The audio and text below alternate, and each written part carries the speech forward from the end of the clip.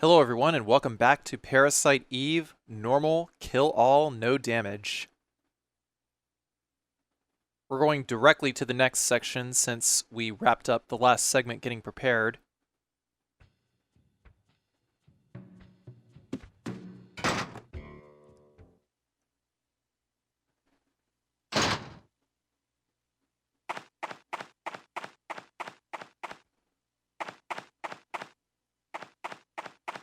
Just go back into the garage, talk to Kyle, and we are out of here.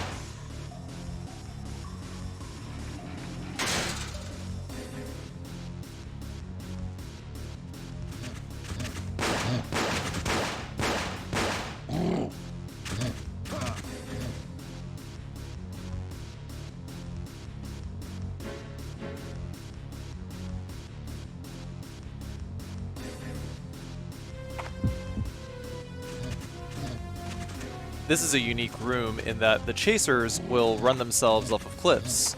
Wait for them to track Aya and have Aya facing perpendicular to the path they're going to run, then move forward. Bye-bye.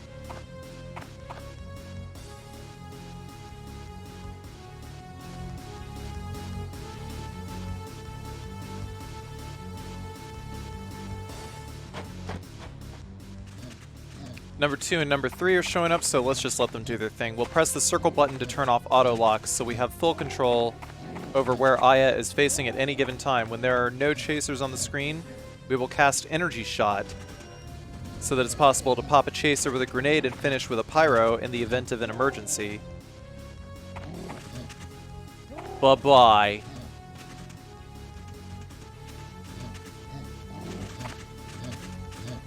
Bye-bye. Bye-bye. Bye-bye. Bye-bye.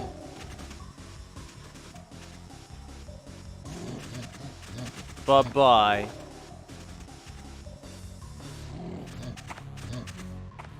Bye-bye.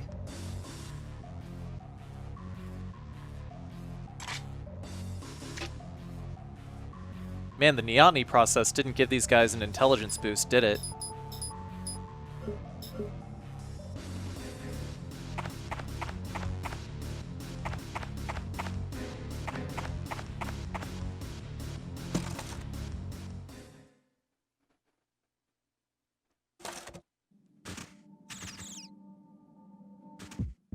In the next room, we're going to manually start the fight by hitting square, and then we are going to use combustion.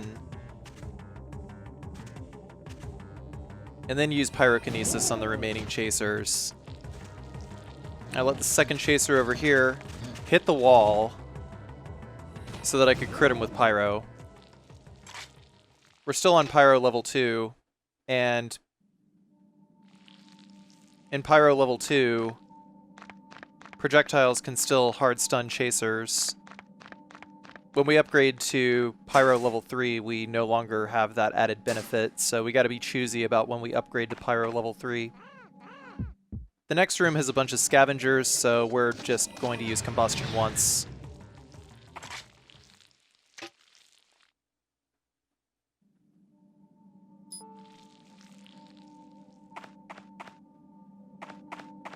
They all die pretty easily.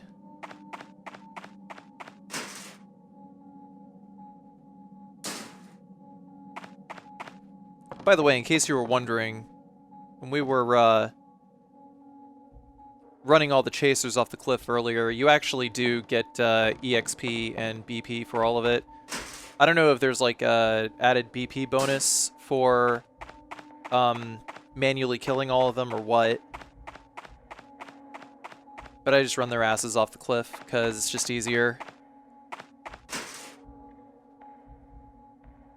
We have to check the gap in the bridge before we can grab the oak board needed to patch it up. Shoutouts to unnecessary backtracking.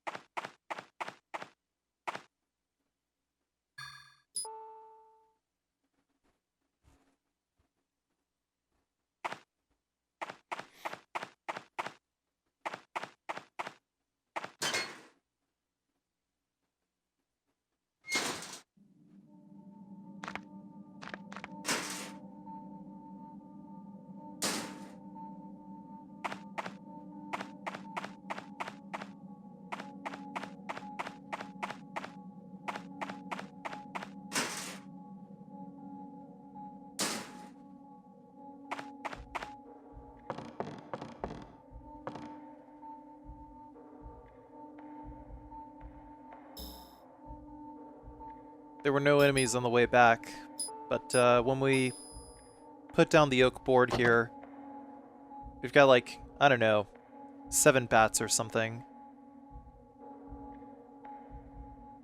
It is just a singular wave of bats.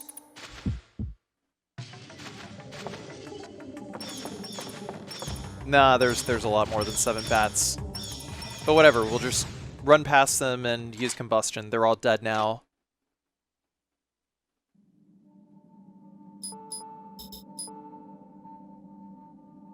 Also, because my inventory was jammed, I just decided to use the MP Boost 1 that we got from the bats. Don't be afraid to use your MP boosts. It's not like they're going to be useful to you in a box later.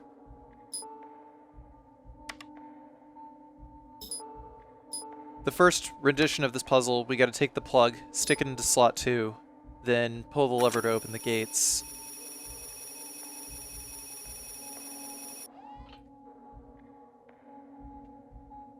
Now we're going to save our game and get ready for the boss.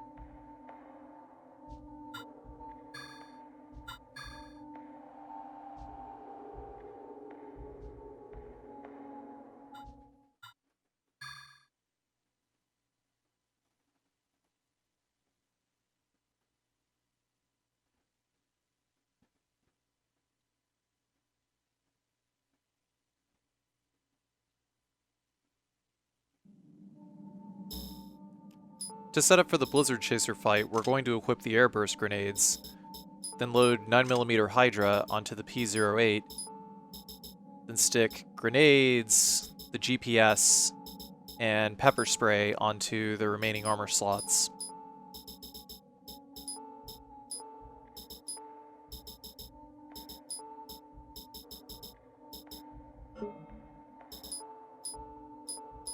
Then we're going to upgrade our pyrokinesis to level 3.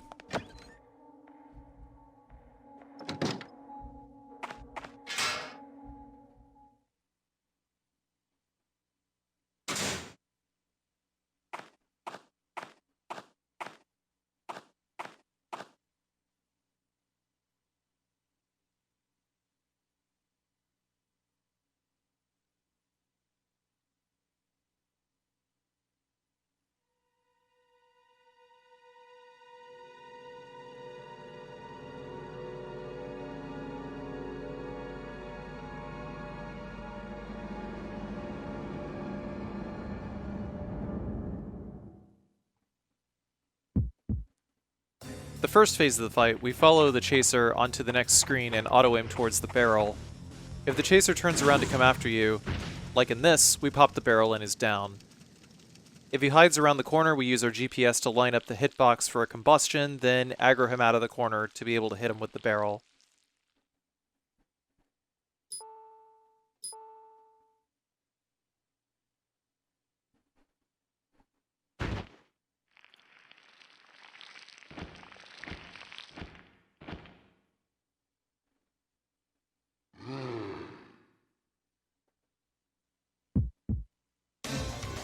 Phase 2, we run around in circles back around this part, and hopefully get him to leap in from nowhere off the camera. After that, we pop the barrel with an air burst to knock him down, and when that happens, we aim towards him, then wait for the first few frames of his wake-up animation to use the pepper spray. That will immobilize him. Then we switch to the P-08 as quickly as humanly possible. After we down him with the first pepper spray, we cast Energy Shot once, then lock on and start firing. We only have enough time for 5 shots before we have to queue up another pepper spray. If we use the pepper spray too late, then the latter half of the wake-up animation will be immune to pepper spray and he'll get up and run off. So obviously, we want to use pepper spray on reaction as quickly as we can. On the second pepper spray, we have enough time for 10 shots. 9 shots to be safe. Then on the final pepper spray, Blizzard Chaser should have exactly enough HP left for us to wail on him until he's dead.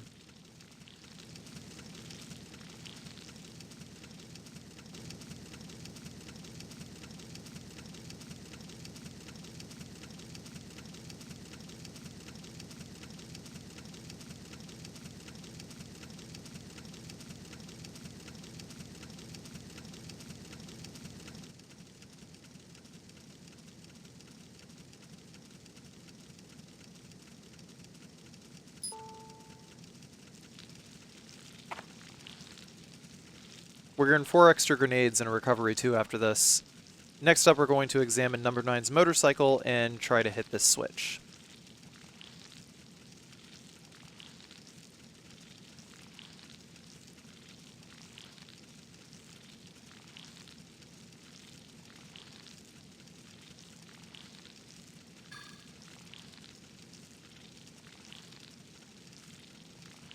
We can't open gate 2, so we have to go solve the latter half of the power circuit puzzle.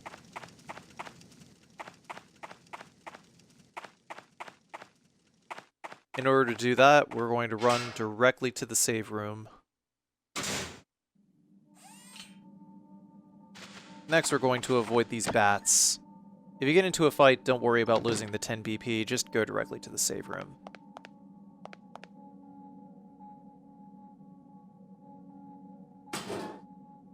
The second half of the puzzle can be solved by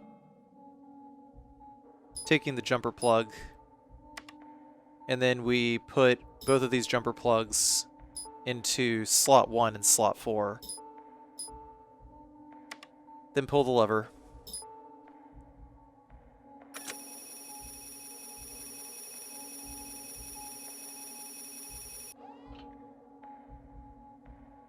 That's it, we're done.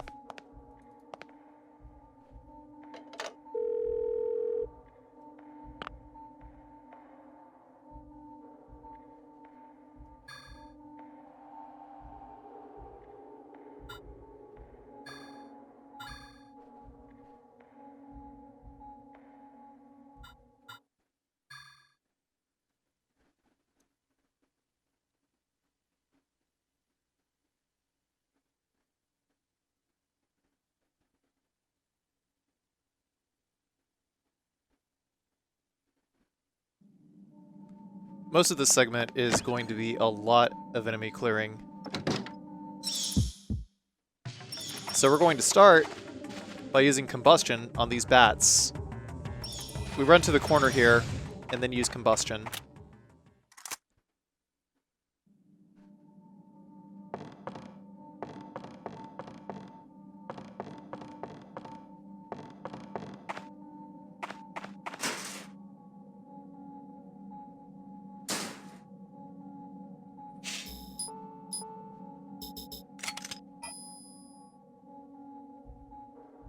In the next room, we will equip the P229 and Hydra ammo. A quick combustion will get rid of both of the scorpions.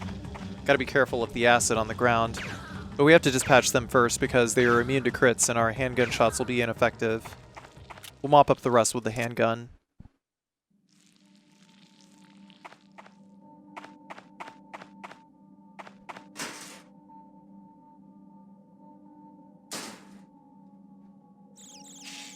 In the following room, we will use combustion to get rid of all the enemies on screen. And the PT-29's flashlight attachment will put in the work on these moths. There's an outer limit to how far the flashlight will affect and insta-kill moths, but we can use combustion to get rid of pretty much everything else.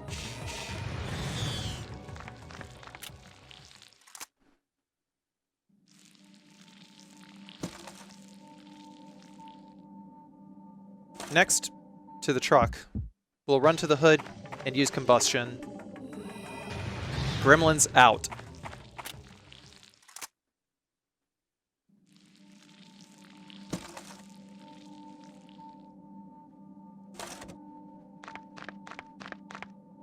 Lastly, we're going to run to the room where we got the oak board.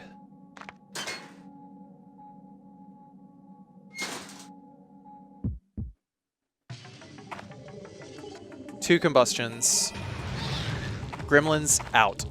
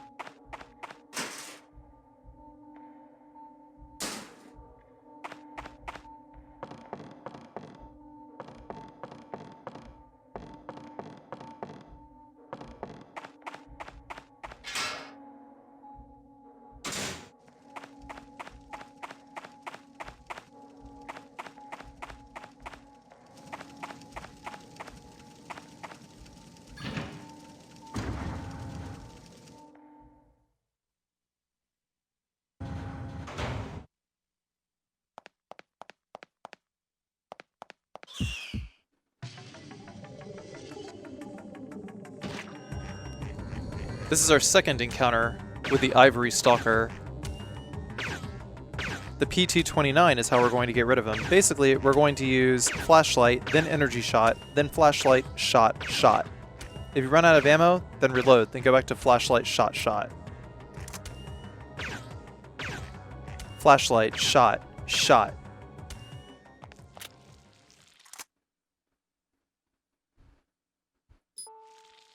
Ivory Stalker, out. You get rewarded with a belt pouch here.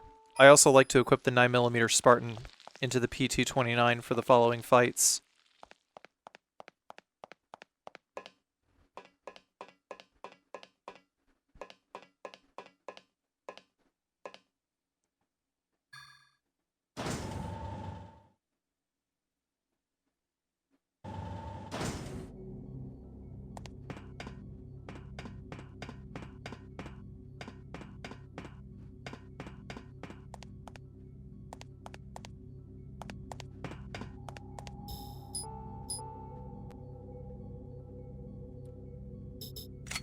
For this first hallway, we're going to equip the grenade launcher and regular grenades.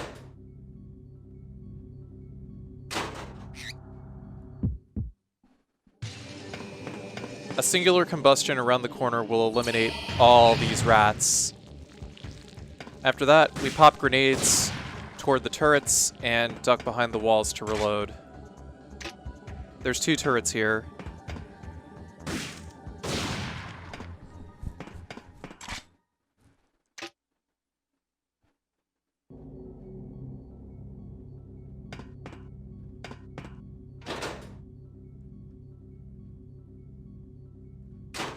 For the storeroom here, we're going to equip the P229 and Spartan ammo.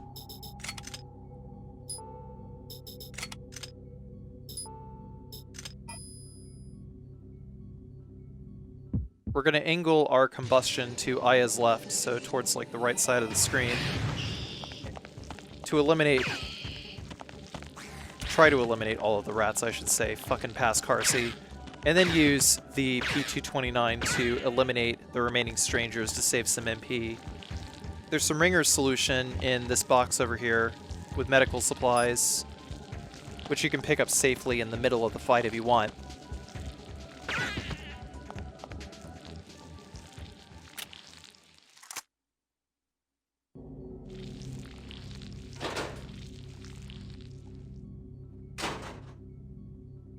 In the next hallway, we re-equip the grenade launcher.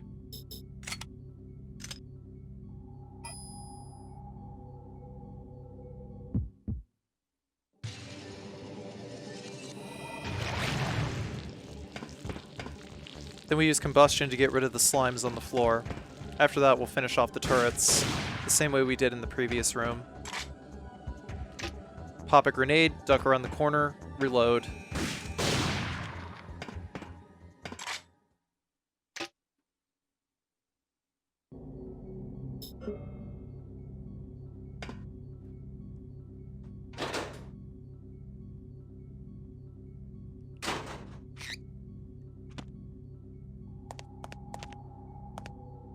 In the bunks, 1 combustion will kill all these rats and cause major damage to this stranger. We finished the stranger with the P229.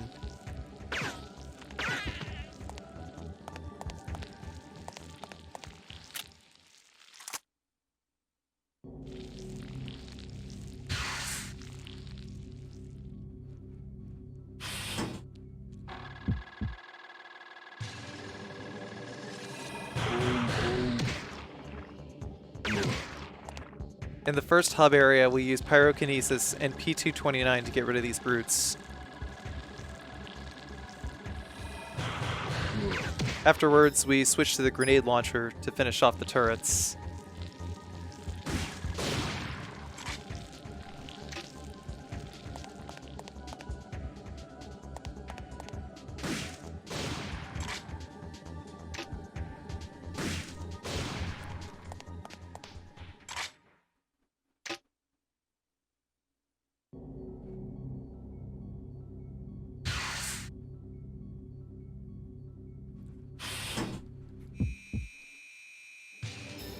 This sort of airlock area has 2 turrets and 2 blue slimes. If you let a turret eliminate one of the slimes and pay attention to the GPS, you can cycle over to one of the turrets off screen and start shooting it. Just untarget the slime and you can finish off both turrets easily, while the turrets are busy being fixated on the slime.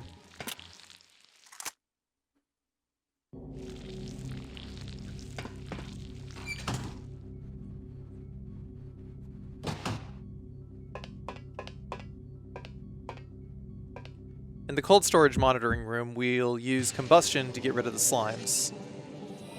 Don't be like past Carcy and try to use grenades in this room, though. The collision between the grenades and the whatchamacallit under the turrets makes the trajectory really awkward to try to hit something, so it's better to use a hit scan gun against the turrets in this room. Yeah, you can see I shot a grenade and aggro the fuck out of all of them.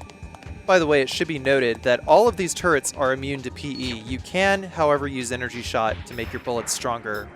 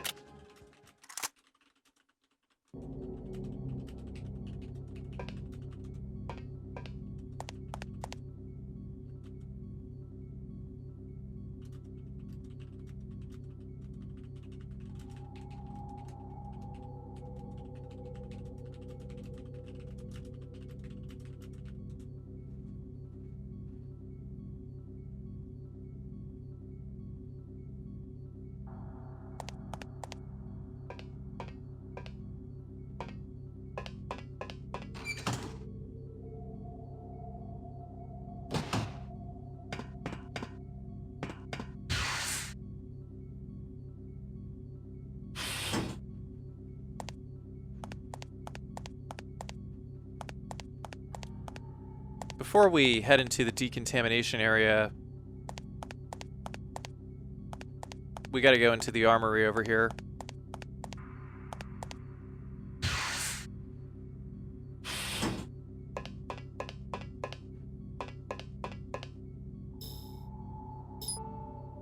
We used the black key card, which we got all the way back in the Acropolis Tower on Disc 1, which will unlock an additional area.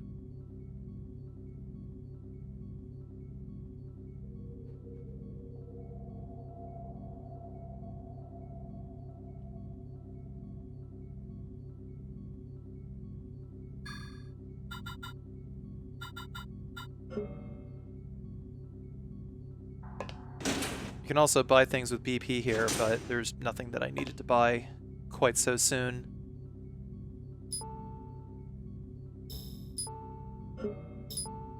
I got rid of the rest of my 9mm rounds to get some of this infinitely spawning buckshot, even though I didn't actually need it.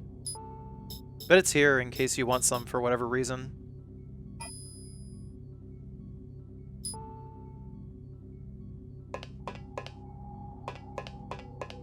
There's also a free SP-12 shotgun over here. It is totally 100% worth it, especially when we go to use Firefly against enemies weak to fire later.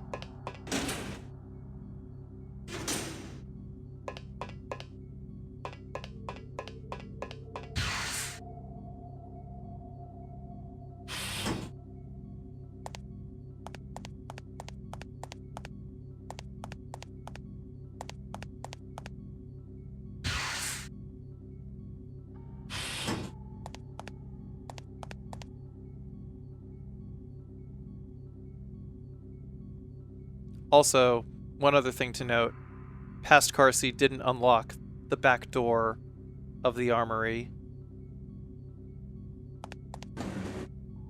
And he should have, after getting the Spaz 12 shotgun, so that he could actually use that shortcut later.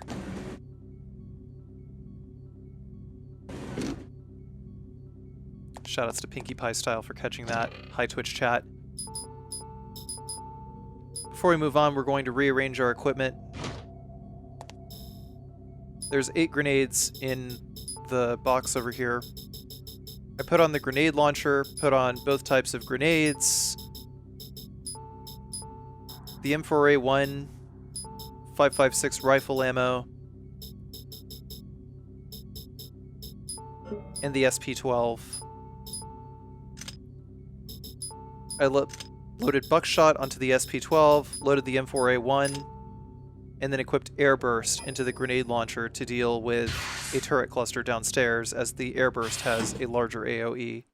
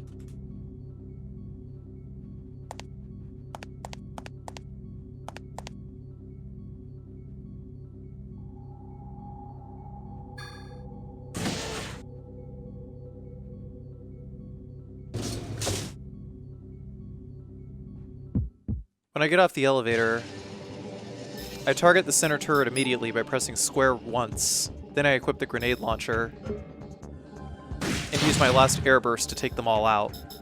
Then I re-equip the P229 and kill the brute with a single pyrokinesis.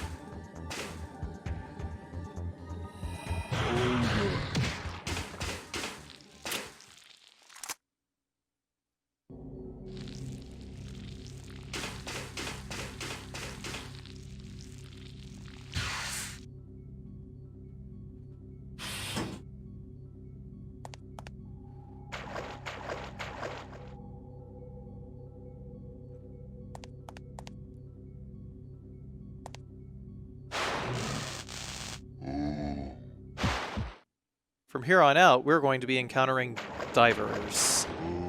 Divers here will usually die to 1 pyrokinesis. For this fight, I usually like to turn left to target the diver here, and then use pyro when he's about to zap me, so that the AoE of the pyro will hit the other diver as he comes out of the water. The P229 will be used to mop up. I invoke Inferno here, since it's about to be our main workhorse for eliminating enemies throughout Disc 2. Inferno is super OP.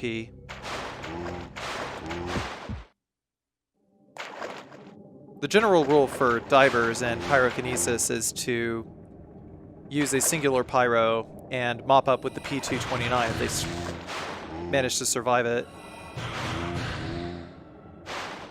Well, the AoE of the third one, he was definitely able to survive that. It's kind of like playing whack-a-mole with the guys in this second tunnel area downstairs, because they'll move from one side of the catwalk to the other.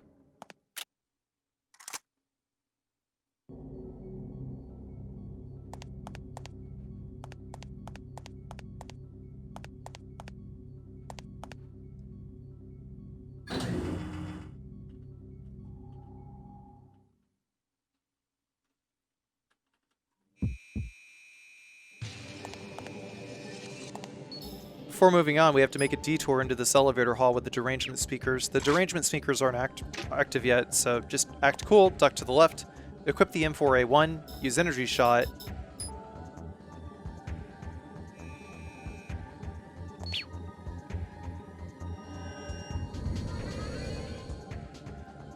Then stick and move against the turrets. 1 burst, run. The turrets have a cooldown time before they can refire, so just be ready to run when you see the targeting lasers show up. You have just under a second to react to them in GTFO.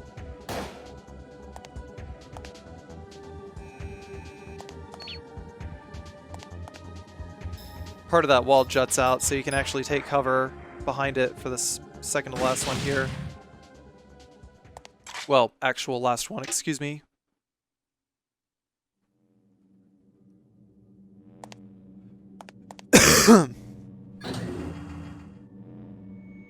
This room's too scary, so we're going to take the elevator back up and head to the breeding room.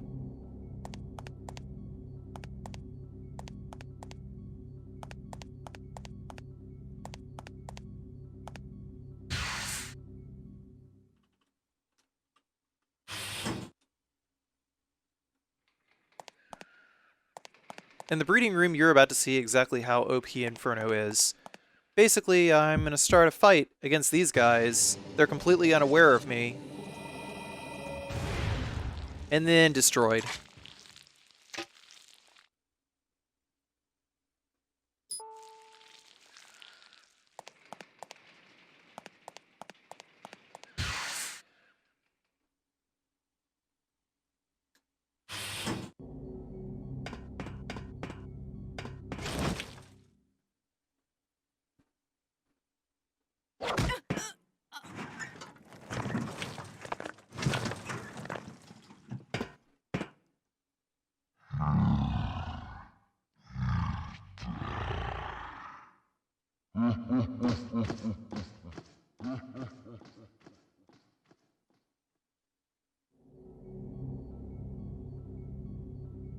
Once we've met Bowman,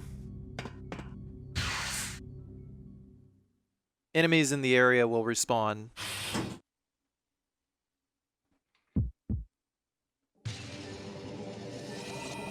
We'll just use Inferno one more time and destroyed.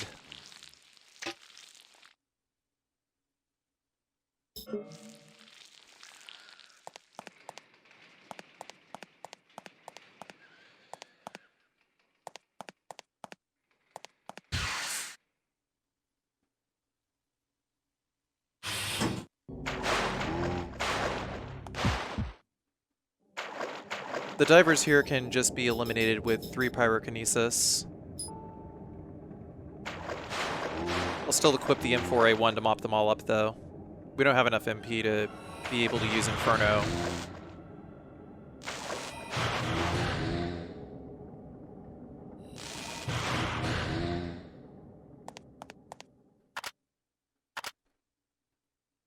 So as you can see, Inferno isn't always viable in every room, just the rooms where every enemy on screen can be affected by it all at once.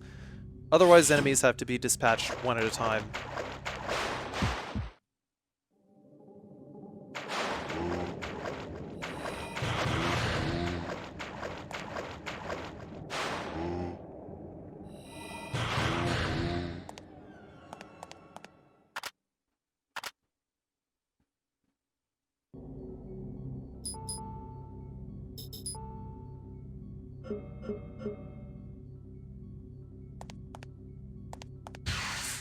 Yep, I still have all of my HP.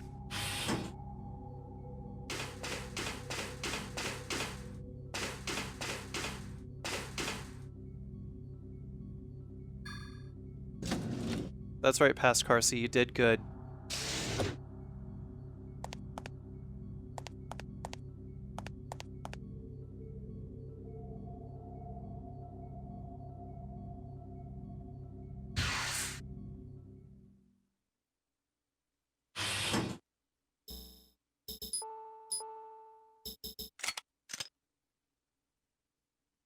Before saving, gonna re-equip the grenade launcher with regular grenades. Then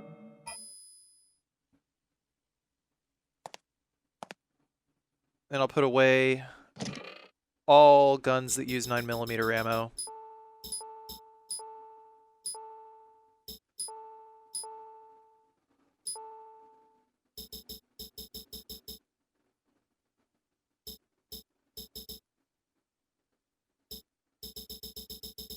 There's nothing else to put away.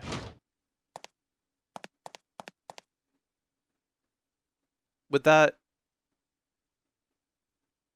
we should be ready to take on the next boss coming up.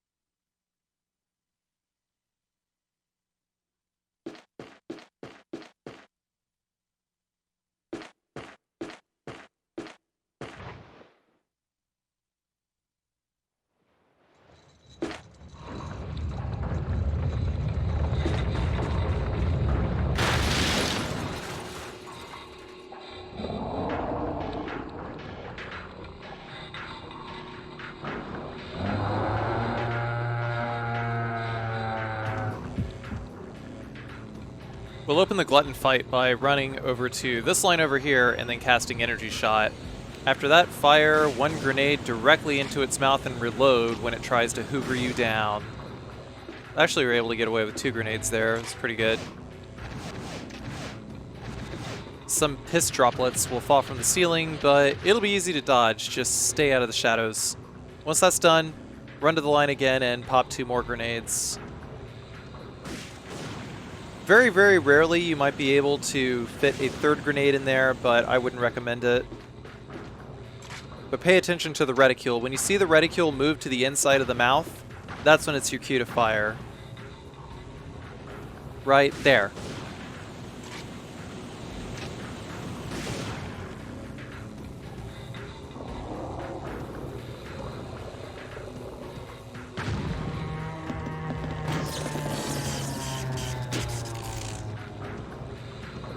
But after that, the glutton moved forward, and we had to move forward to the 2nd line before we fire. This phase of the boss is really quite easy. Just energy shot and lob grenades into its mouth and you win.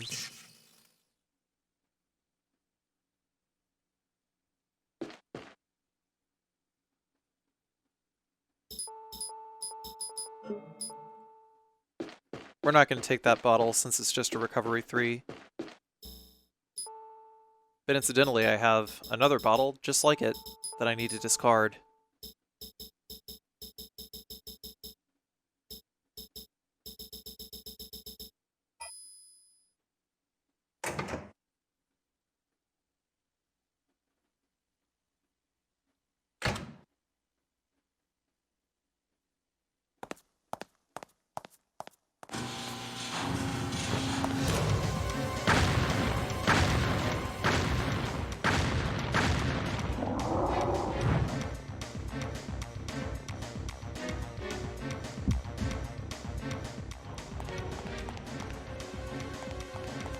We're going to move immediately, then run next to the garbage compactor. There's going to be a plate that we stand on in order to trigger the garbage compactor moving upwards.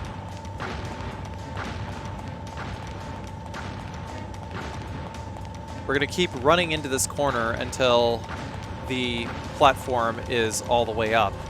The idea is to get the glutton to go into the compactor and die.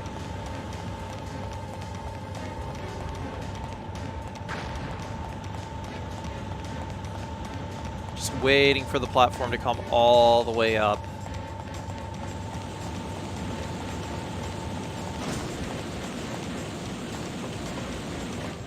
We can run all the way over here and stand on this other plate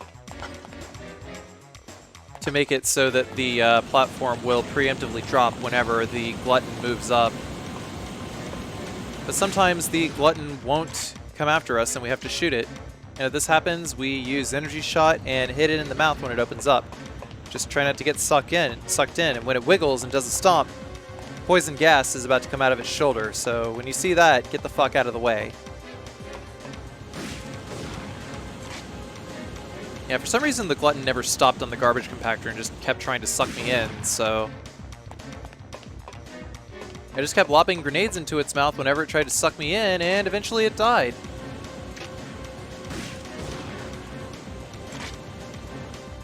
I don't know how much HP it has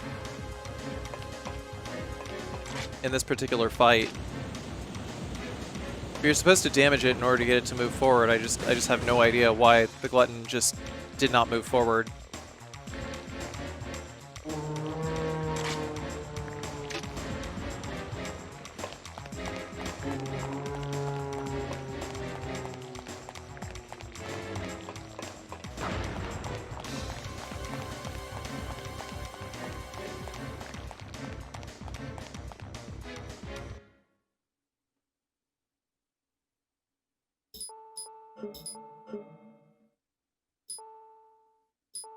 If it dies without getting crushed by the compactor, then you get bonus items, specifically 4 airburst grenades and a U-Day toilet. The U-Day toilet puts you under Berserker, which causes damage to yourself when you use it, so that status effect is useless in a no damage run, even though it does increase your damage output, so discard it, it's useless. I equipped the M4A1 here to go into this other room and collect the medicine wheel where the boss first appeared. There's a countdown timer, and if we don't get out fast enough, we die. The medicine wheel is a great armor attachment, as you can gain bonus items while it's equipped.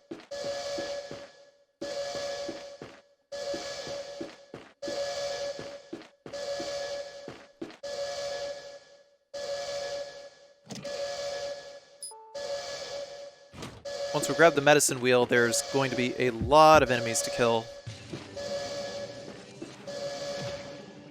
Basically discarded ANMCs.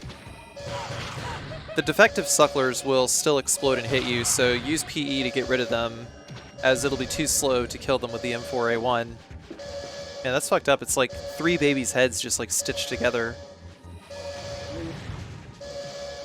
Also, the defective chasers and the defective stingers can just be killed with the M4A1 before they come after you.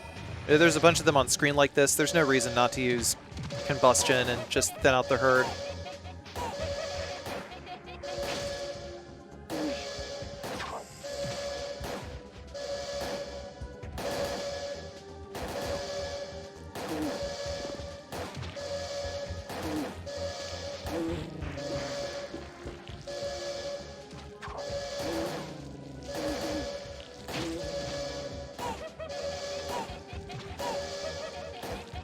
When they're far enough away, you can just start using individual M4A1 shots to take out the defective sucklers.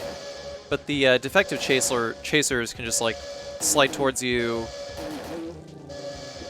They'll like jump at you. So it's like, if you're going to take them out individually, do so at your own risk. Get a protein capsule and some 5.56 ammo for winning this fight.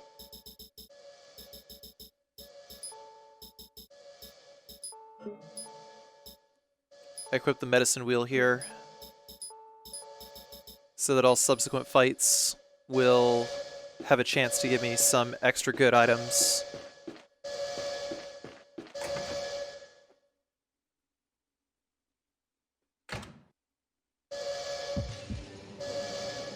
On the way out, a lot of defective ANMCs are going to drop out of the chutes. So we'll open with energy shot and combustion in order to create a safe zone. Basically a minimum safe distance. And if anything gets in combustion range, we're going to queue it up immediately, like so.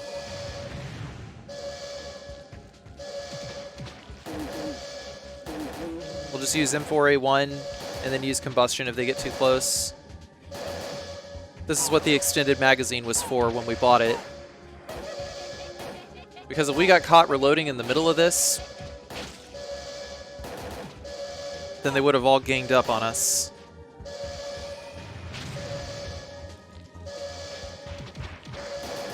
And combustion alone would not be enough to hold them off.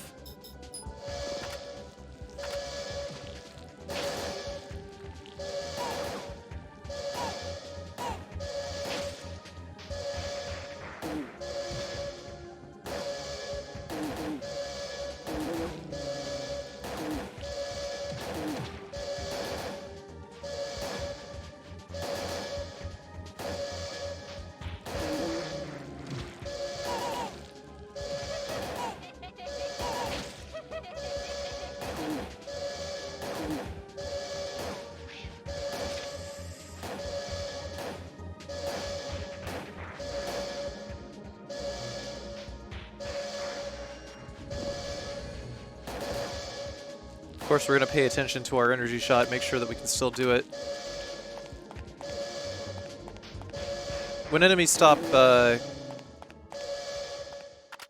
laying on quite so thick, we're going to advance and try to take out the rest. We get 9mm Spartan, some Firefly, and some belt pouches for winning. I use the cola there just to get it out of my inventory and get enough room.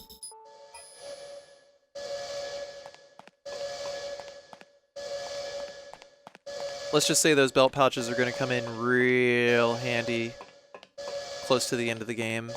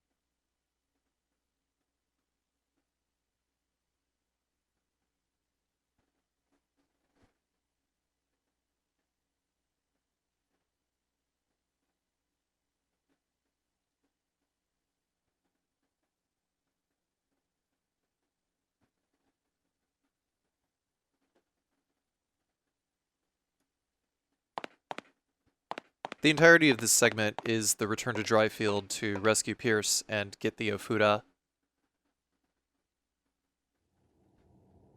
The deranged chasers here will die immediately to 1 pyrokinesis each.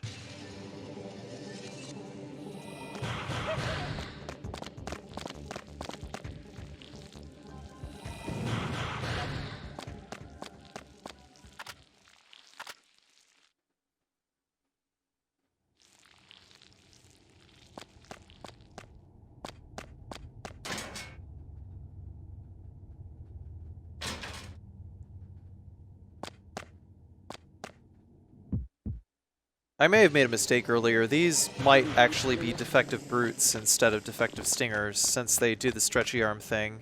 They die in 1 pyro. The 2 defective sucklers here will die in a combustion, and then we finish the last defective brute with whatever.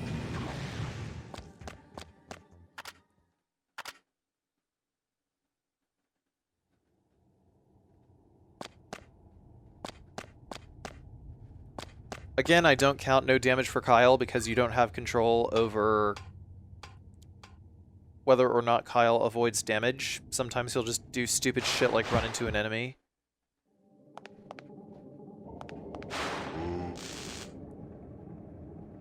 But ideally, I would like him to not take damage. As per usual, divers die in 1 pyro. And the code to divert the water here is 18.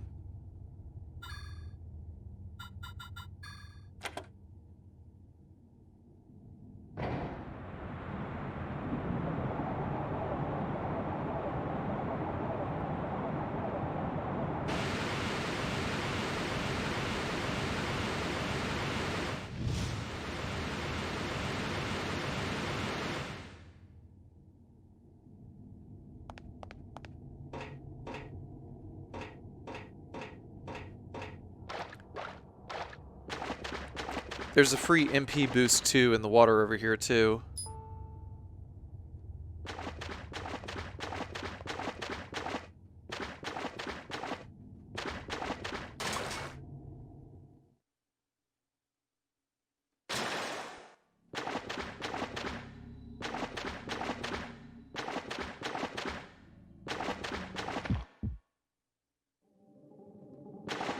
Divers are useless out of the water as long as you can out-DPS them, because they can still shock you.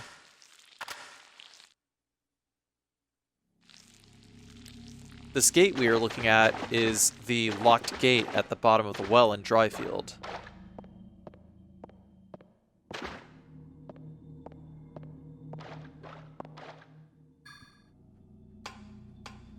So we have to go unlock that now, so that we can go back to Dryfield. There's yet another lone diver in this area, and we can get rid of him really fast.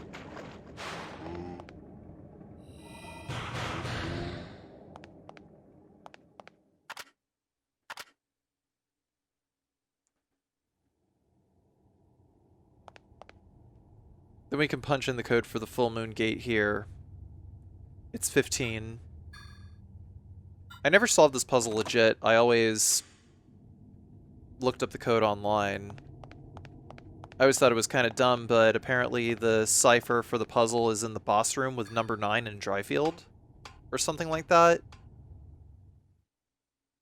Whatever, it's this really pointless, really obtuse puzzle. Just for like 2 numbers.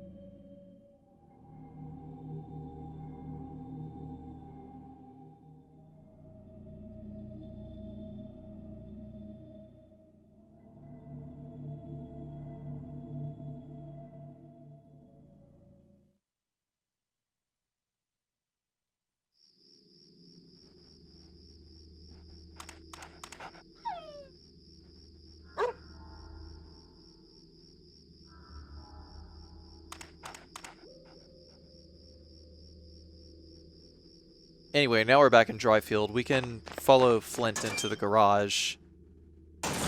Flint's trying to point us in the direction of Pierce.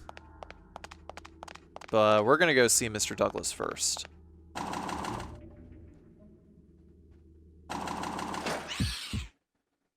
There's 3 stalkers in the garage now. Pyro and M4A1 to get rid of the first one. Then we'll walk forward and use 2 Pyros on the next 2. And then 1 more M4A1 burst will finish off the last one. You can see the splash damage from the Pyro put in the work there.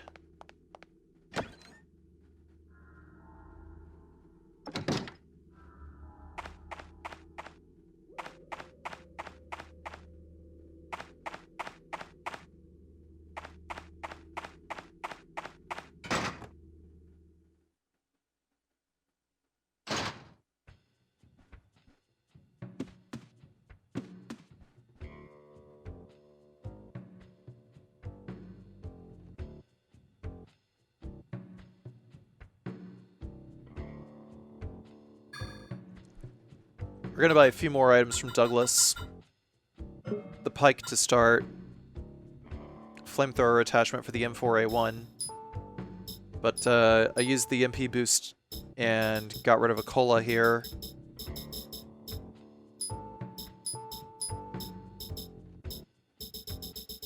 So that I'd be able to make room for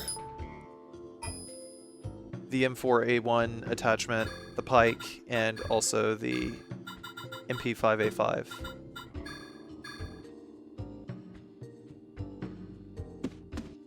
We're buying the MP5 since it's got a flashlight attachment and it is really good for DPS, especially on lesser enemies.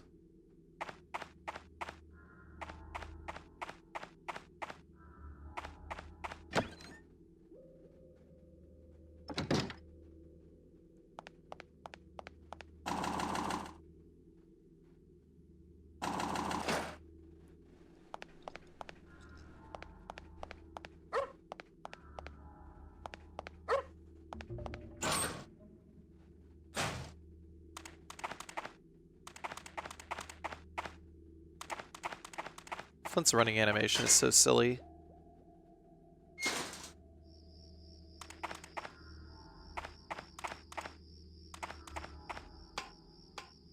We're not going to follow Flint for now. Instead, we're going to head back up the ladder into Aya's motel room in order to get to the laundromat and kill the enemies there.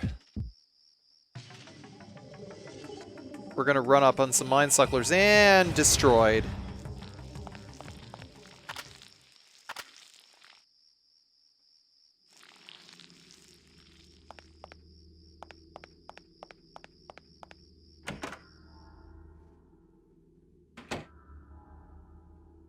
We're also going to run up on some gremlins in here and destroyed.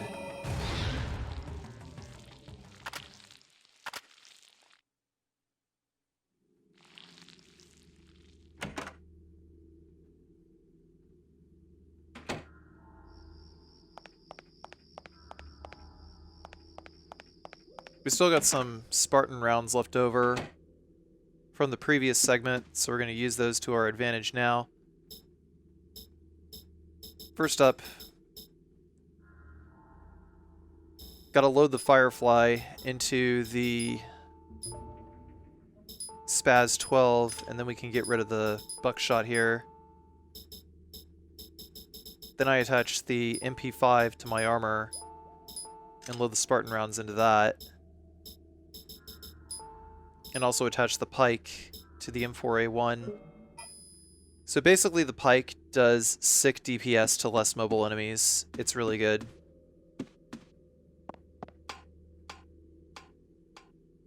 So anywhere that I don't need to be using Inferno, I'm probably going to be using an M4A1 attachment instead.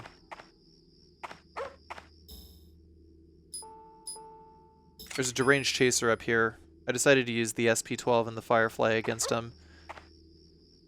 The trajectory on this guy is weird, so yeah, you're not going to be able to hit him up close like that. You got to stand next to Flint in order to shoot him from there.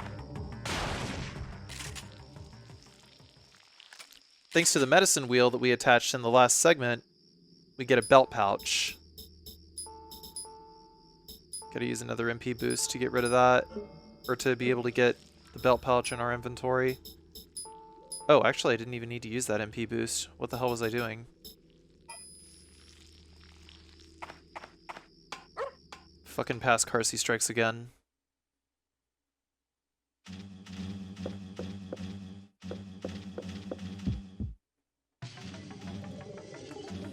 Oh no, Pierce.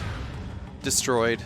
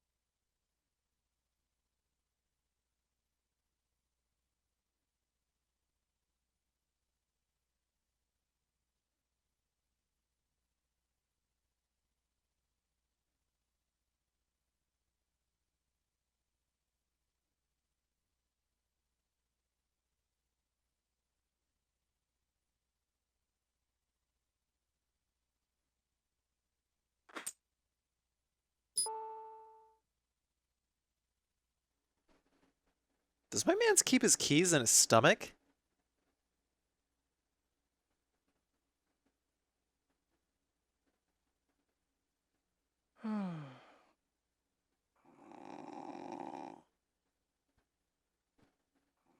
So yeah, in order to save Pierce, this is literally all you have to do. Saving Pierce isn't required to get the good ending.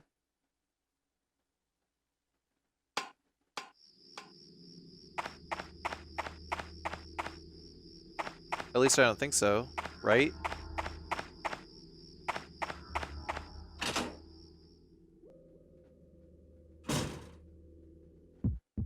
But that's literally all we had to do, so we're going to get him some ice so that we can get the Yofuda. Back in the bar. Combustion. Gremlins out.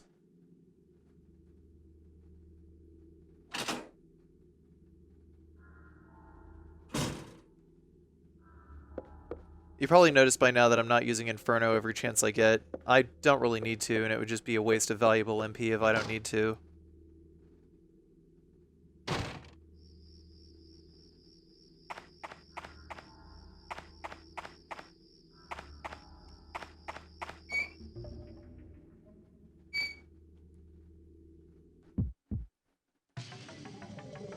Public bathroom. Combustion. Gremlins out.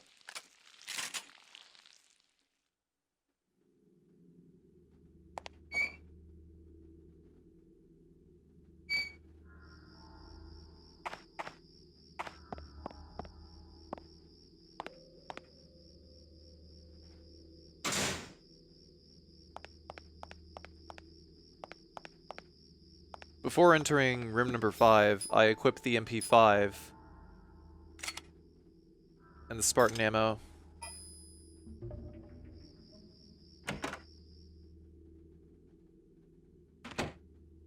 Reason being, I can flashlight these guys immediately and kill the moths before they hit us. Then I use combustion to wax the 2 strangers.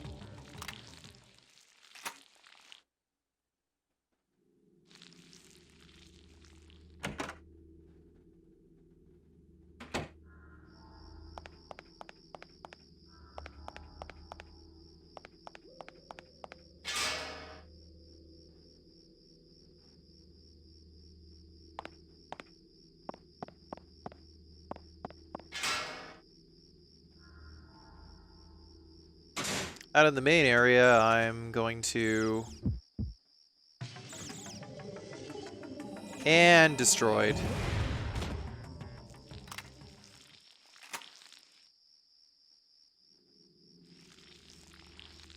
I'm going to go pick up this ice.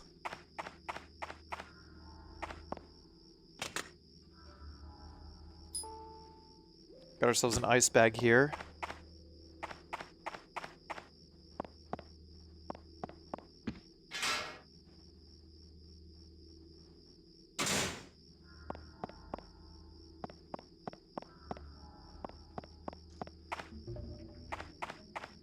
The ice pack melts if you get into a fight between the ice box and the time it takes you to get to Pierce.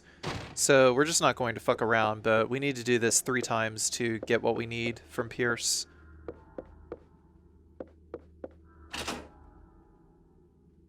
Let's just say it takes a few minutes.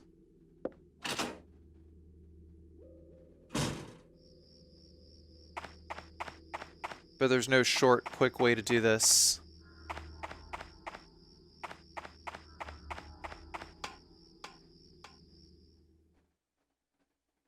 We can't give him a melted bag of ice, though. Otherwise, he won't give us stuff.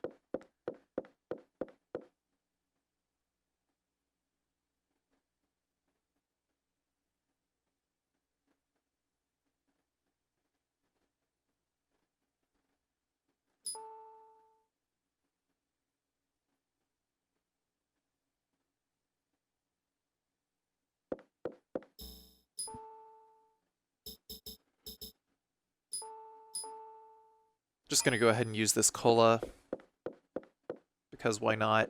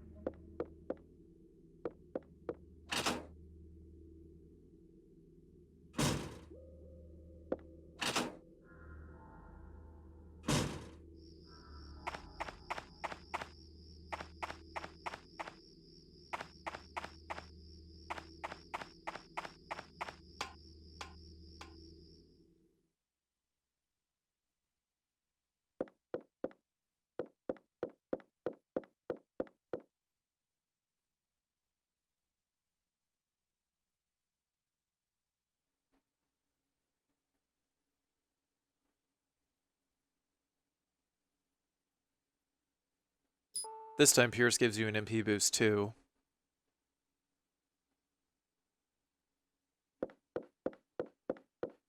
I don't think there was really much point to me keeping the rifle clip holder. I probably should have dropped it in Aya's room.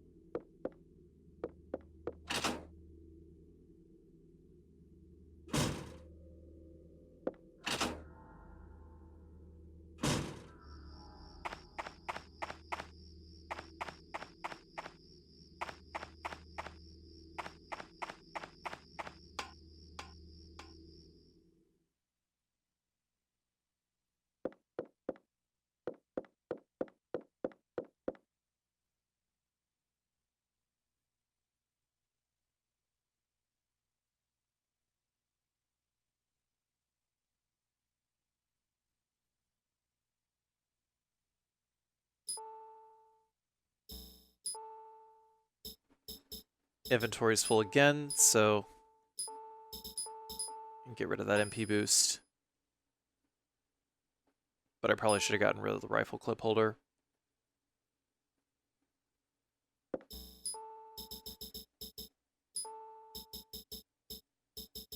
Anyway, the Ofuda is another armor attachment that increases the damage output of your PE abilities. So if you upgrade Inferno to level 3 and use it with the Ofuda attached, you can clear pretty much any room of ANMCs as soon as you set foot inside.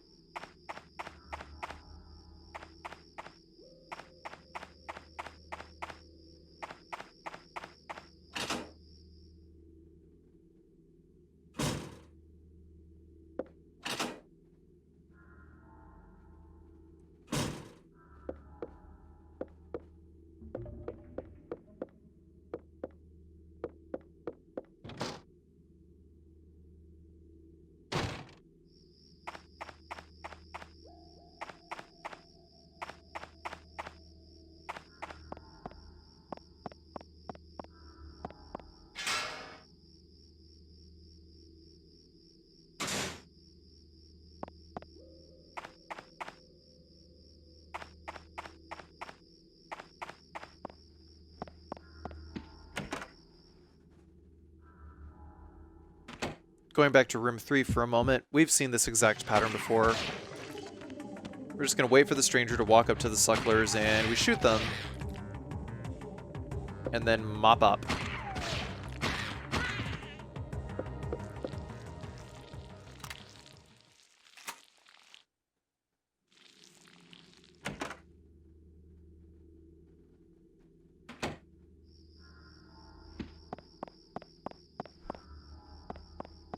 Next up, we're headed to Pierce's SUV.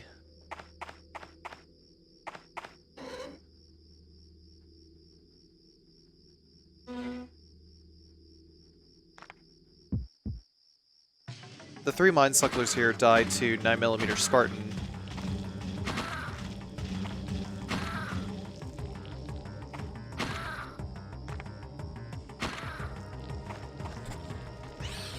And we use a single pyro to get rid of the stalker.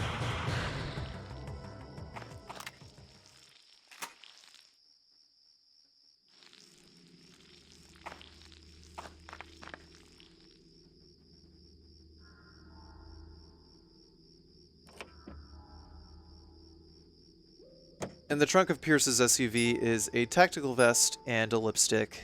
I'm going to discard the 9mm Hydra that we got earlier so that I can get the lipstick. I'm also going to discard that tactical vest so that I can get the lipstick because it's useless compared to the turtle vest.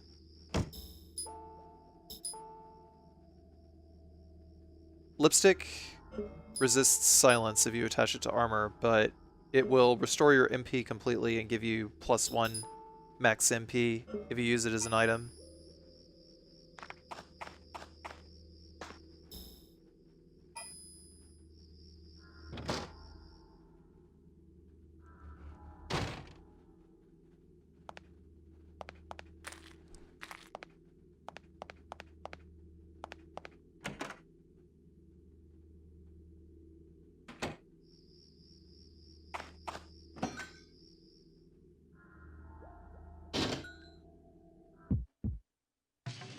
Gift shop. Destroyed.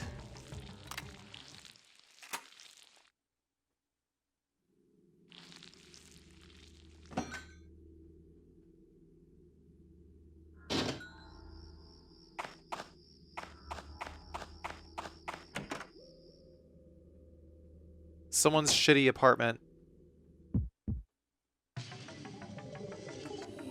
Gremlin's out.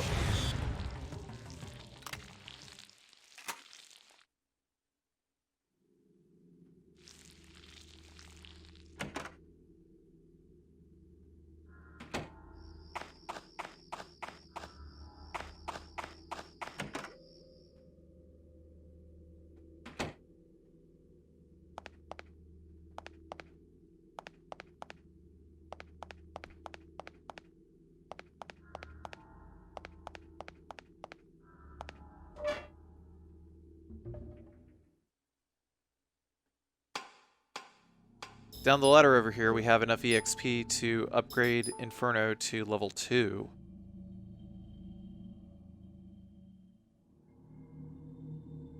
I was deliberating for a moment because I had 28 MP, but this decreases casting time.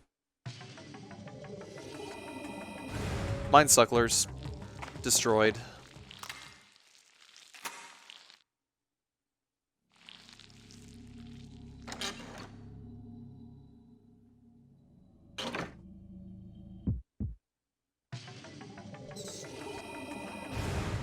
Wine Cellar destroyed.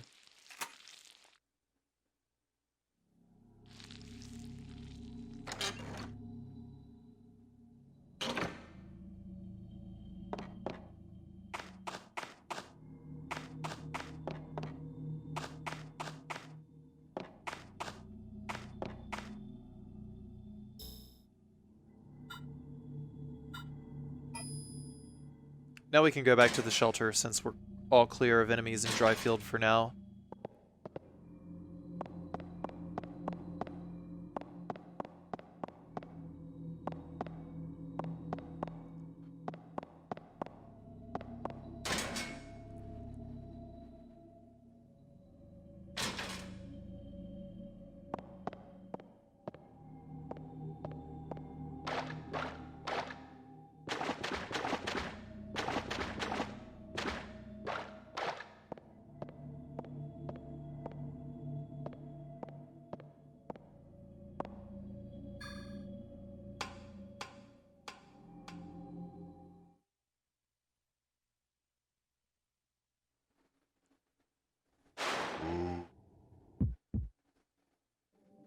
We could just spam Pyro and use the MP5 in order to get rid of these two divers and this mossback.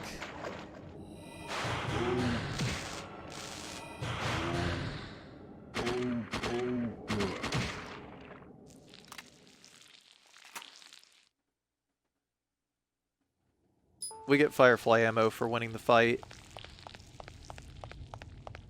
Firefly is actually what mossbacks and divers are weak to.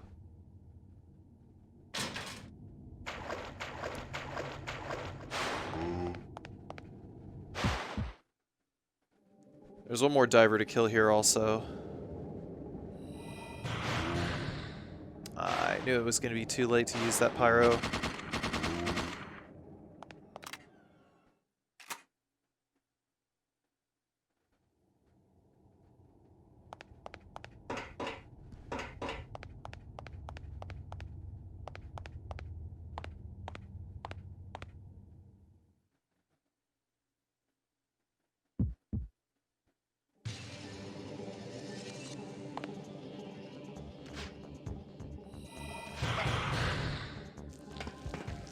Two pyros get rid of the deranged chasers.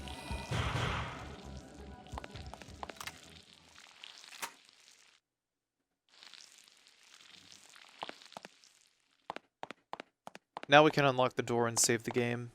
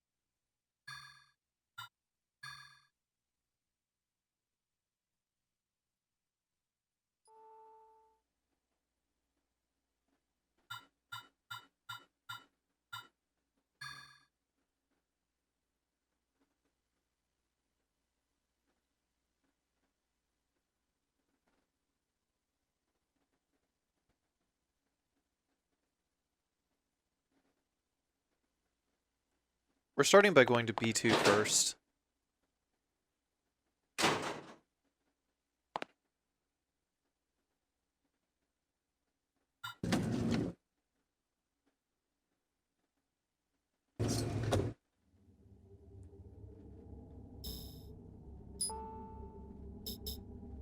I use an MP boost 2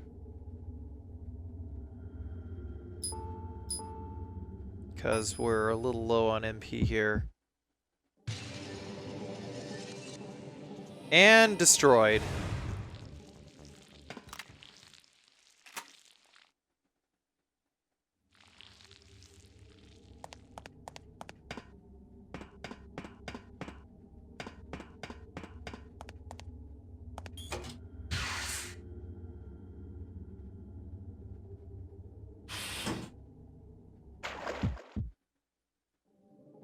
For this moss back over here, we're going to use pyrokinesis. And finish him off. And after that, we will use pyro on this other diver.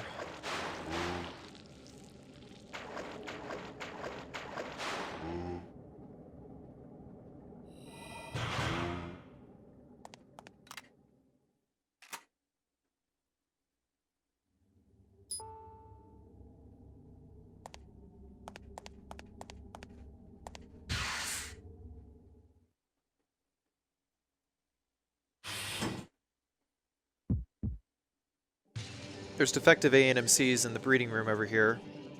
And destroyed.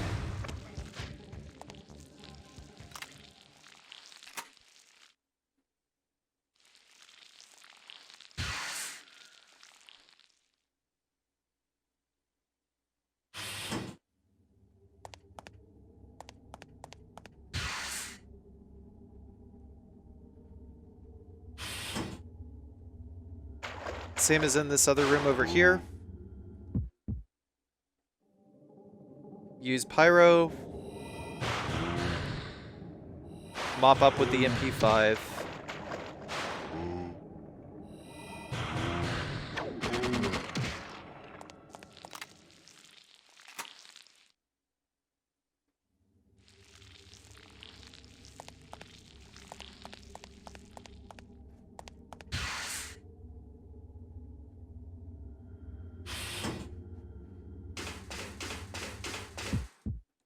Letting the enemies aggro first and moving into range over here will just destroy all the enemies. Somehow I did not get hit by that brute. I seriously have no idea what happened there. It must have been a bug or something, but whatever, I didn't get hit. Sometimes the hit detection fails to work in this game. And I guess I just got really lucky.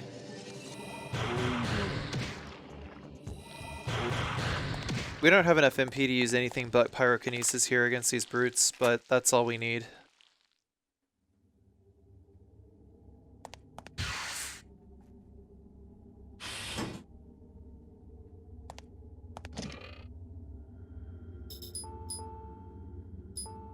I moved the 9mm Spartan from the item box in order to get just a little bit more.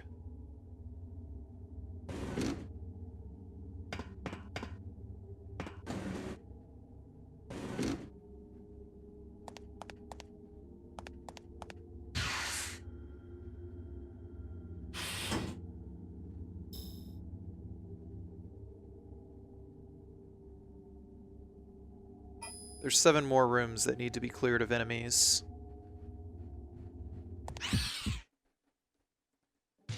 In this B1F hub area, there's 3 stalkers.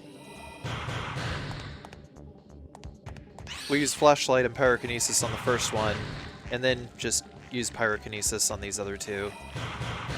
You don't even really need to immobilize them in order to kill them, just use pyrokinesis and they're dead. Back towards the cold storage area, we're going to use the 9mm Spartan bullets against the turrets in here and use pyrokinesis to finish off this brute.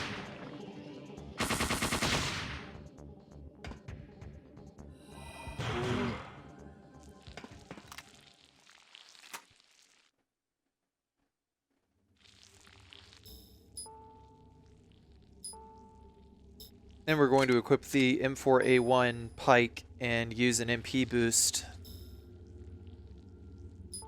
We don't have enough MP in order to be able to use another Inferno quite so fast. We're headed towards the sleeping quarters next.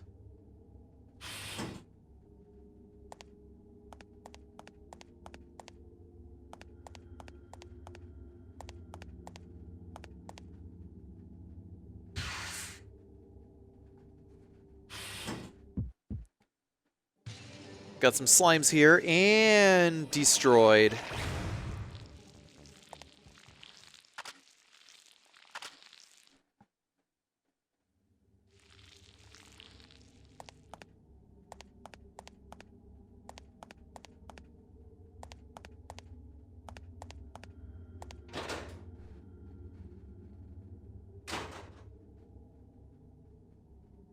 You're here now. Counter-evolutionary. So, not dead yet? You not human. Like an ANMC. Just why? Why you help humans? Animals. Evolutionary failures. You'd betrayed the plan of God? Defied nature's order?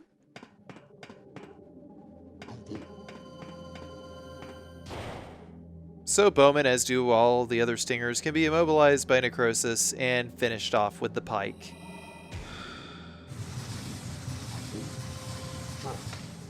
You can see necrosis just interrupts the fuck out of his attack there whenever it procs.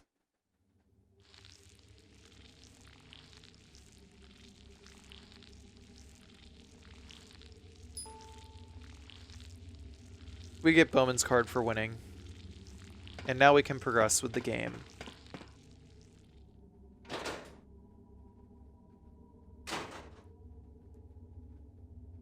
Oh, look.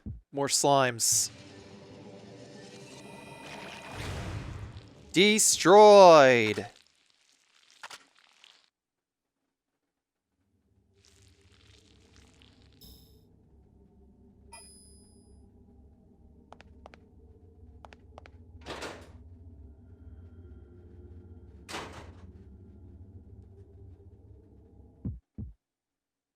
More ANMCs in this room. Dead.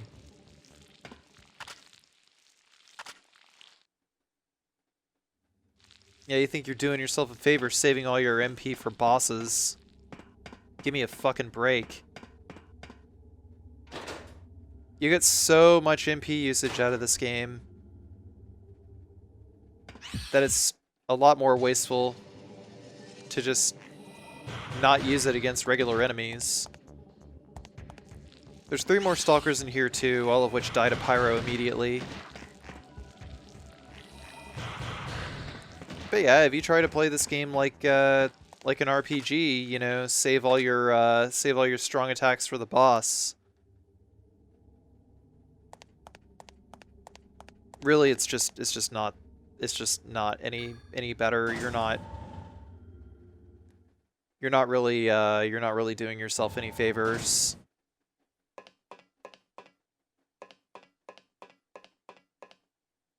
Just use the best attack you can against the correct enemies.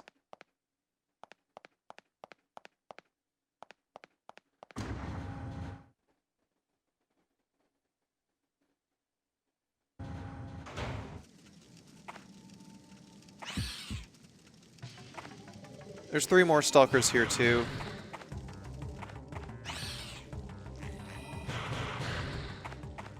Sorry, 2. But we're just going back through the mines to kill the rest of these enemies.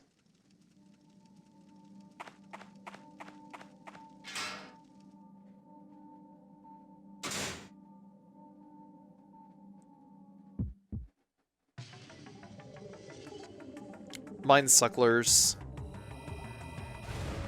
Dead.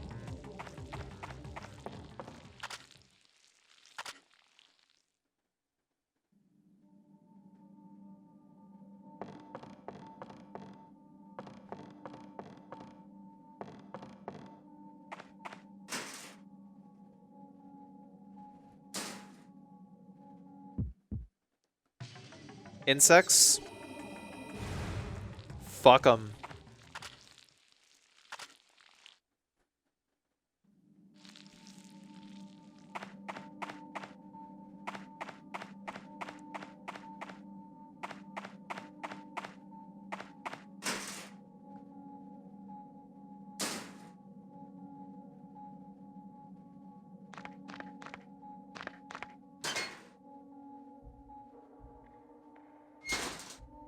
Awkward corridor with even more NMCs. I enjoy fried chicken!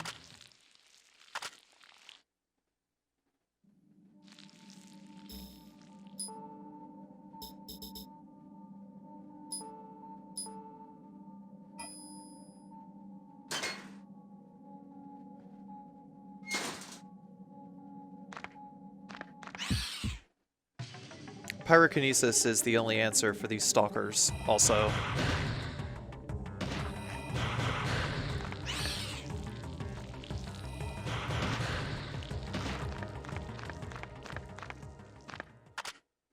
Three is enough.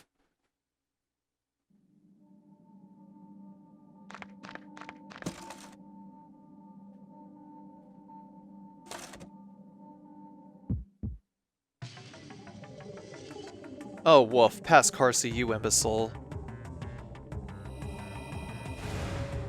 You were supposed to kill a singular mind suckler to bait out the other scorpions and destroy them all at once.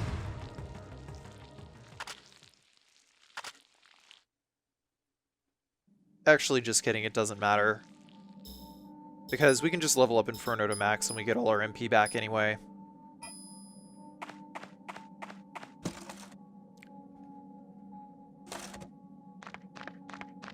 I just felt like shitting on past Carcy because this section is so boring.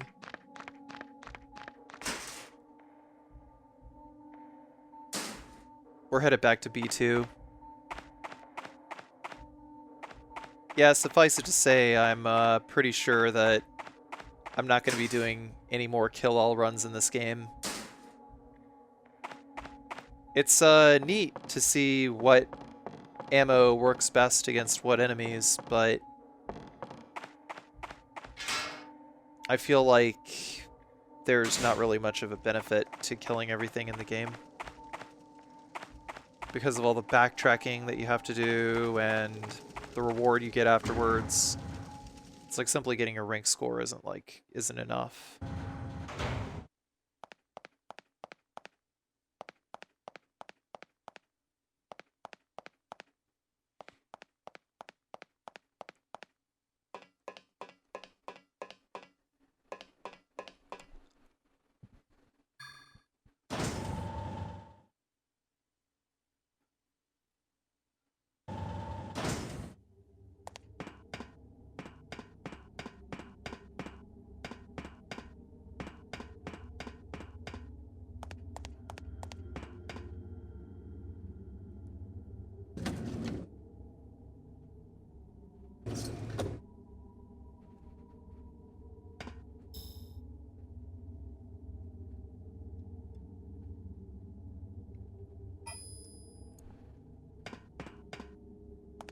We'll use Bowman's card to unlock this hallway.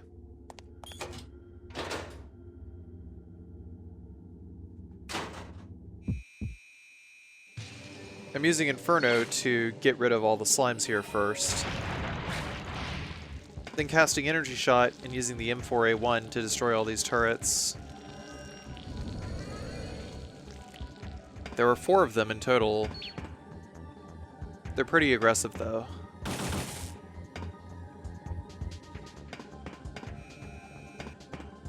Just gotta watch out.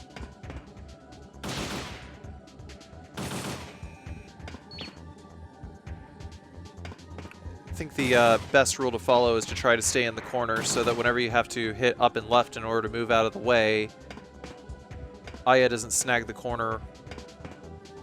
I think that's probably the best setup.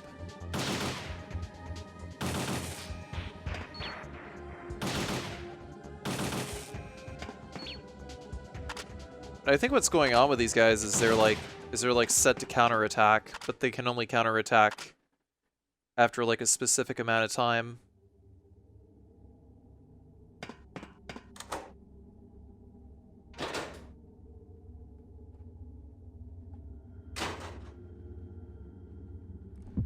In the operating room, we attempt to destroy all of the enemies here. Oh, but what's this? The fight's still going. That's because we have encountered a new defective ANMC, the Creeping Stranger. Creeping Strangers can't be killed until the head is removed, but their HP pool can be shredded with an Inferno before you do.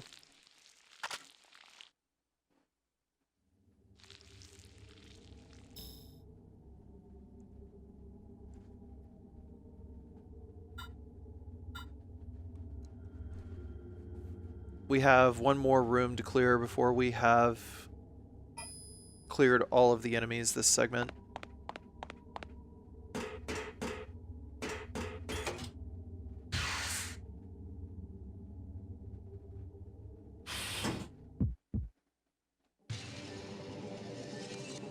This room follows exactly the same pattern, just drain their HP pool, get rid of the heads, and just pike to kill the rest of them.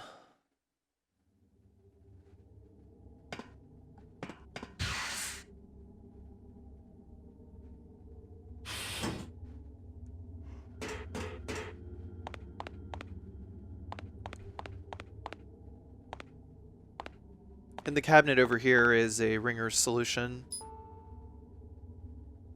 Don't forget that. Ringer's solutions are good.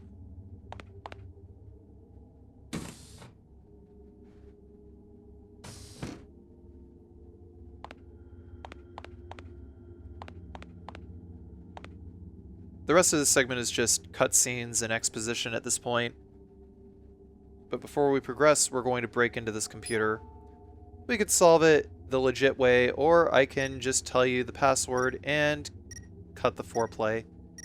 The answer is A3EILM2S2Y.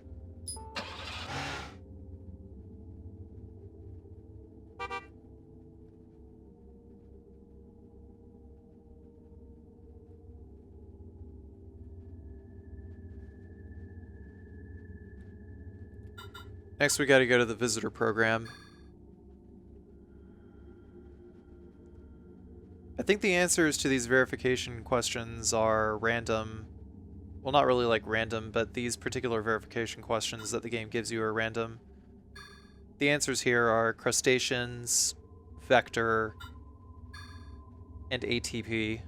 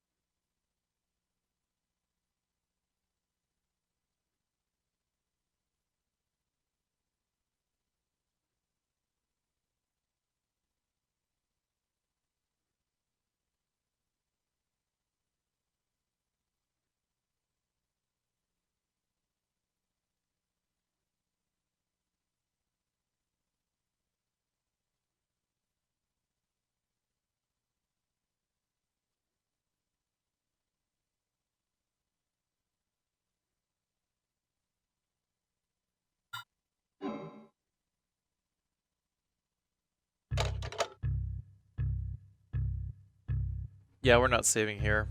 There's no reason to.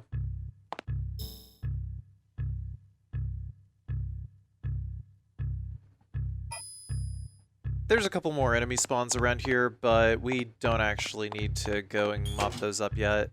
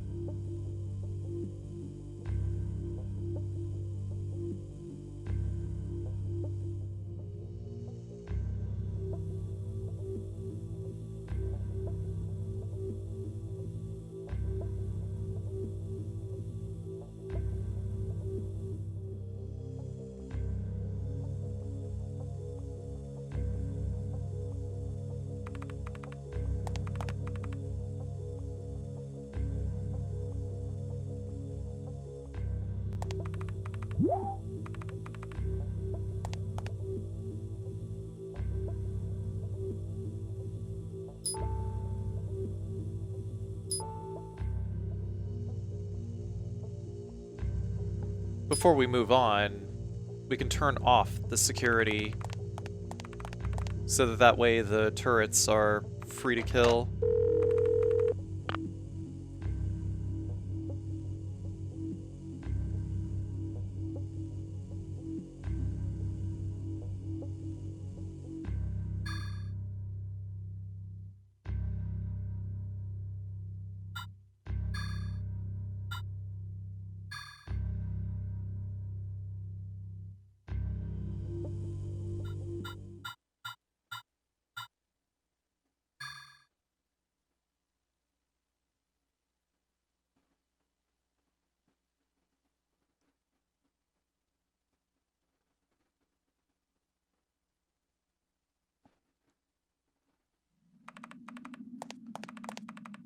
So this segment you thought we were going to Neo Arc, didn't you?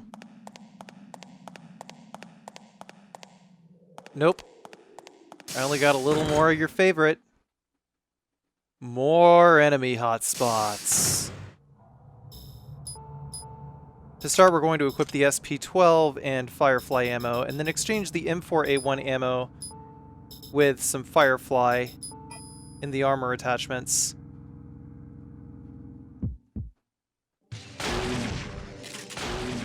You can see that Firefly makes really fast work of these mossbacks here.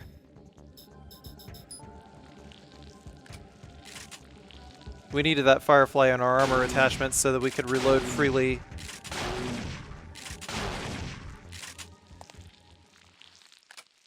So that way we could keep a constant stream of pressure on the enemy.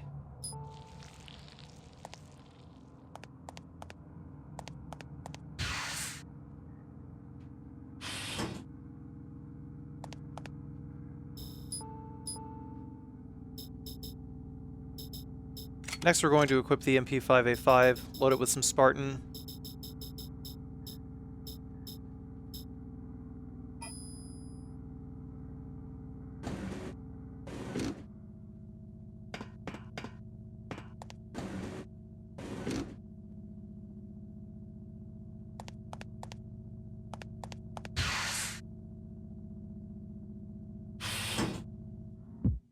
This room over here has 2 stingers. We can't hit both of them with Necrosis before they attempt to use their PE attacks, so we have to open with Inferno in order to hard stun both of them and finish them off with the MP5A5. You can see this stinger is attempting to heal himself. If you use Inferno to deplete most of their HP, then it will force them to heal and they won't actually attack you, so gotta use that to our advantage.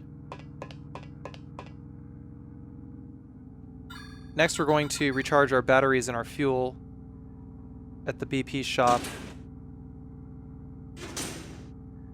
Then we're gonna grab some more 9mm Hydra ammo.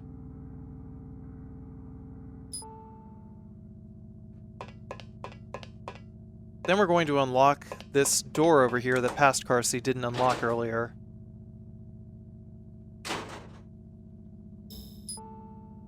Next we'll load the Hydra into the MP5A5. and exchange the airburst grenades for some Firefly. I rearranged my attachments a bit too. Stuck the Firefly in the second slot.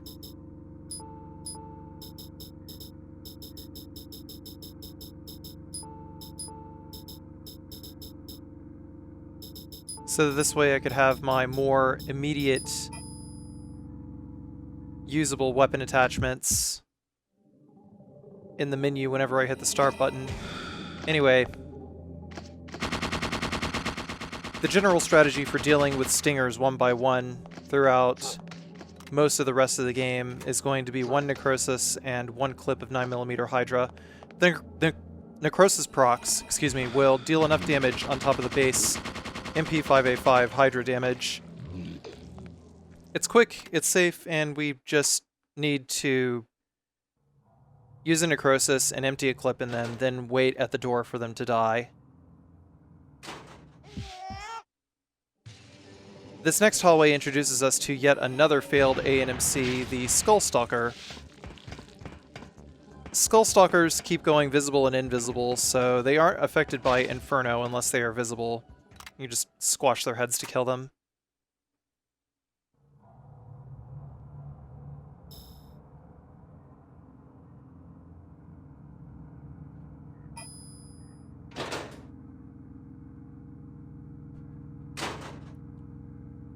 This room I don't have enough MP for an Inferno, so I'm just going to show you how long it takes to kill the creeping strangers without it.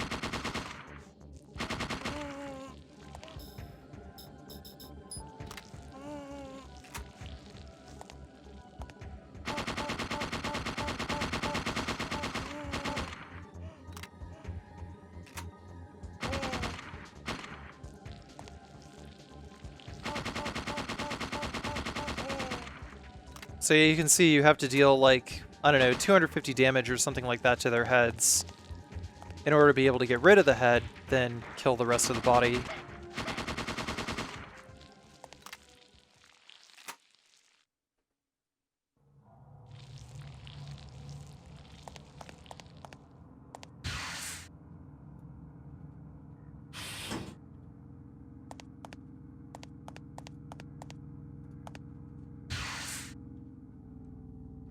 Headed towards underground parking. There's a stinger in here, so we're going to start the battle manually. Use necrosis and then use a clip of Hydra, then reload and go to work on the turrets. Necrosis makes it impossible for him to recover quickly enough to do damage against you. So the stinger is as good as dead. We could just quit wasting time on him and go to work on the turrets immediately.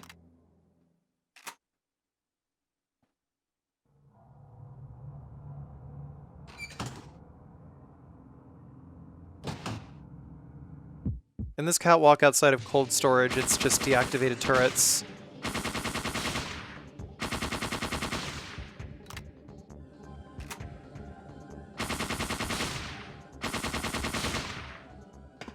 Like 8 shots is enough to destroy a singular turret.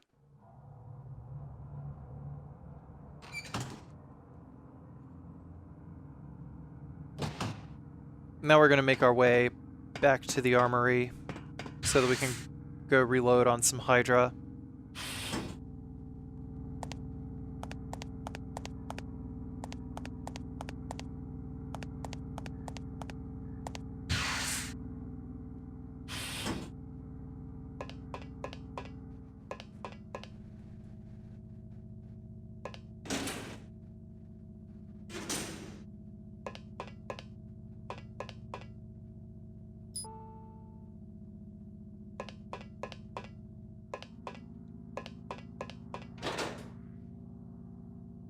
After we reload, we're going to go back into the storage area.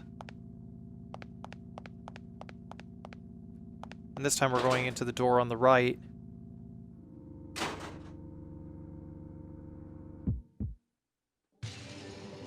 And destroyed.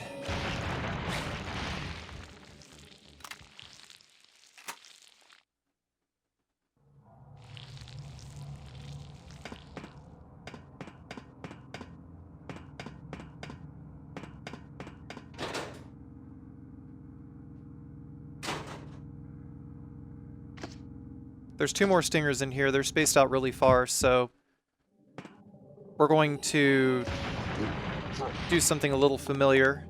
Use Inferno again, and then lay into them. This forces the second stinger behind the first one to only be able to use healing Parasite energy. So it's just going to try in vain to keep healing itself.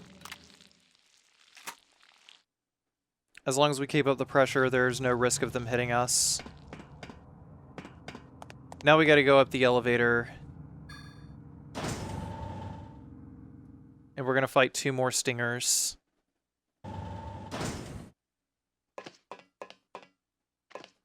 We're not going to aggro them yet.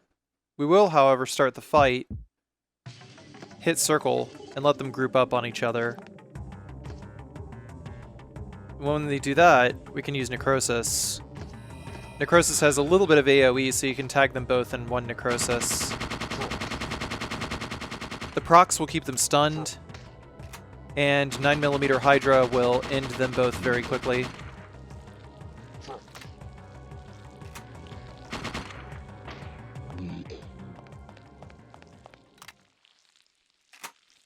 We don't actually have to go all the way back through the cave in order to fight more of them, fortunately.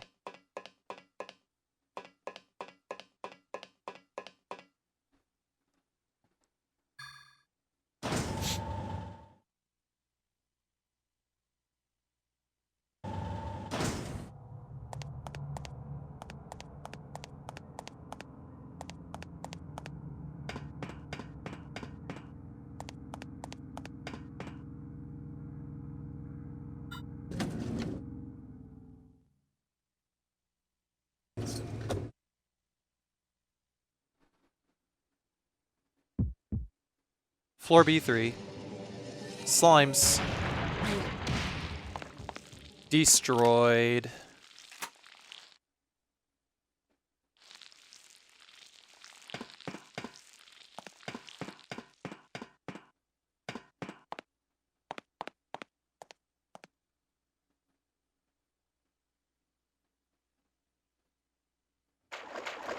Next room, we're going to use Inferno whenever we hear one of the divers go ooh.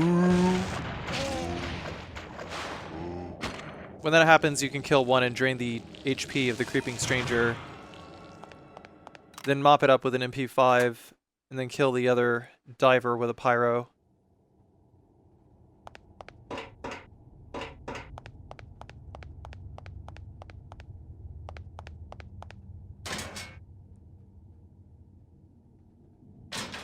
Next room.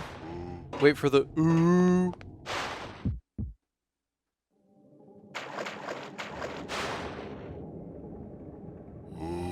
And destroyed.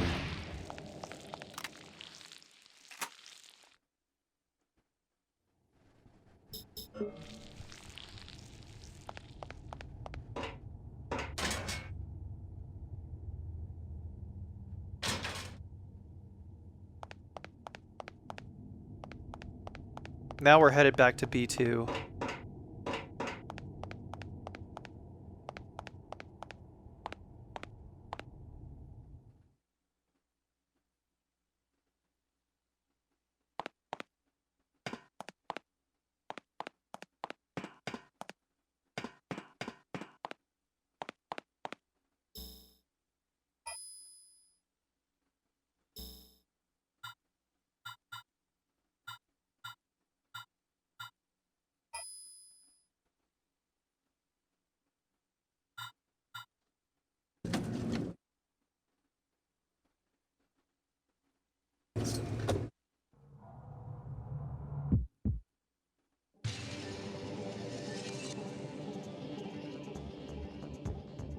Destroyed.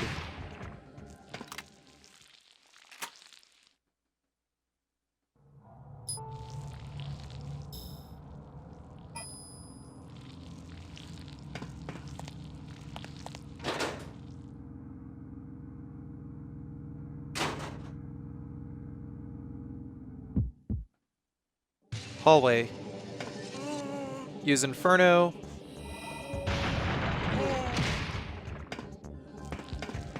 Then deliver the mercy shot to the creeping stranger.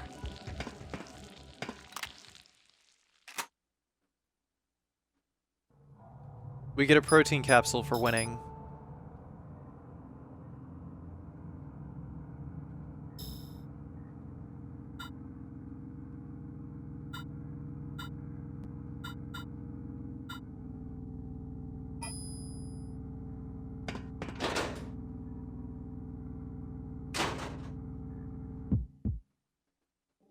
Operating room. Destroyed!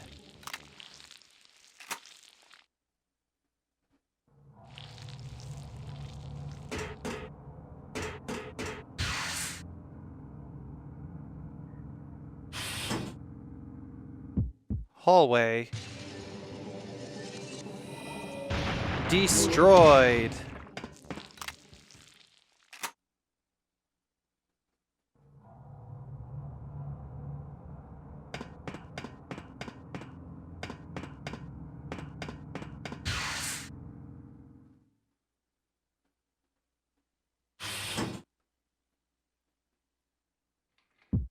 Breeding room. We ran out of MP, but there's only a few enemies to kill in here anyway, so it wouldn't have been useful to use Inferno.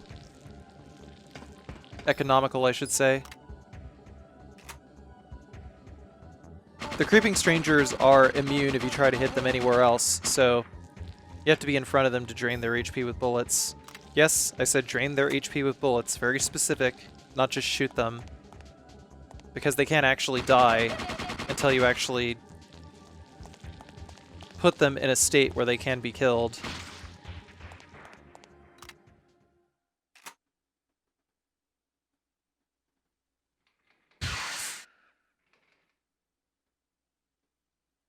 The actual kill state is different from most enemies.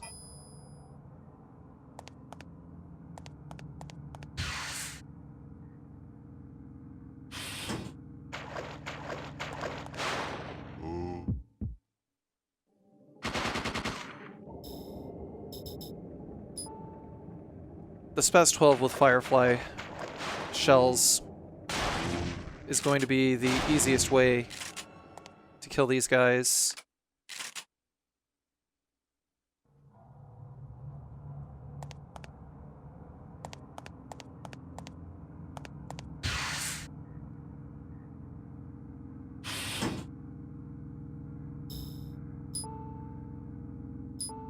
Then we're going to equip the MP5A5 and some Hydra.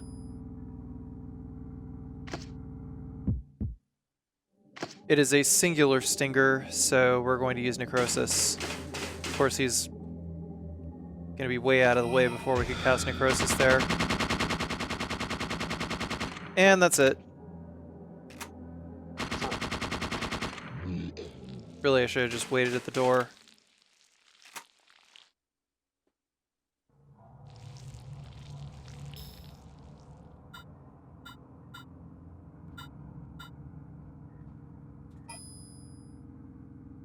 Now we're ready to save.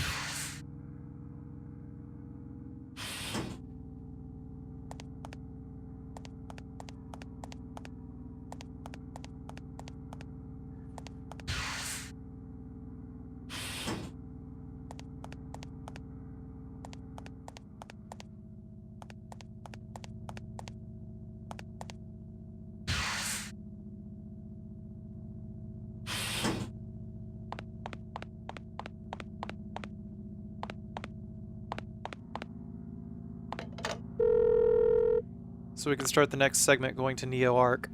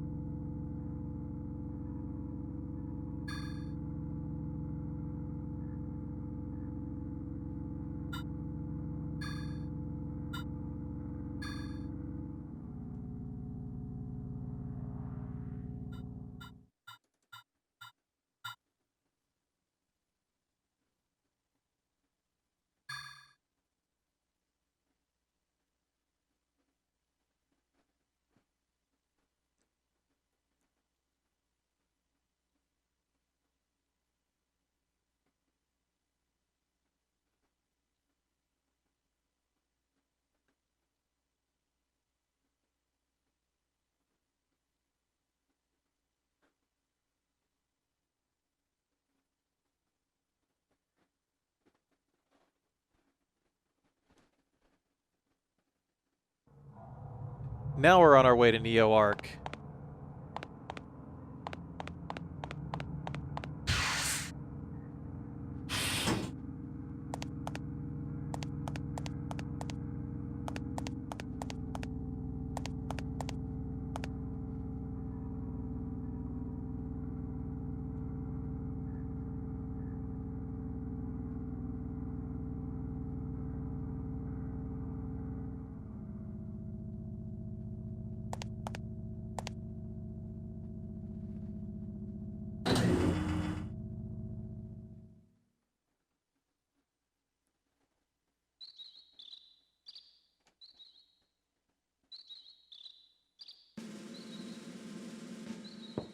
Excuse me, sir.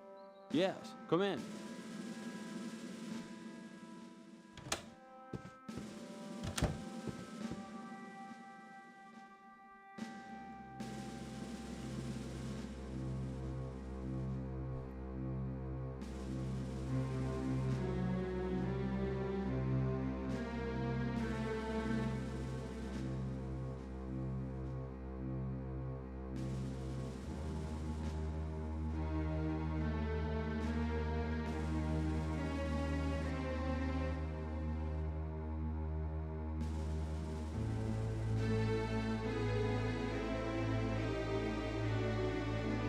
Oh, yeah.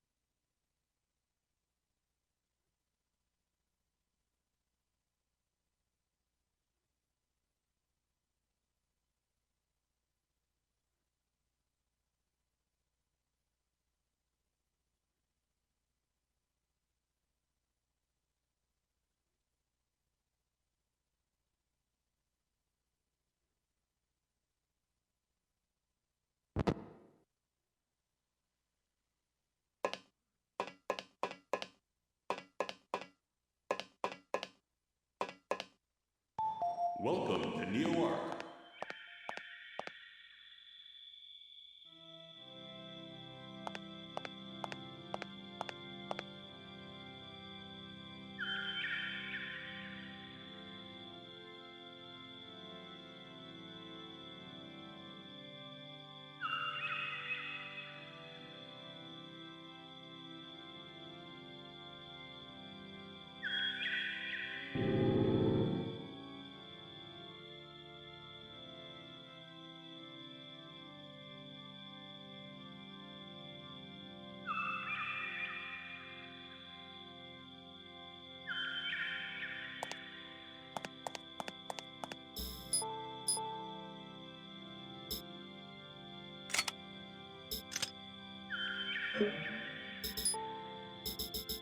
So to start, we're going to load up the shotgun with firefly shells, and we're going to get plasma for some enemies we're going to be fighting in a little bit.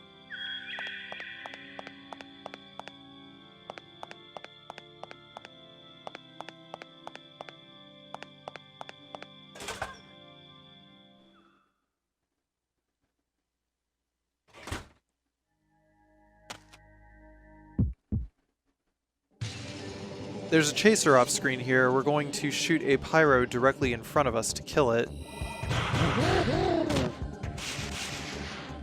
which will bait the scorpions out.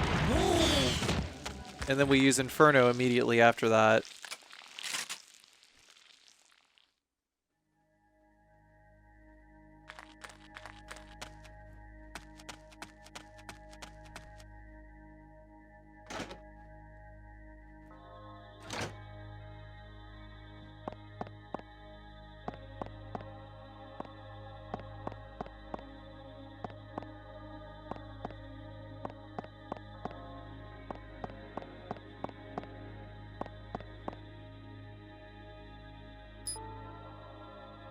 I can't really tell you much about how to solve this puzzle beyond line up red with the corners.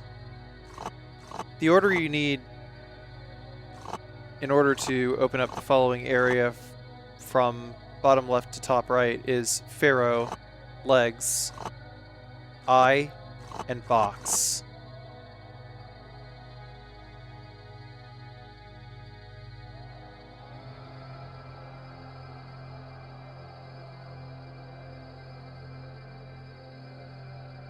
Come on past Carcy, you can do it.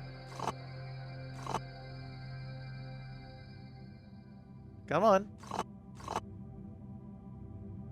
There you go. You can do it.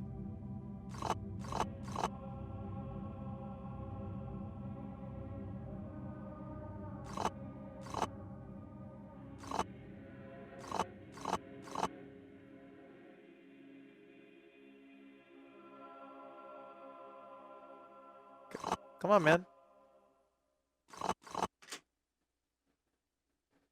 And we need to make the bottom right space empty whenever we do line everything up. Otherwise, the door to the dynamo will not open.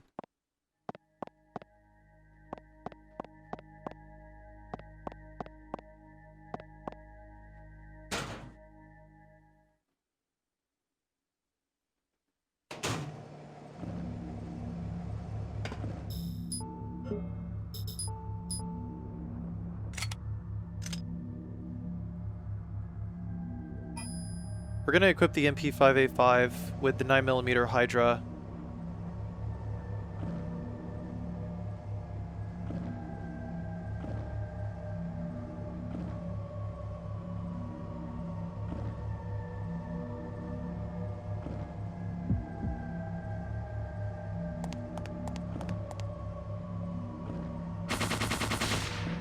Then we're going to just eliminate all of these turrets.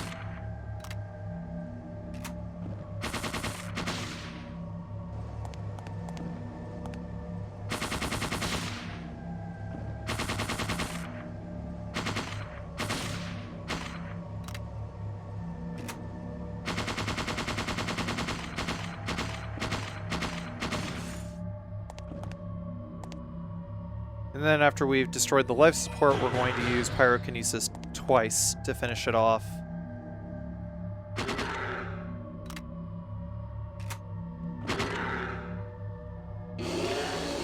Well, pyrokinesis and a few bullets.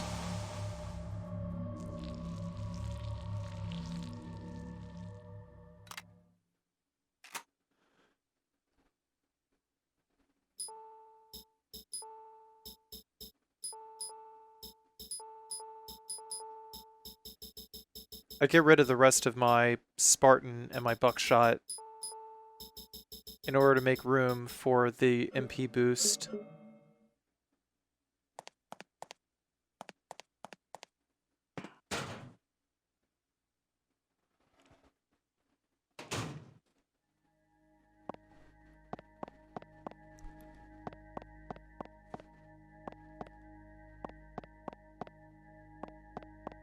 Next, we're going to go back and solve this puzzle again and line up from top to bottom on the left-hand column fish, eye, X, and crown.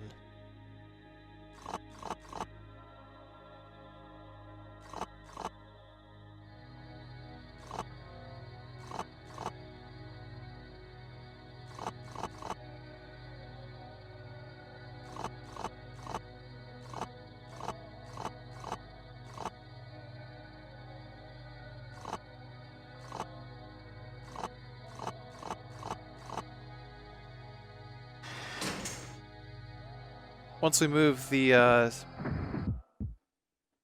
bottom right slot empty, scarab beetles will fall from the ceiling, and we have to use plasma and then firefly shells to kill them. Inferno also works too, but since there's only 3 of them and we are in close enough proximity to plasma all 3 of them, let's just save the MP. Generally, the beetles will not be vulnerable until you flip them over first.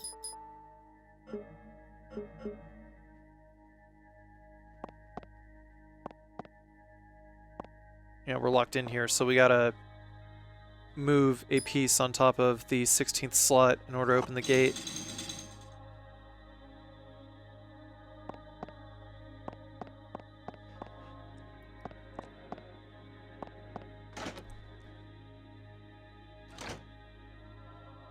On our way out. And destroyed.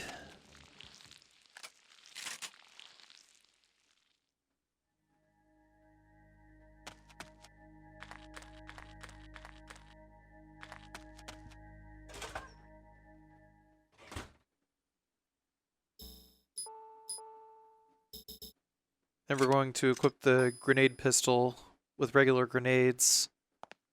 Get ourselves good and ready for the next encounter.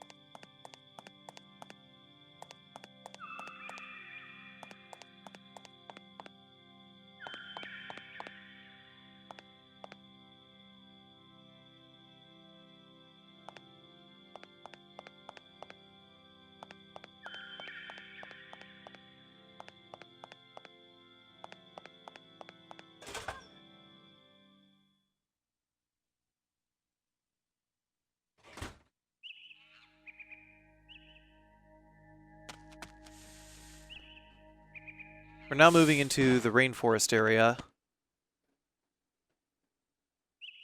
where we have our introductory encounter with the Horned Stranger. Horned Strangers can be knocked over with a grenade and finished with pyrokinesis.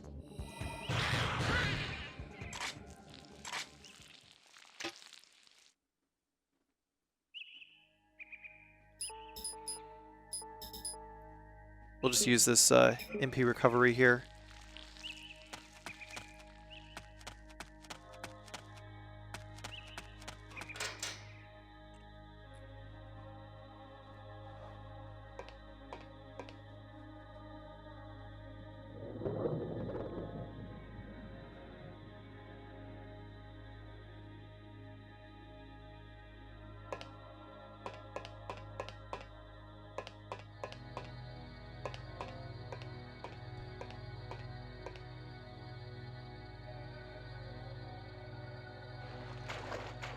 The divers over here, since we have plenty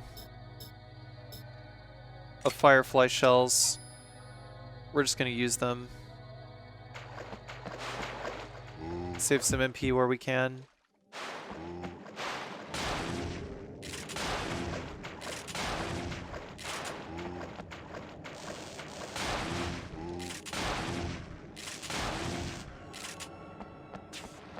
You can see that third one getting geared up to hit me. So after I took on the second one, it started running immediately.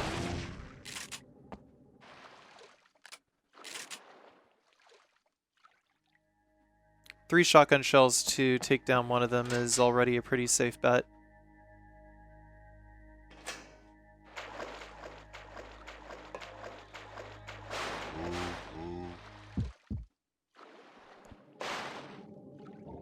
For this next encounter with these divers over here, I probably didn't even need to use Inferno, but I did it anyway.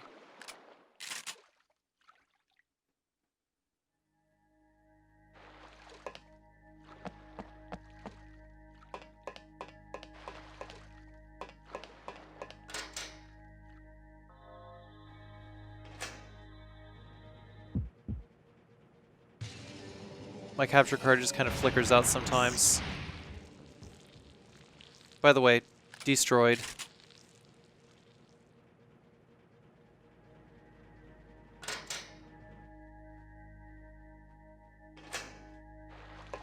So Pascarcy made yet another boo-boo. We were supposed to examine a thing after nuking these scarabs so that a shit ton more enemies would respawn.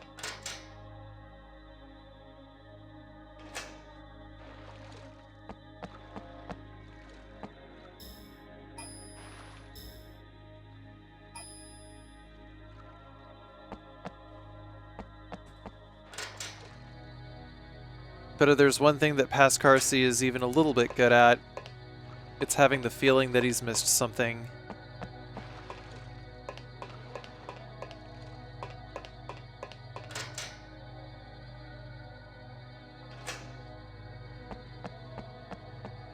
Thing is, half the time he just can't even remember what.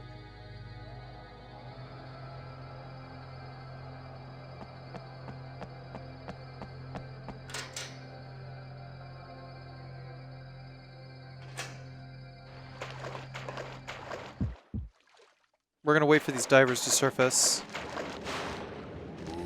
And then use Inferno.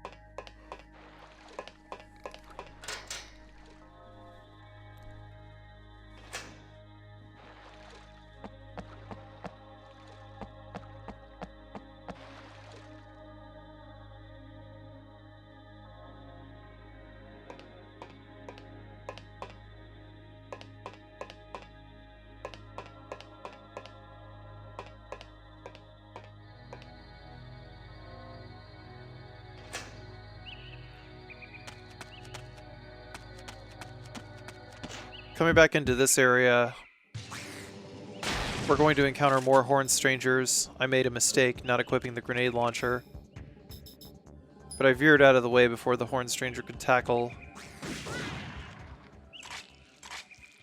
If you're lucky enough to be behind one, a critical grenade will cause everything from the torso up to explode in nice bloody chunks.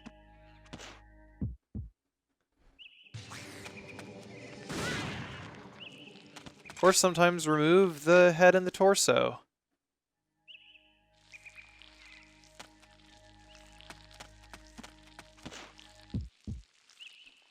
But the old tried and true is pop them with a grenade. If you miss, just bait out an attack and run away.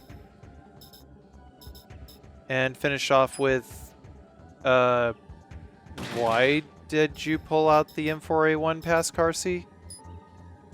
You better pull out that Firefly.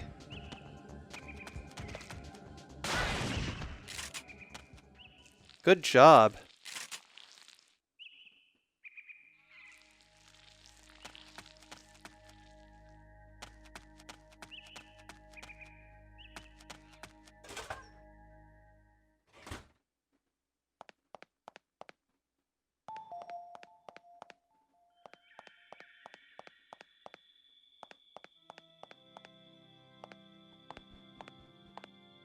So before we go into the area with the pyramid or the temple or whatever it is, we're going to go run back and save our game because NeoArc has a bullshit number of enemies, and said bullshit number of enemies respawns a lot. We had to fight a lot already.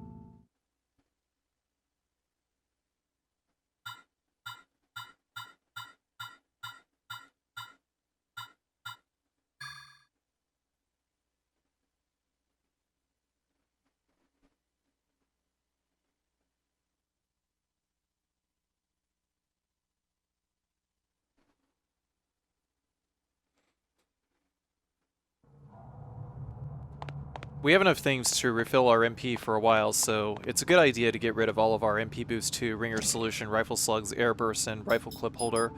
We want to put them away here so that we have them for whenever we fight golems after the return from Neo Arc. And also just saving a little bit for the final boss.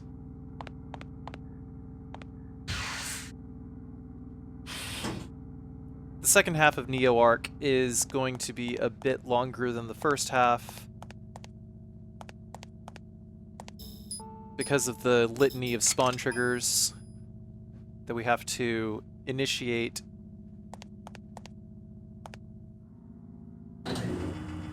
As we are merely doing things for completionist's sake. It might give off the impression that there's more random encounters, but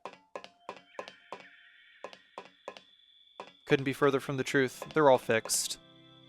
So you just have to visit everything in a certain order in order to be able to kill everything here.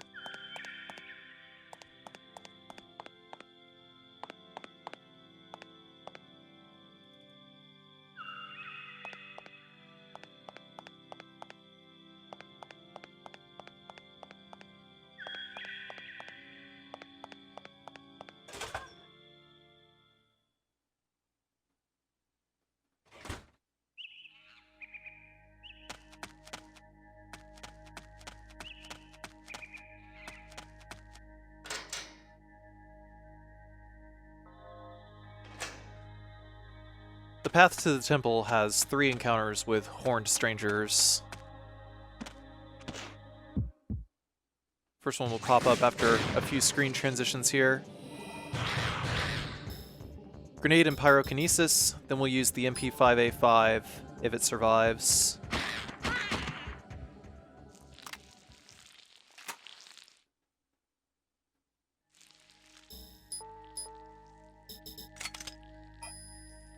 But after every fight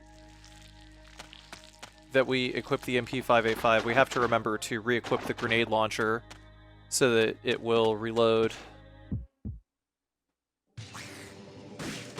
Otherwise there will be 0 grenades in the chamber and we'd have to juggle reloading on top of having to kill these guys.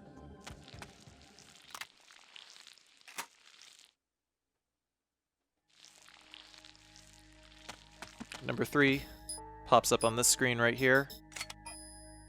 Oh no! It didn't reload! Fucking pass, Carcy!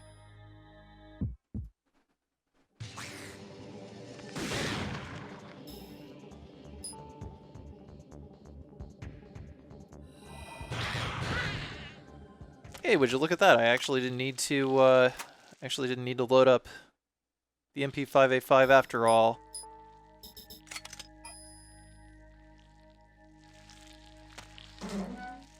But that's it for that.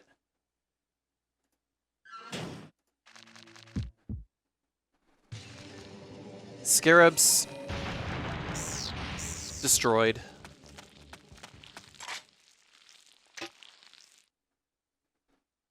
After we destroy these scarabs, we're going to level up Energy Shot to get our MP back. But also because we need that Energy Shot anyway.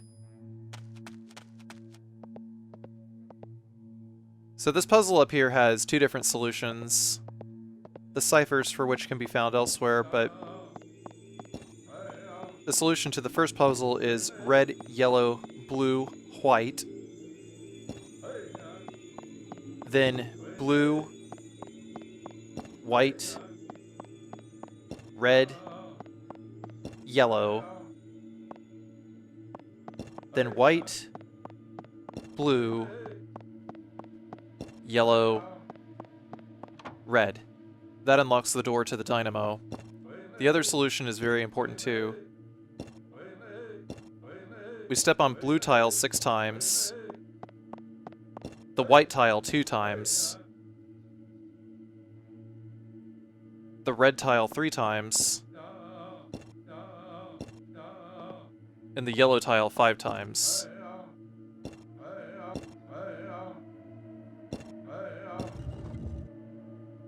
As you can see, the statue's head will open up.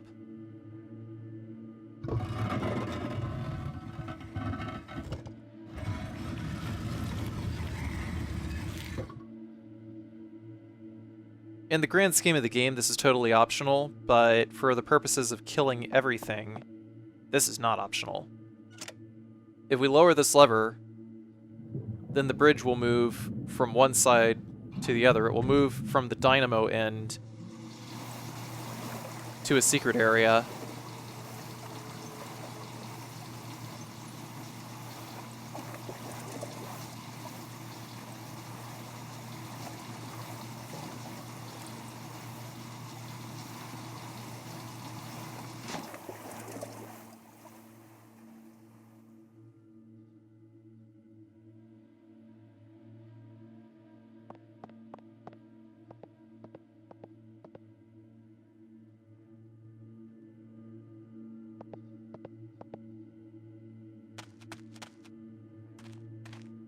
For these bugs over here, I like to backstep into their spawn trigger, then run forward to get out of the way so that I have enough time to cast Inferno.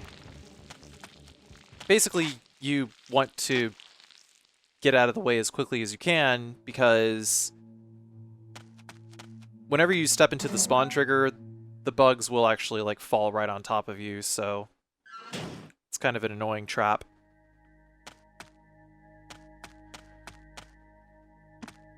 This area repopulates with strangers, so we got the usual strategy of grenade and pyro again.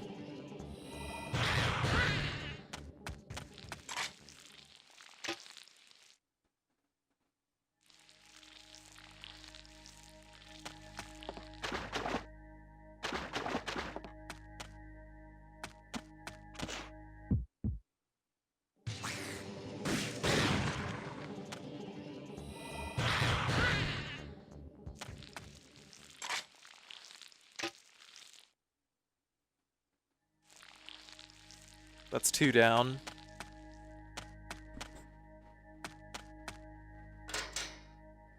We don't ever see a third encounter here on the way back.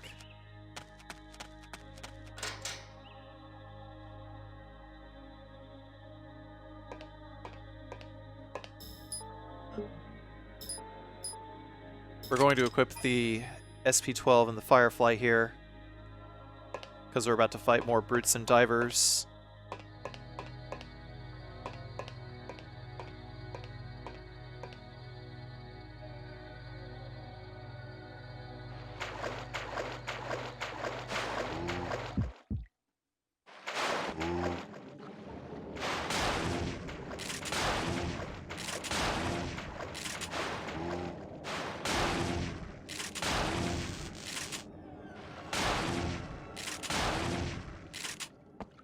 Fortunately, I was able to crit these last two. Being able to finish a room in under a clip is a good thing.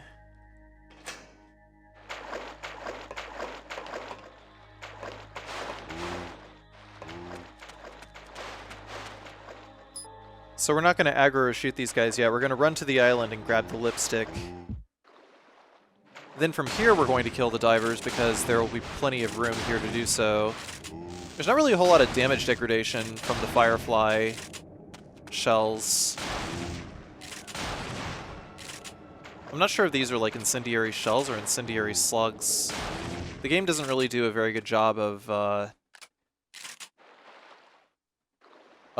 clarifying that, because Firefly seems to do about the same amount of damage like all the way through. After the fight, we're going to equip the M4A1 for the pike, and now we can go down this hatch.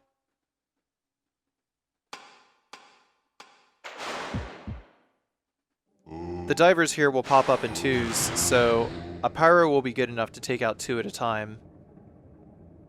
In between waves, we're going to use Energy Shot to buff up our pike for the big badass after the 3rd wave.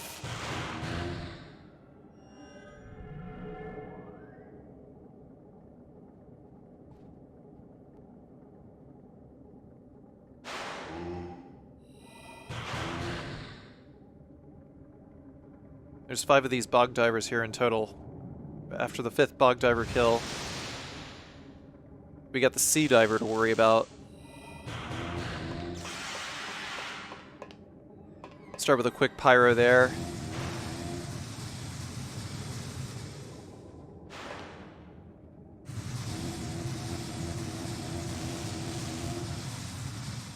But as you can see, he doesn't really have a whole lot of opportunity to get off a lot of damage before the pike finishes him off.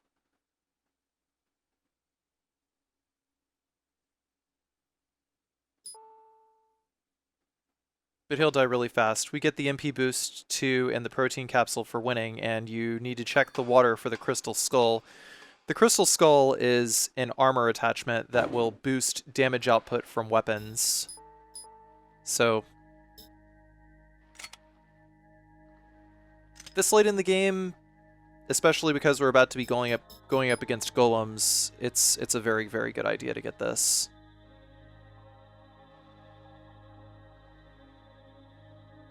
Pardon my loading issues. Even though I replaced my PS1's drive laser before recording all of Disc 2, there are the occasional hang-ups. I don't think my discs are in particularly great condition.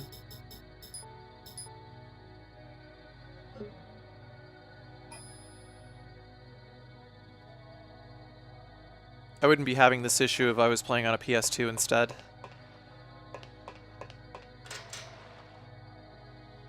But because that PS1 digital HDMI mod was only available for the PS1 SCPH 5500, I have no choice but to use a PS1. Can't wait for that shit to come out for PS2. That'll be a red letter day for me.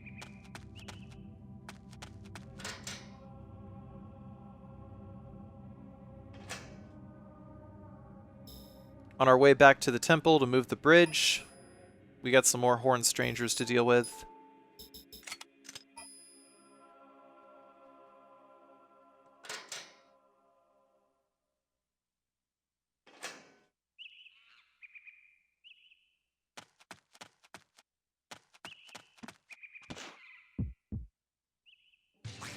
You know the drill. One grenade, one pyro.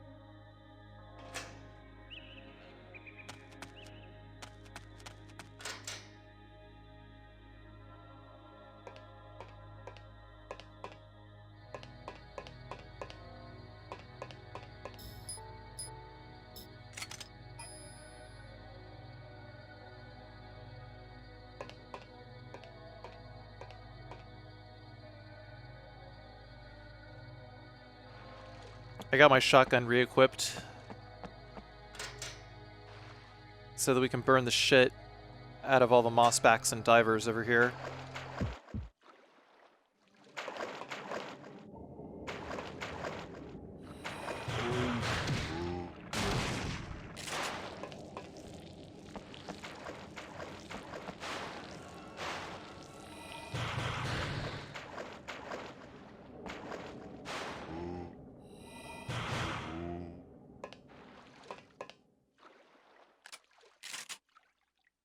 I guess there wasn't really too much point to equipping it if I was just going to use pyro anyway.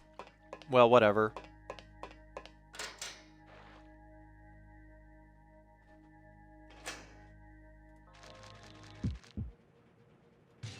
Oh, by the way. Destroyed.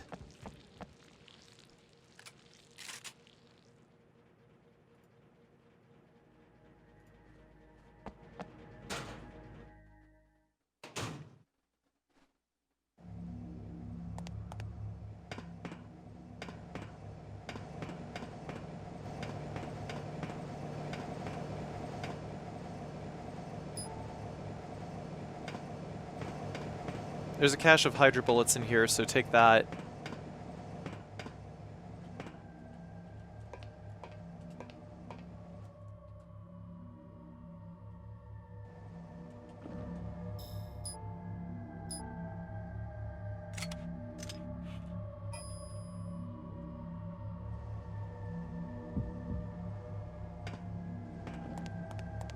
For the dynamo upstairs, we have turrets and life support again. You know the drill.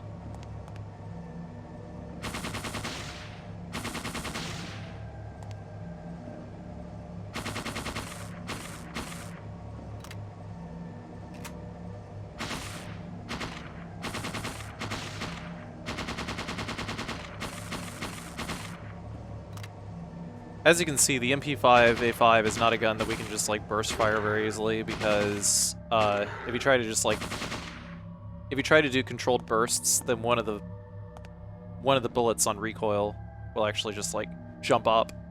So you just like waste ammo that way. It's kind of weird.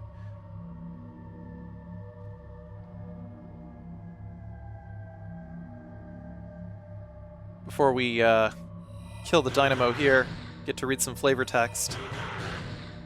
Philosophical Aya is the best Aya after all.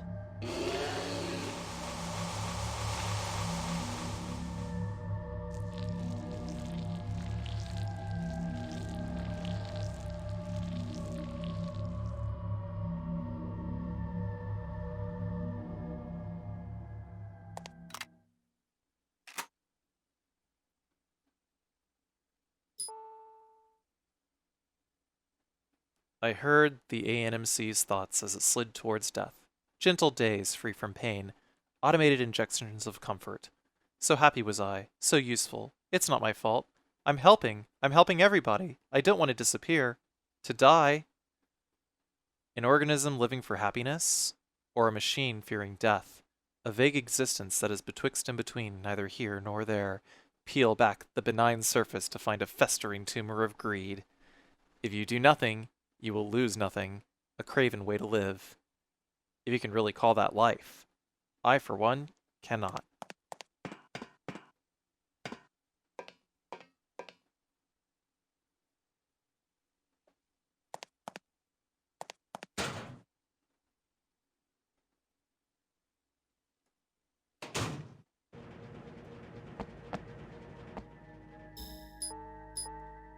Enemies will repopulate. We're going to re-equip the SP-12 and the Firefly shells.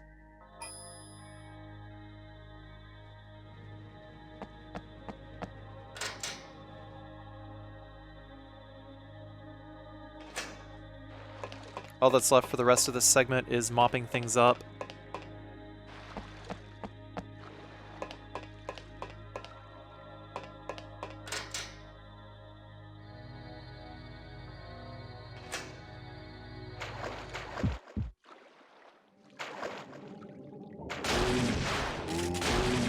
We got more mossbacks and divers.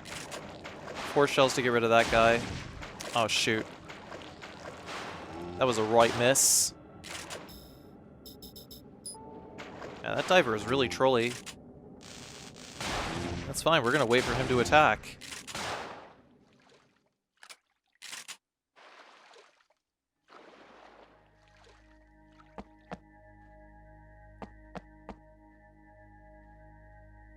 In this tunnel, we have to start a fight immediately.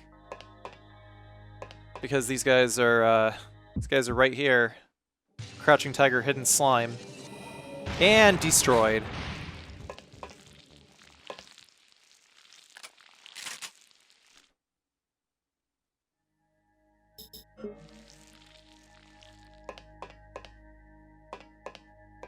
It's cool that we use Inferno on those guys because we just get all our MP right back. They give so much MP when you kill them. Oh, what's that? More scarabs, huh? Destroyed.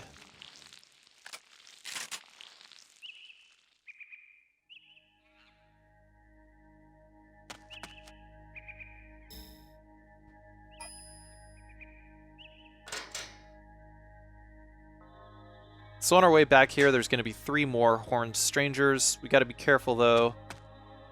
We got to make sure that we kill everything before we move on. What was it, 3 horned strangers or 4 of them? I don't remember. The only one that you have to really pay attention to is the last one. Like, that one falls real easy.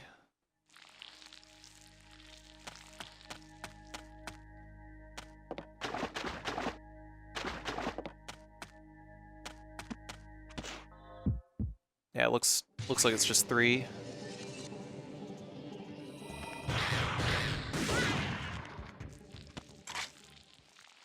Oh, that was beautiful.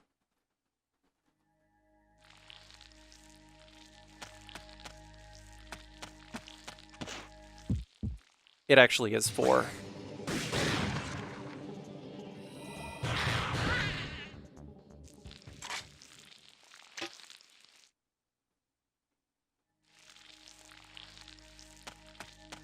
Yeah, this one over here, don't go through the door yet. Wait for him to drop down and kill him. Because if you don't kill him, then he'll never spawn again. And you'll miss the fight.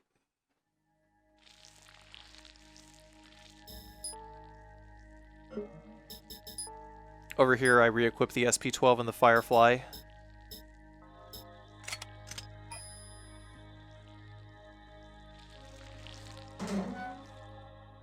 In order to prepare ourselves for fighting some bog divers.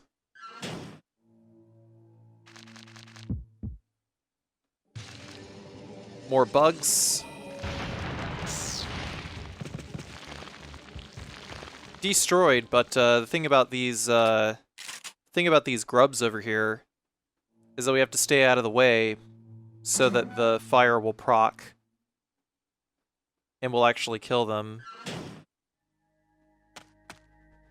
Of course, fucking past Carcy forgot to move the bridge again. I'll give it about a minute before he realizes that. But yeah, the grubs that, like, the silkworms that hang on by the thread and they just like kind of drop in. They don't die immediately if you use Inferno, so you have to wait a little bit longer. Because Inferno does set them on fire, the fire just has to actually proc in order to kill them, because their kill animation will only trigger when they're on the ground.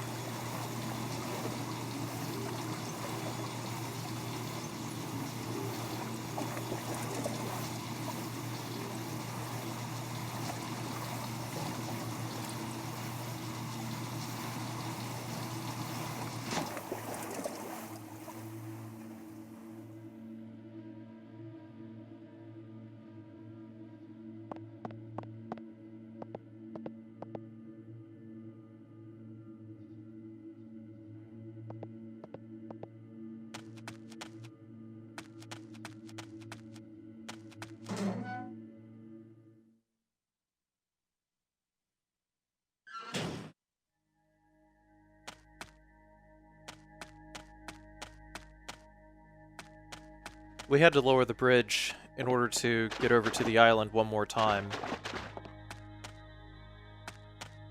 Personally, I thought it was a little ridiculous that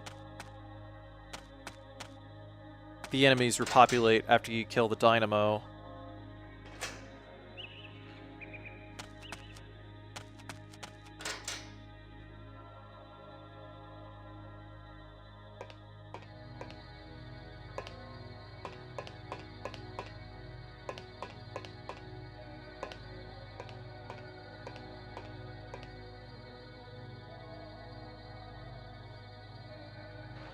I just kind of wanted to be done with this segment. Neo Arc is a little bit of a slog.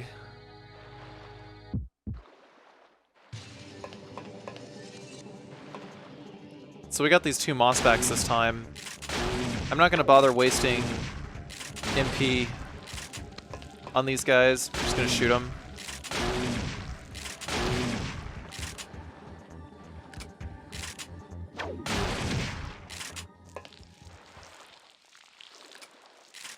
Then there's 2 more divers that we have to fight.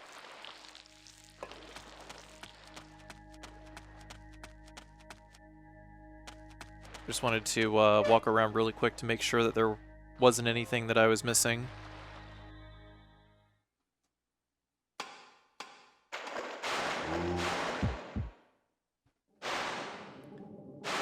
So for these 2 divers over here, Firefly and Pyro, we'll delete these guys pretty fast.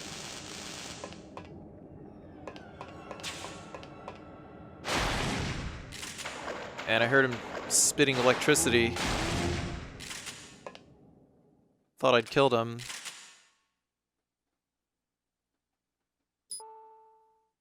But I guess I was wrong.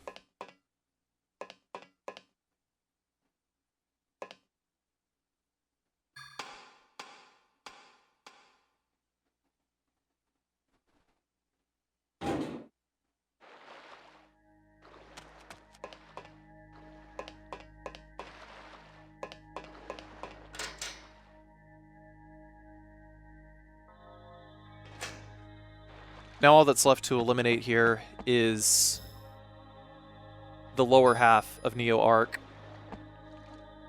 We shouldn't have to worry about coming back for a while.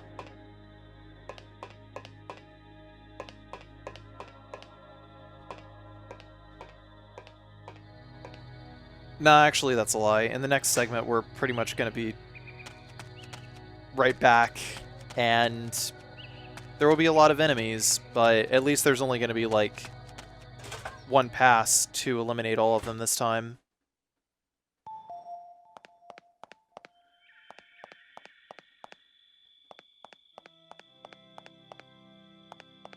I just find backtracking back and forth to move that bridge to be quite tedious.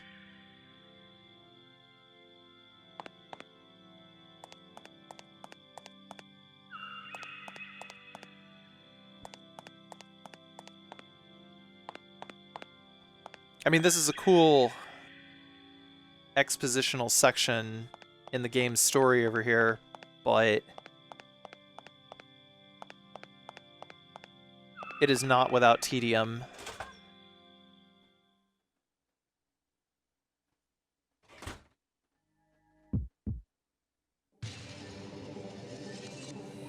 Coming in here, more chasers, more bugs, deleted.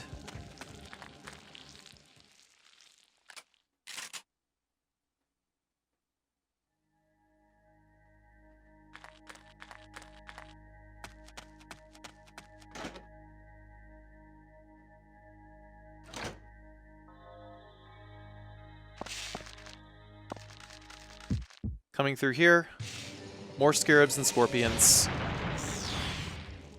Deleted.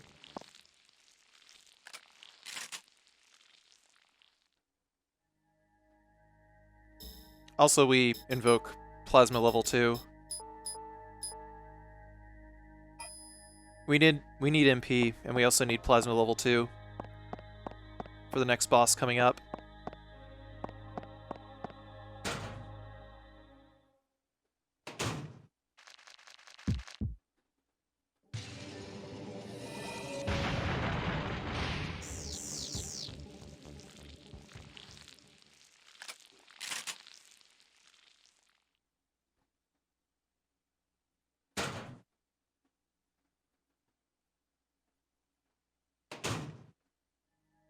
And those guys got deleted too. We don't really need to talk about that anymore. I don't know.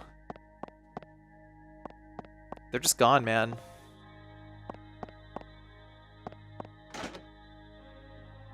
Inferno makes this game a joke.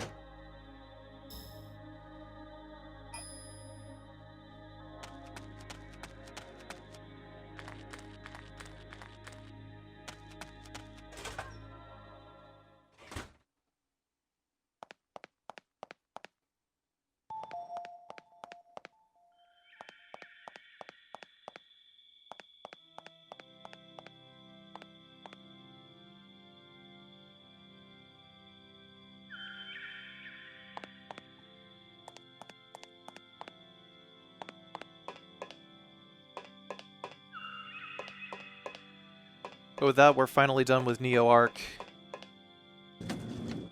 At least the first trip through Neo Arc.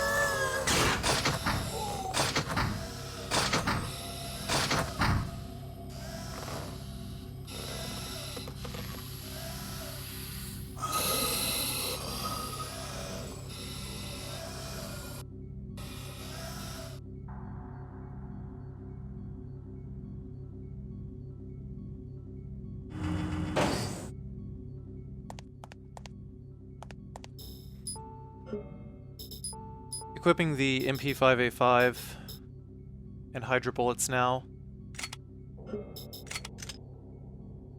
I thought about going down the elevator here, but after having done this entire gauntlet of enemies like 5 times before getting a successful attempt, I decided it was time to save my game.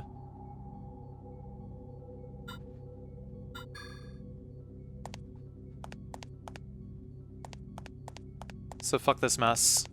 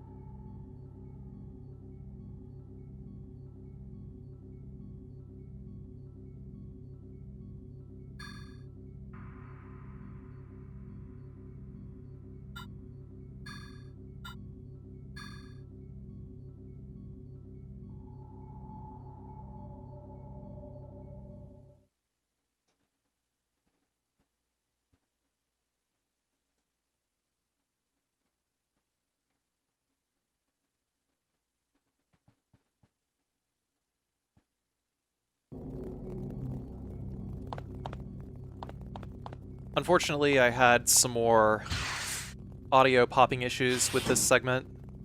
Our old friend audio popping is back. I really need to get a new HDMI capture card in order to fix this, because clearly I have not been having good luck with analog audio capture.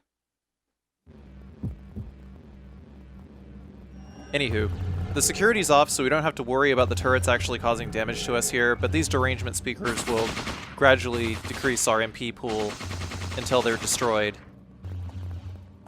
You get no MP back for destroying anything in this room, so we gotta get rid of them quickly.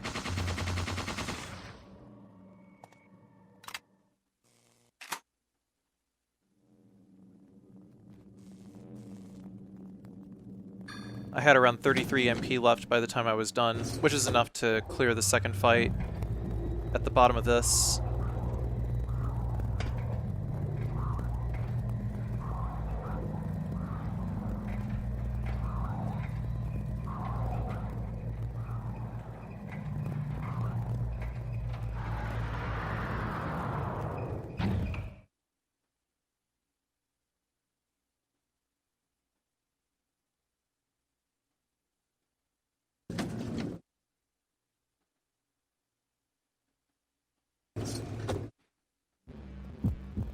There's a Moss back in here, but we don't have to worry about him too much. We're just going to use Energy Shot twice and destroy the 2 derangement speakers as quickly as possible. We got to move forward a little bit in order to destroy the second one.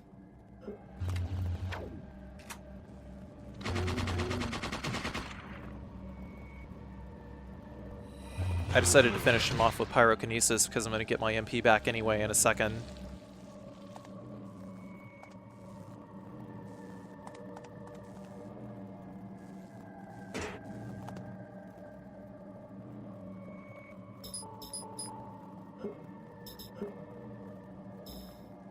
After the fight is over, we're going to equip the M4A1 Pike and level up Plasma to level 3, which will restore our MP, but we also need Plasma level 3 due to the low casting time.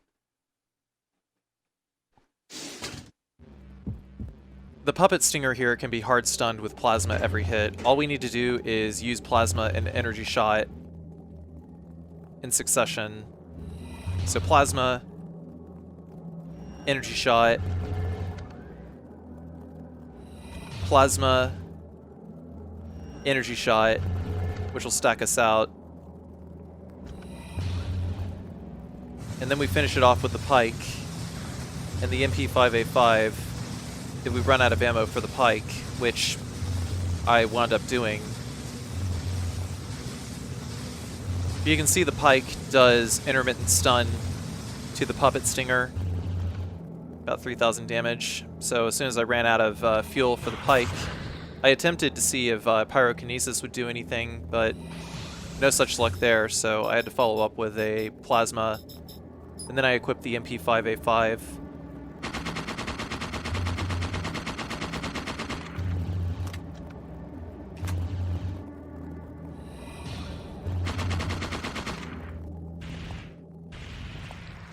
Basically, anytime the Puppet Stinger is about to attack, we can stun it with Plasma.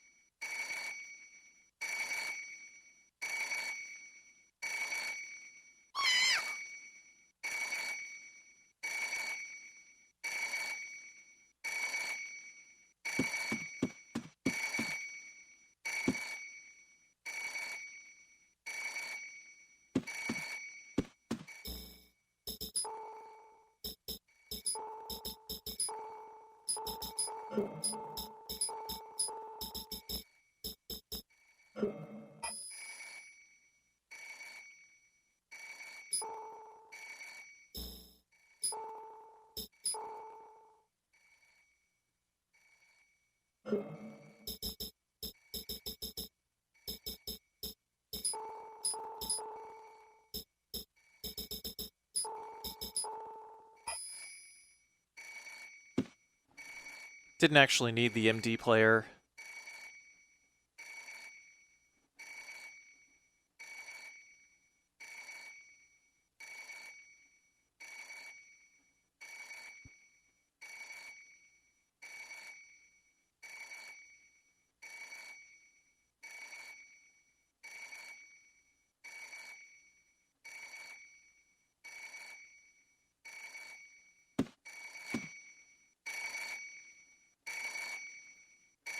But this ringer solution, heckin' necessary.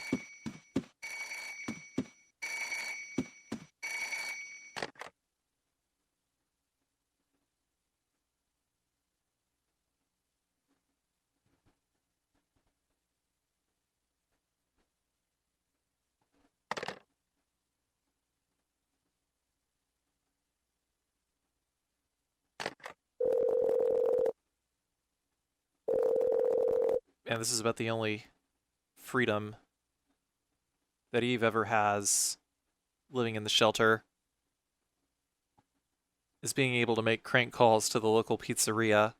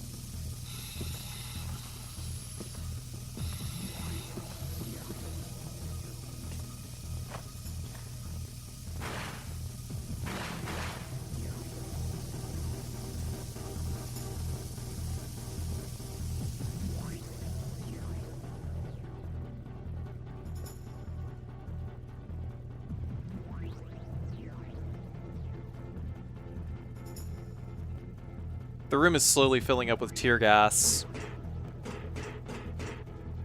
We start by talking to Eve first. Eve basically won't follow us up the elevator until we can convince her to come up the elevator with us.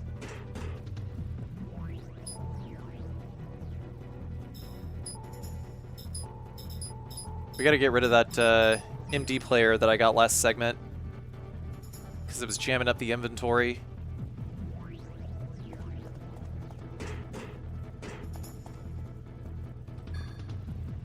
Next, we're going to check the fetus here.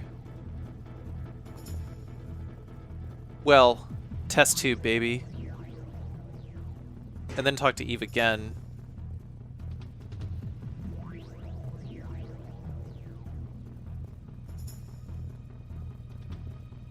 Then we're going to kind of slowly walk to the elevator, because if we try to do it too fast, then Eve won't follow us. We have to stay a specific distance away from Eve in order to get her to walk towards us. Unfortunately, I've found no way to get Eve out of here before she starts coughing, so I'm not going to count any HP loss from Eve against the no damage stipulation for this playthrough.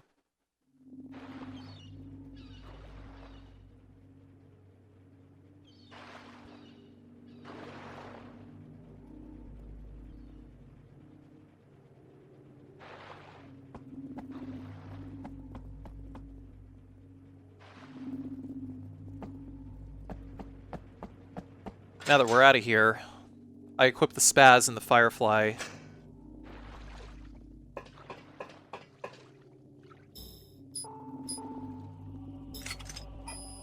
We have to go back through Neo-Arc in order to exterminate more ANMCs. But these ANMCs were already brutally attacked.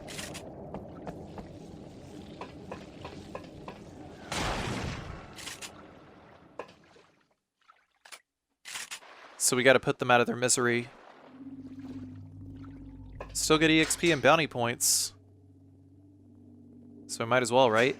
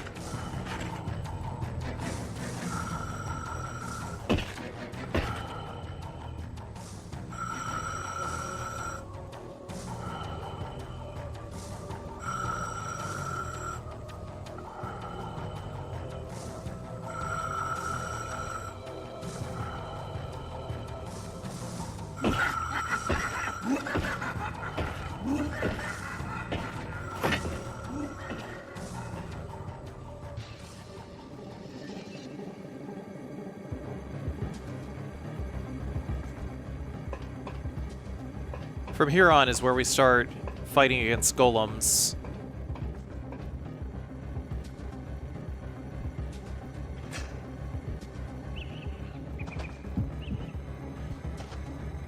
The green golems with no armor are pawn golems. One level 3 Inferno with the Ofuda will kill them immediately.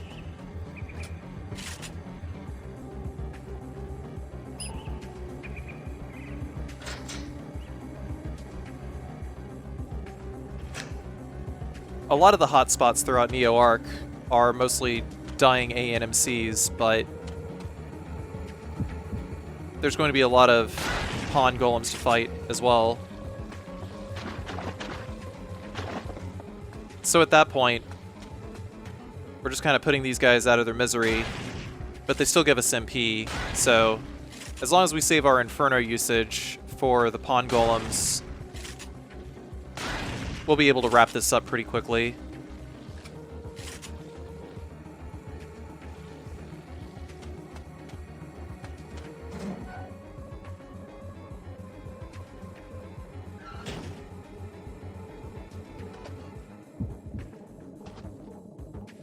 The temple stairs will have 2 pawn golems, which also die to Inferno. But it's when we stop encountering pond golems that we have to worry about fighting them the normal way. We don't really have to worry about that until we get out of Neo Arc here. Gotta flip the bridge next.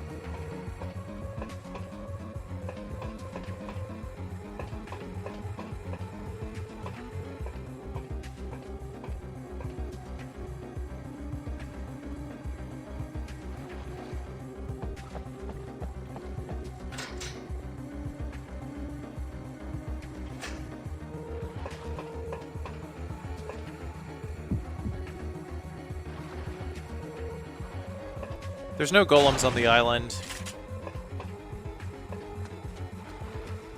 Just a bunch of bog divers that we have to pet out of their misery.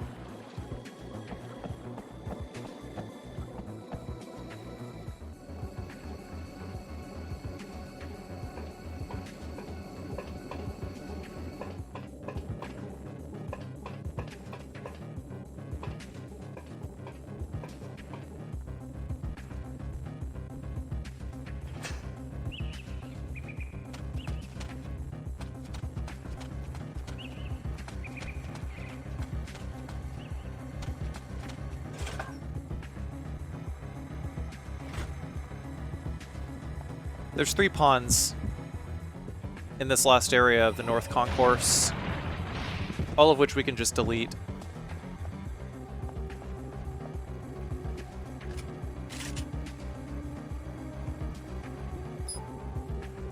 Completely disregard.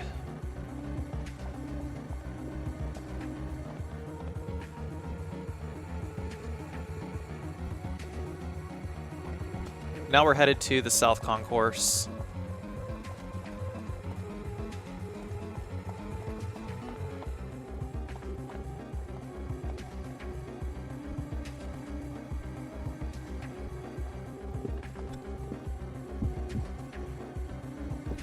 There's 3 more ponds here.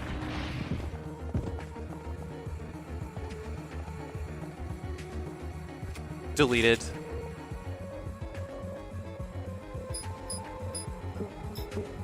We want to start saving our grenades for the harder golems if we can. They're more useful for sticking and moving against harder golems than they are for boss enemies at this stage. But if it can still be killed with Inferno, we're going to use Inferno instead. Like on these guys. Deleted.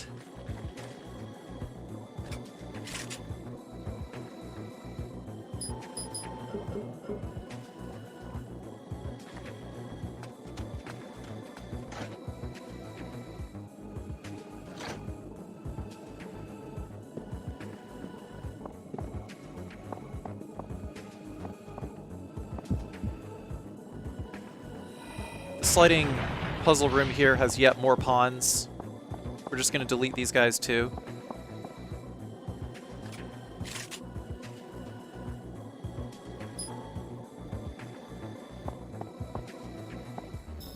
I resurrected Antibody here to get free MP so that I could delete the bugs in the Dynamo room.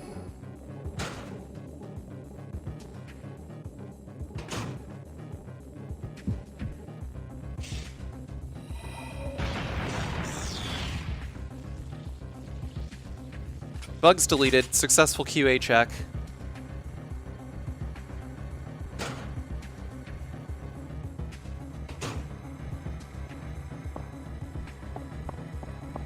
That's it for Neo Arc.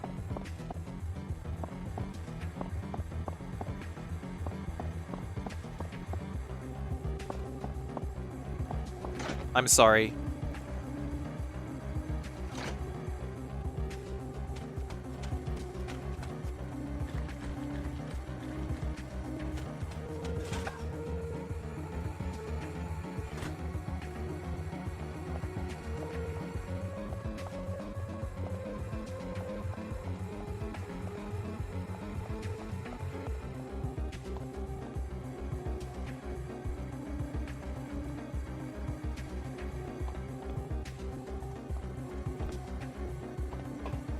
Now we're going back up the elevator.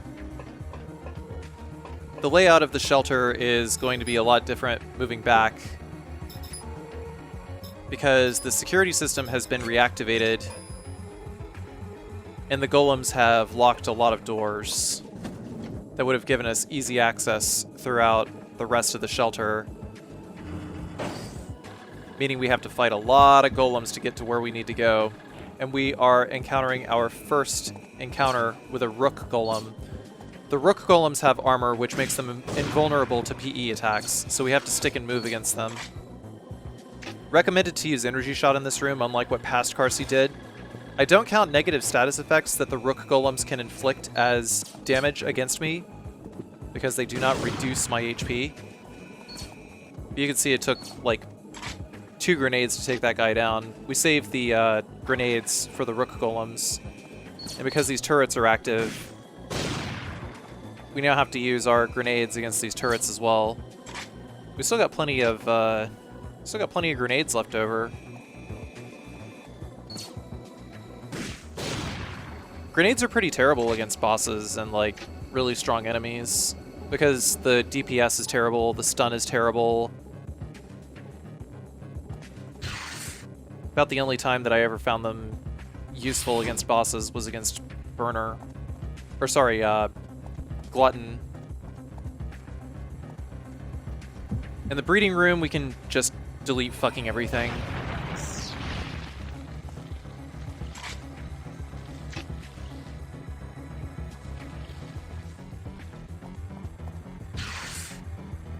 This hallway over here has failed ANMCs, which we can Inferno.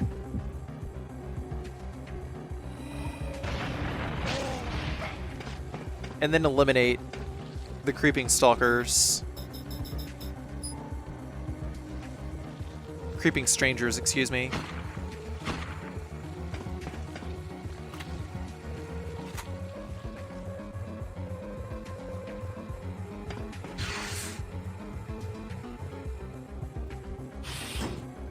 I exited and re-entered this room. Like, I triggered a fight, re-exited and re-entered, because as you can see, I lose 10 BP, but I also gain 1 MP, which I needed in order to be able to use Inferno.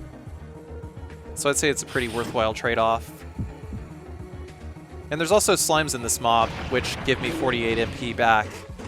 And now I'm going to save my game, because this next section, I'm going to have to divide into multiple saves. It's kind of a slog. As I mentioned before, the golems locked a lot of the doors, which give us easy access through the shelter, so we have to take the long way around to get up to B1 to the pod service gantry to disable the security. We need to get rid of security in order to make it easier to fight and clear the golem mobs.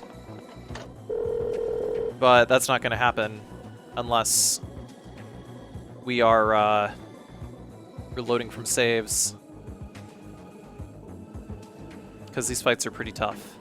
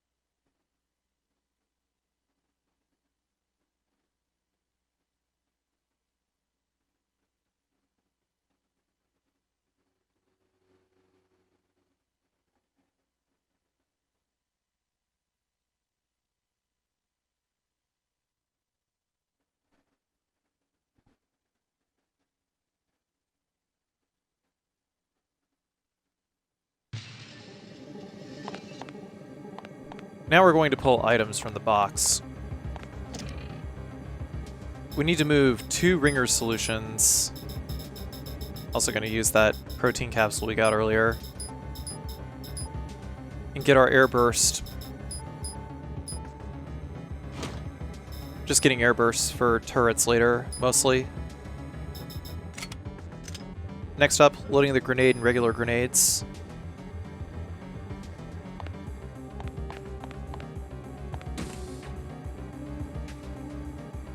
We're going to go back through the OR to go to the south hallway.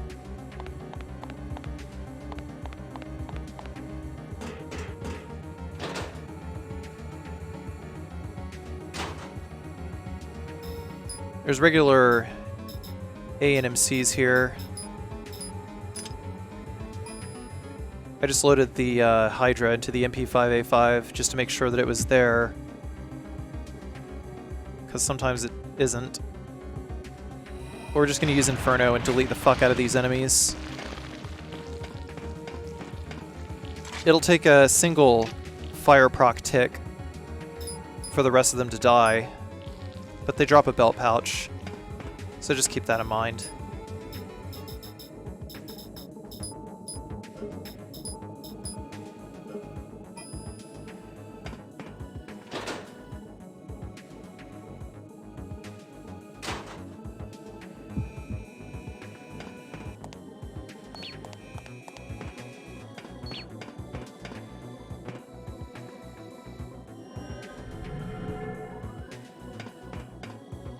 In this south hallway, I run to the very end and use energy shot twice so that it'll stack.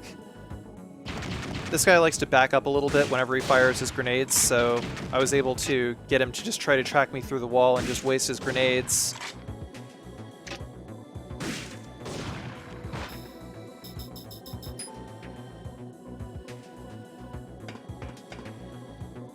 But then gotta grenade the turret and then try to grenade that guy. Just stick and move a little bit. Like I said before, grenades are for sticking and moving against the rook grenadiers and the rook golems. Now we gotta take B3 down to the sewage plant. In order to start this fight, I actually had to get one of them to aggro towards me. And because of how they're spaced out, we gotta open with Inferno. Oh, they're actually like right next to each other. Huh. Well, I wouldn't have been able to rush up on them quickly enough before one of them got off a fireball anyway, so whatever. I used Necrosis and I finished them off with the MP5A5 before they could heal.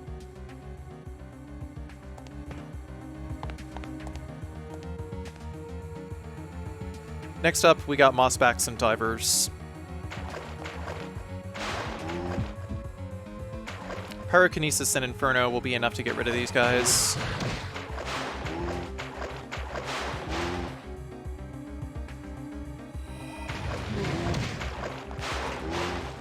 If you hear the splashing off screen, then you're able to tag them off screen with a Pyrokinesis.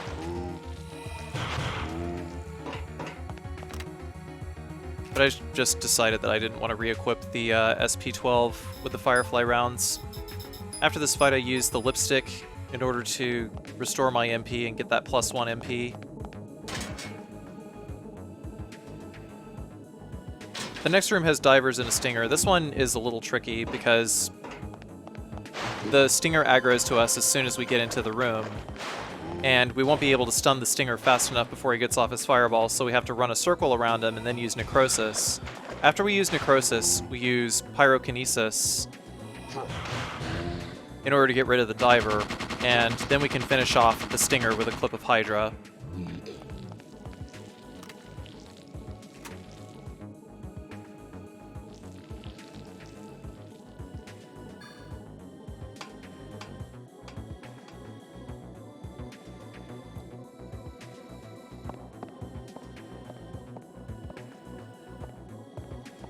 Going down here, we got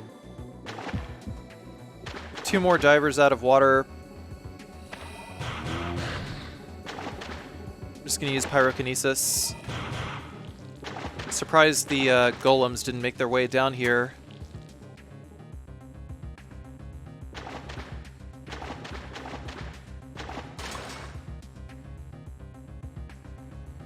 But there's no reason to use Inferno against these guys because there's only 2 of them. Same with this room. These 2 divers here will just get deleted if we use Combustion.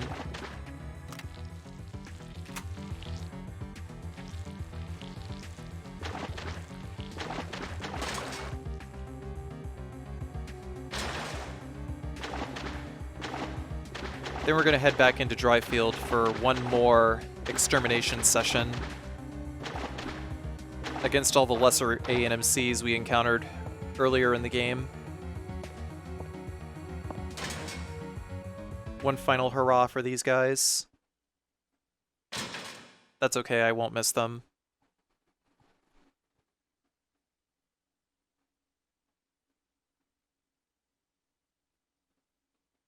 Sorry, this load takes a while. For some reason, my PlayStation decided to hang up on the loading here, so I had to open and close the disk tray.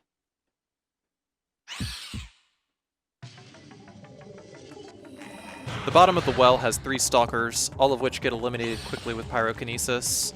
I tried to kill the last 2 with Combustion, but the last stalker wasn't in range, so I had to finish him off with a Pyro.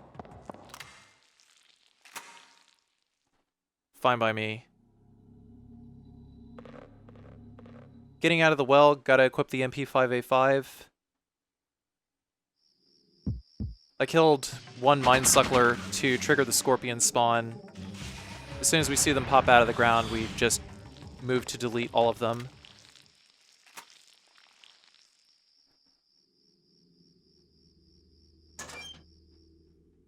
And from here, I head towards Douglas's trailer.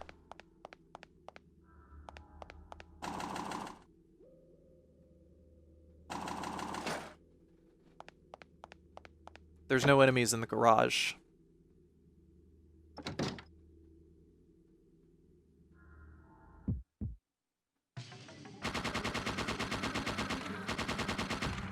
Outside of Douglas's trailer, there's 4 Mind Sucklers and a Stalker. MP5 for the Mind Sucklers.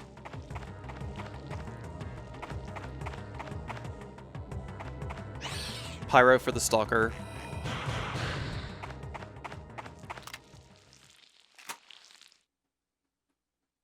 Unfortunately, there's not enough BP in order to be able to pick up every weapon in the game.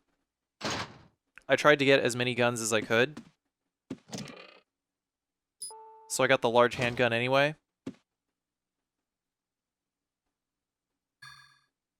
But I got the AS-12 here because the AS-12 is going to be very, very handy against golems.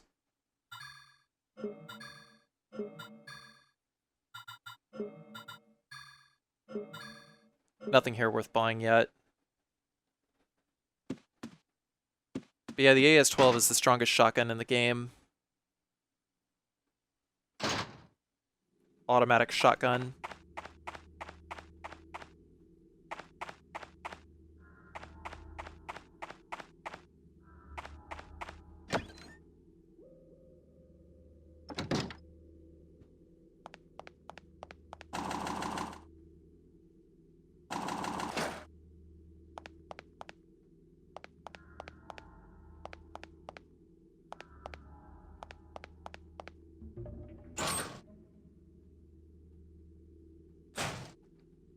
In the North Passage behind Douglas's garage, we gotta kill another Mind Suckler in order to spawn more Scorpions. The devs really did not want me to use Inferno, but I beg to differ.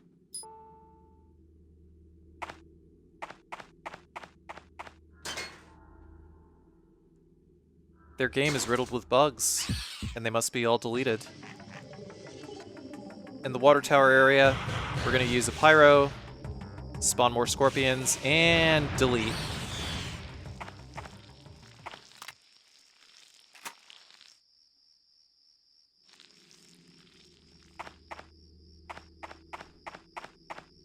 I don't believe there were any enemies on the second floor, so moved through the bar.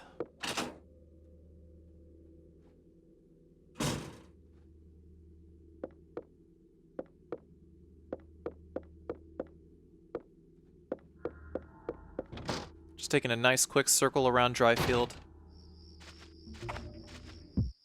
The bats over here can just get deleted. All dead.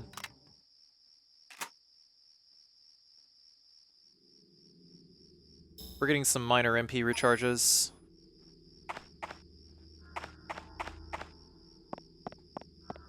Next, we're headed towards room 1.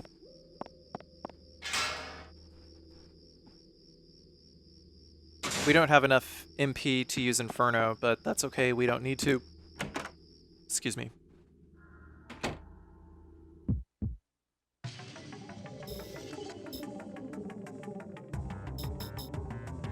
In room 001, we're just going to kill the sleeping gremlin here,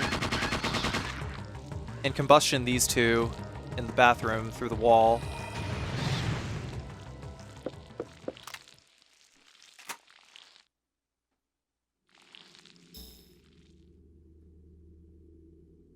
After this, leveling up the healing PE in order to restore my MP again.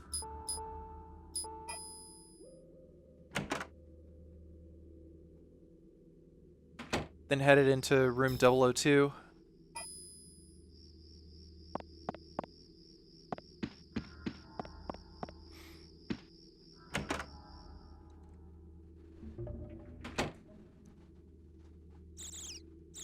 There's moths and gremlins in here, but one well-aimed combustion will kill all of them. And this is what the GPS is useful for.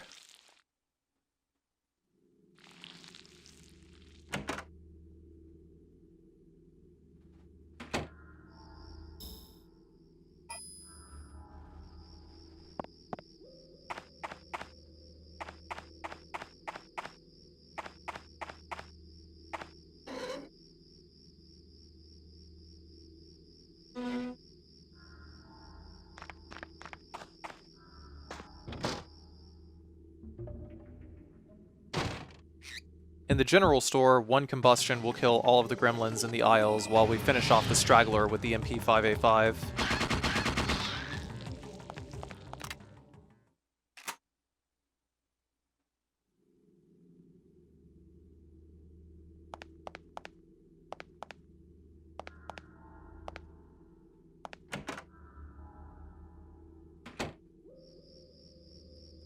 In this back alley, we're just going to delete everything. Just don't even look at the enemies. I think they were all bats.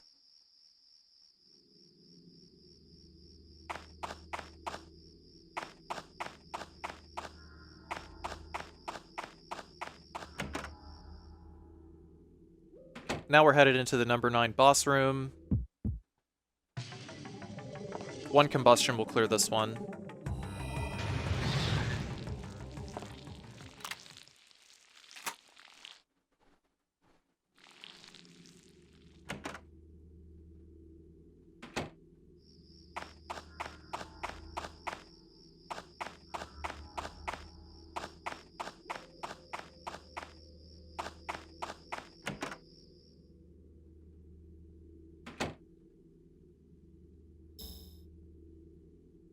We're done with Dryfield for the last time, so now we're headed back into the shelter.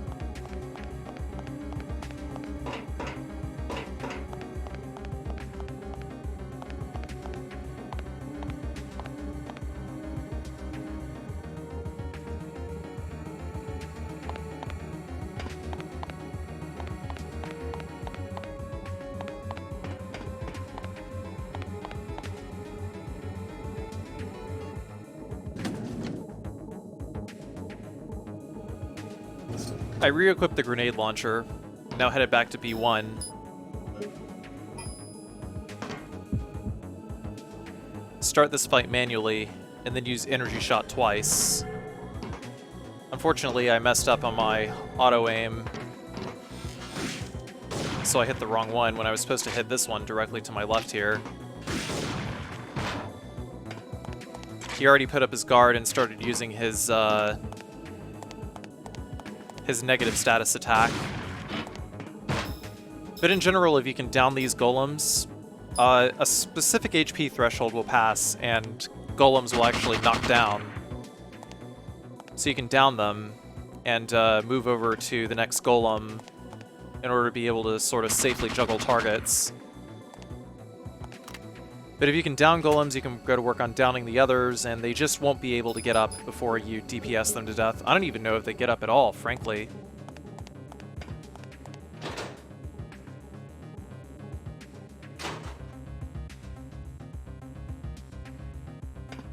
I just knew that as soon as I downed one, the other one wasn't a threat, and that behavior was consistent. We have to go around the corner and start this next fight manually, but it's just a pawn, so we'll just delete him. I'll use the MP5A5 to destroy these other two turrets here.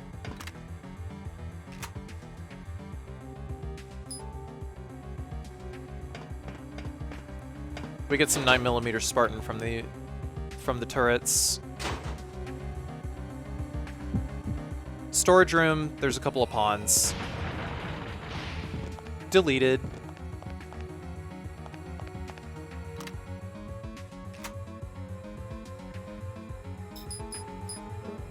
We want the Spartan, but we don't want the riot shells. Riot shells out.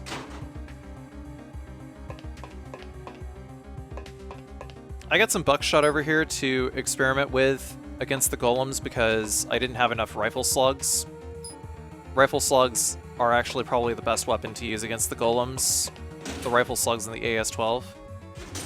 But the buckshot is like not worthwhile. I got Hydra as well, and I went to the vending machine to refuel and recharge.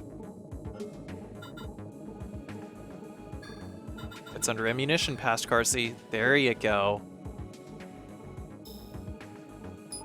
Then I equipped the grenade launcher with regular grenades.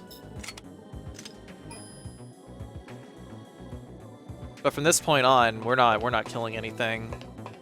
Between here and the pod service gantry, no. Because there's too many turrets.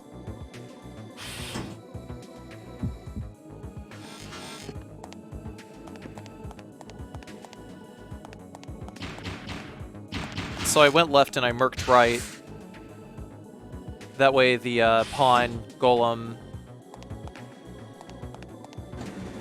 would completely miss me while I was dodging him. Bit of a tricky dodge. But it's all rooks now, so we just go. Turrets and rooks. Don't stop.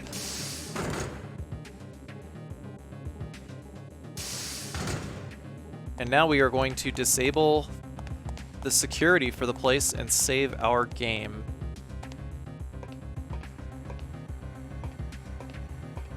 I decided to make the save here because there's an additional message from Pierce on the receiver of the telephone.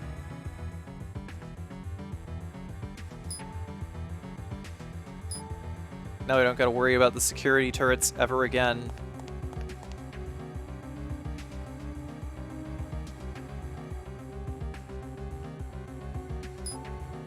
Yeah, there's this piece of paper over here on the receiver.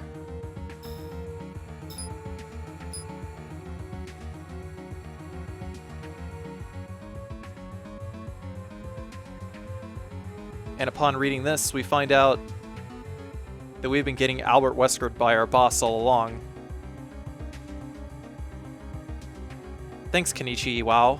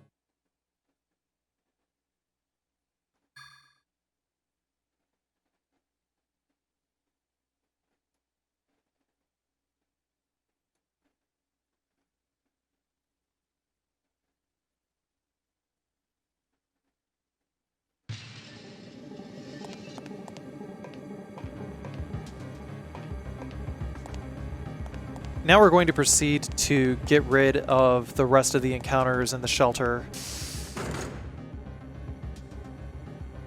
before making our way out. Before I start this fight, I load the 9mm Spartan onto the MP5A5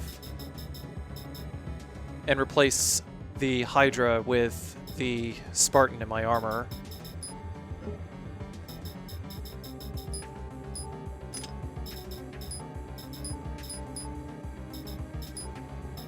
Get rid of the Hydra too.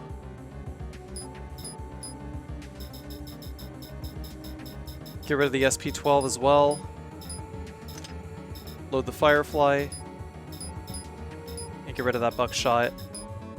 And the M950.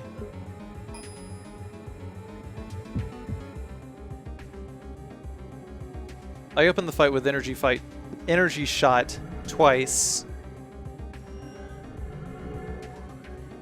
And then pop him in the back with a grenade. Then I equip the MP5. And then mop everything else up.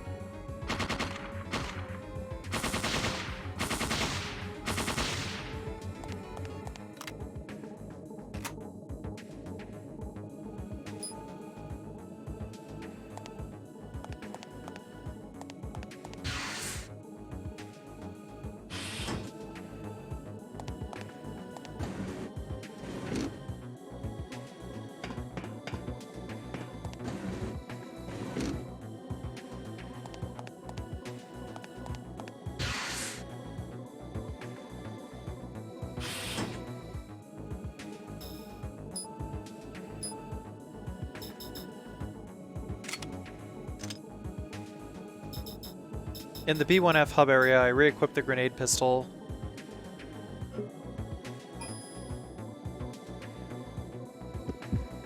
And then I used energy shot twice. And then one grenade to down the pawn.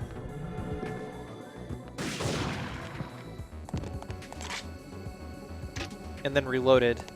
I chose to down him with a grenade instead of Inferno so that his rook friend wouldn't be aggroed.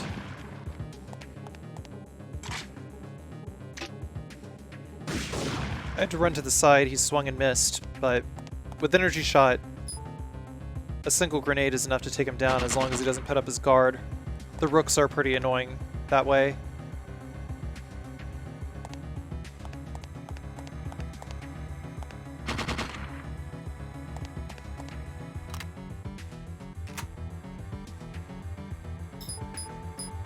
Take this air burst.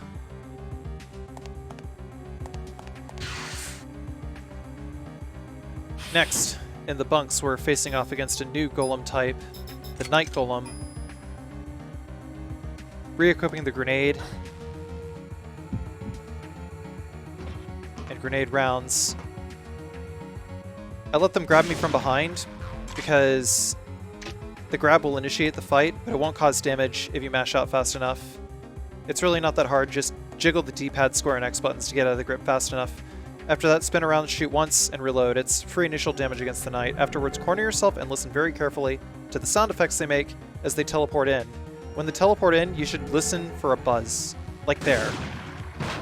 If there is no buzz, do not shoot, because the game is playing red light, green light with you. And if you shoot, then you waste your grenade, and then the golem will attack and you'll be vulnerable to a hard-to-dodge attack while you are trying to reload your gun. It's not a smart maneuver. So, if he fades in and there is no buzz, use energy shot instead to buff yourself. But yeah, because of like the optic camo and the attacks they have, they're really annoying to dodge, so you have to take them out very methodically.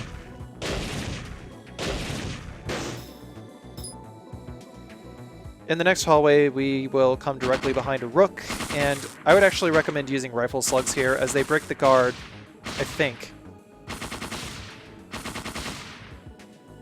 But it's not totally requisite to have rifle slugs against these guys. If you're just, like, attacking from behind.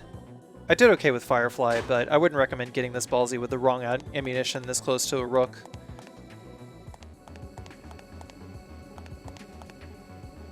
I probably could have done okay using a grenade that maybe would have downed him, but I didn't want to take a chance. Because a grenade to the back probably wouldn't have done enough damage to actually like down him. He'd probably have turned around and used a physical attack against me. Next we're going to head into the freezer area. There's a pawn in here and we're just going to delete his ass.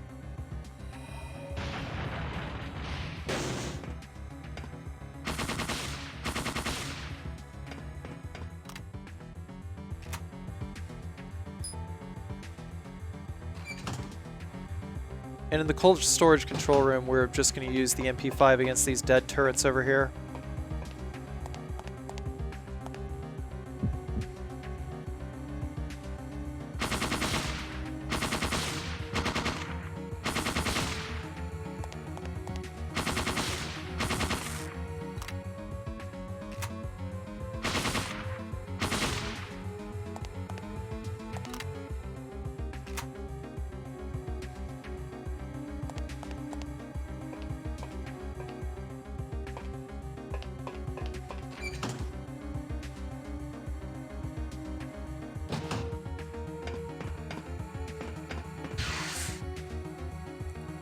Next, I'm going to make my way to the elevator hall and unlock the door in the process.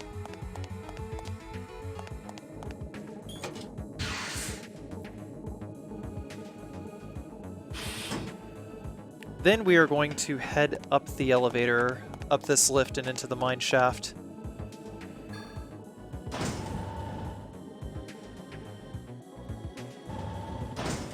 There's 3 stalkers here after taking this lift, and 2 of them will die if you use combustion.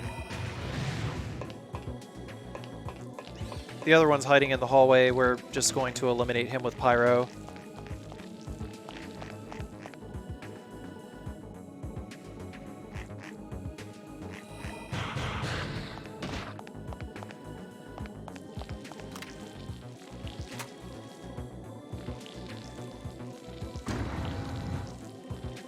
Going back into the Blizzard Chaser boss room, there's going to be 2 stingers here. And because we're using 9mm Spartan instead of Hydra, they will die in 1 magazine and we will be safe as long as we get the drop on them. As you can see, we'll only have to use Necrosis if we're fighting them head on.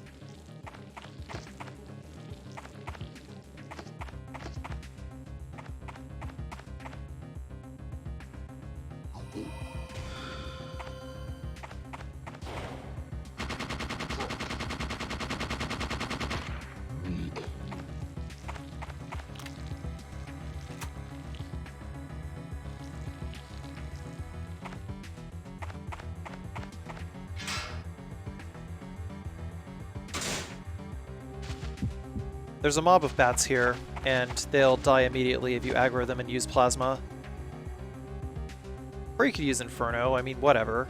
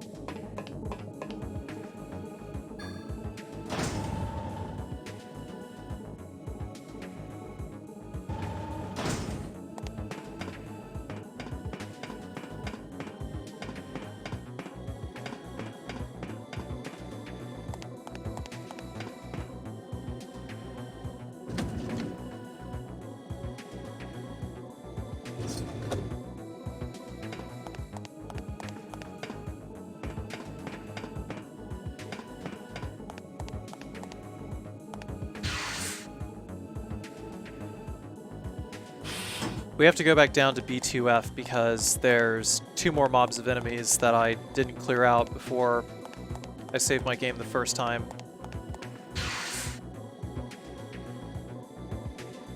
I should have, because they were easy enemies to kill. It's just these dead bog divers.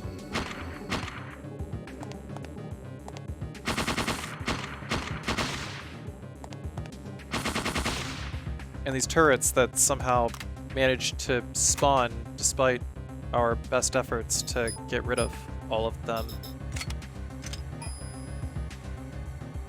Maybe those turrets are just like things that can just be like manually placed by the golems. Might explain why they're still there. This next room has a rook and sliding turrets. The turrets will blow up in one air burst. Or just one regular grenade, actually. One regular grenade.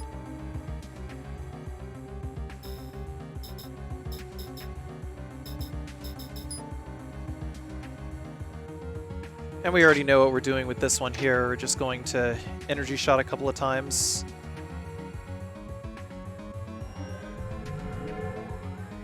Basically, at this point, I'm just trying to get him to pay attention to me and come towards me. Create some room. Oh, there he goes. He's aggroed, and he's going to try to blind me or do something, but whatever. We shot him in the back.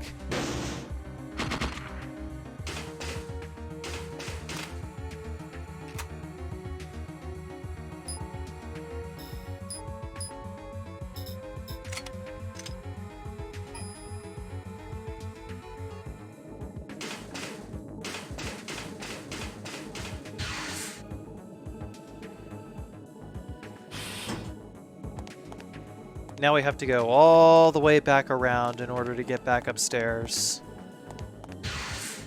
I feel like this video probably would have been like 20 minutes shorter without all the past Carcy shenanigans.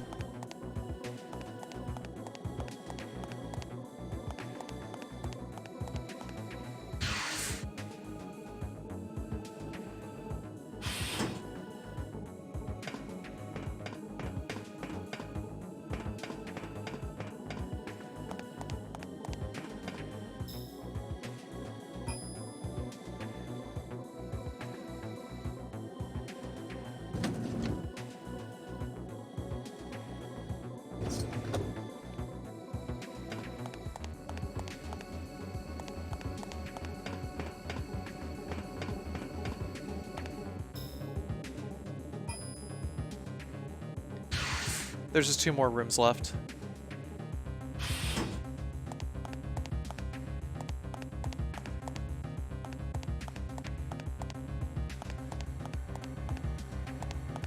So this room, the rook in here is a butthole. What we're going to do is we're going to orient ourselves like we're going through the door.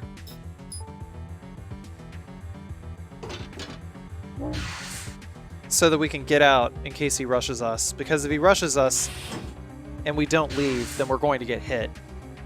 There's no way around this except to exit the room. We gotta keep exiting and re-entering until he tries to tag us with a negative status effect. And if that happens, what I'm gonna do is I'm gonna get behind him, but I'm not going to auto-aim towards him. If you auto-aim, then you're going to lock onto one of the turrets instead. But that's the trick, is if he tries to use a negative status effect against you, that's his vulnerability.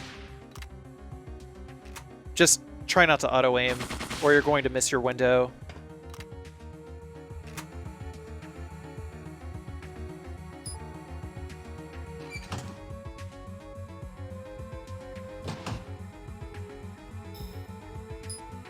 Another night golem outside the freezer.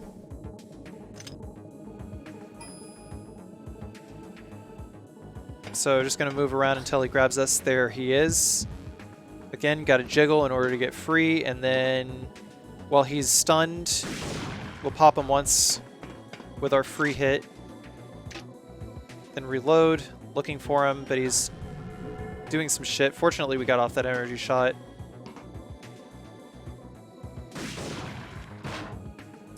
Luckily, that second grenade was strong enough in order to be able to down him, but yeah. These guys have about like 650 HP, I think.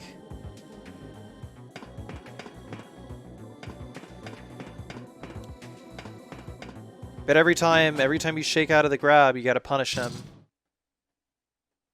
Capitalize on those free shots. There's a little puzzle here we have to solve before continuing with gameplay. Optionally, you can get an additional belt pouch, but we're full on attachment slots, so it is unnecessary. The solution to the puzzle here is blue, yellow, call. That will send an electric jeep to us.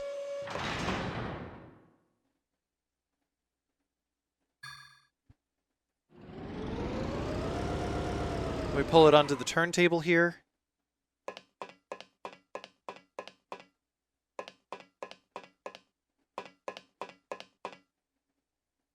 Then we can open the gate with Bowman's card.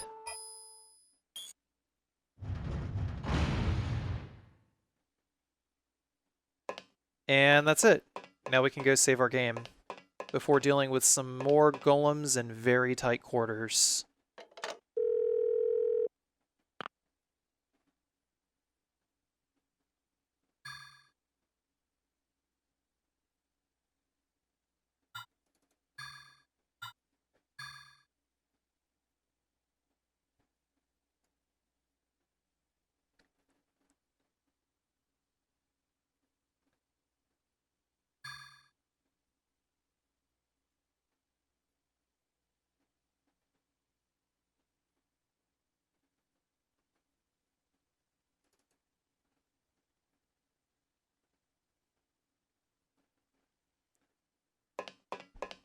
This next segment is mostly going to be cinematics and preparation.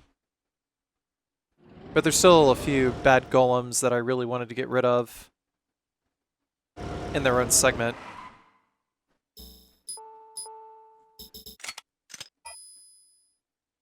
First up, equipping Airburst because it's a tad stronger than regular grenades. In this pedestrian airlock here, there's a night golem. Fuck this guy in particular. We get off the free shot. I use energy shot, but while I'm reloading, you can see the Predator-esque laser there, and when you see that, it means he's coming in for a physical attack. Basically, you want to get a plasma off literally as soon as you see that laser, because by the time the plasma activates, he'll probably hit you. When plasma hits him, though, it's a hard stun, so we'll finish him really easily.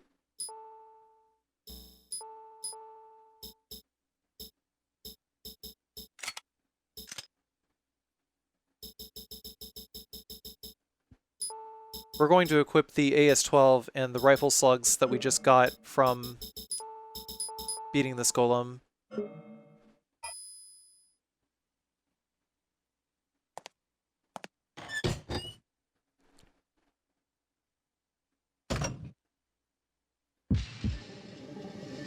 In the next room, there's a Grenadier Rook and a Sword Pawn. 2 Riot Slugs in the back of the Grenadier Rook will be fine.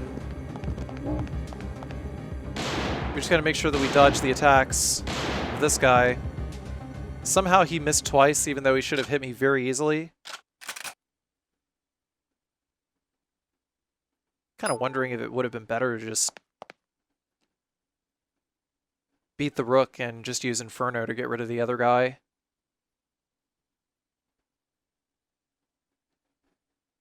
But next we have to get the teddy bear from Number 9's motorcycle. This is necessary for an additional thing that we can do close to the end of the segment with Flint.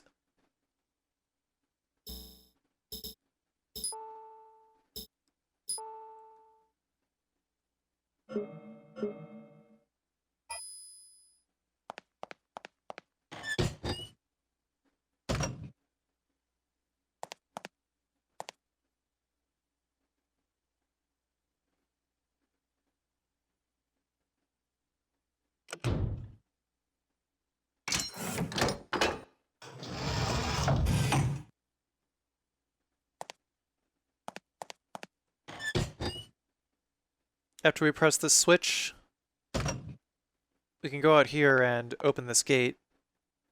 And then there's one more golem fight behind the door.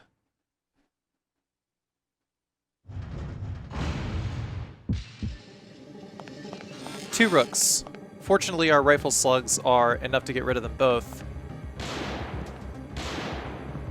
Just gotta make sure that we back attack the first Rook while he's trying to do negative status effects, but this guy is doing the same thing, so whatever, it just opens them right up.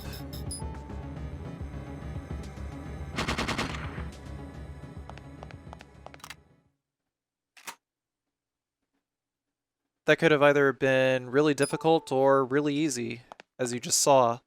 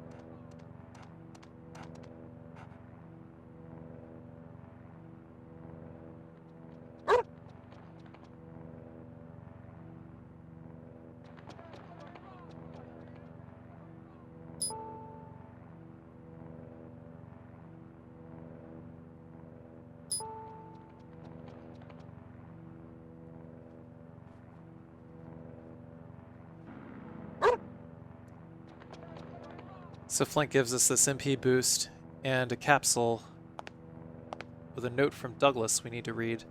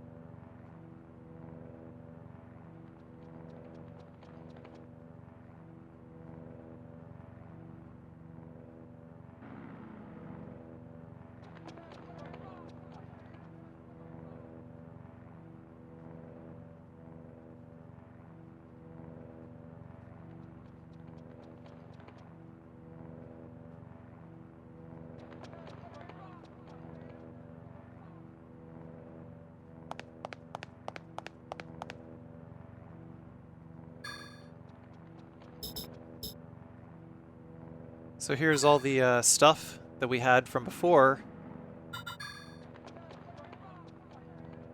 There's not really a whole lot of reason to be going into the storage here.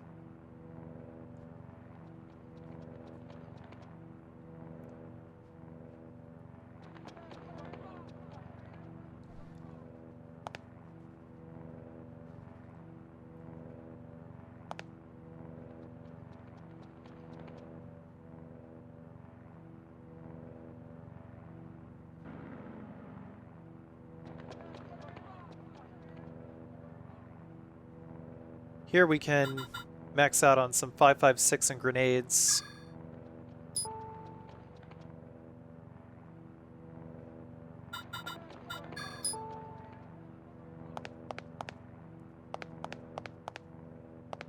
There is a free javelin you can get.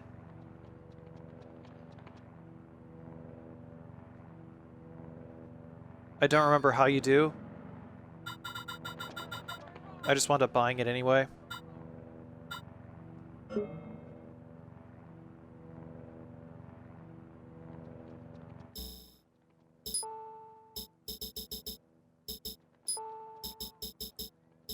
I discarded an MP boost to get it, though.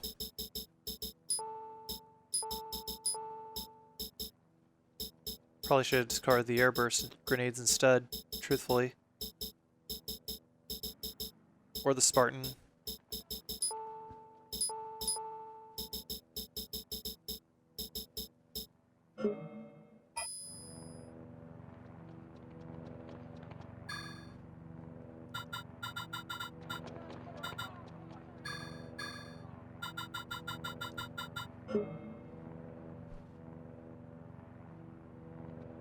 But the Javelin does really, really well at eliminating cyborgs as well. We don't really need the Pike anymore, because the Pike is not so great now that we have the Javelin and we can do the Javelin glitch.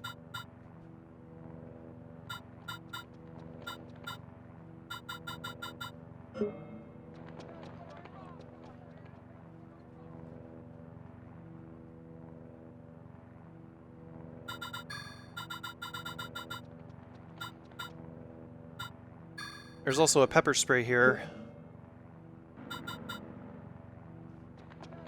I took one pepper spray. Though I'll actually need a lot more for that for the Brahmin fight.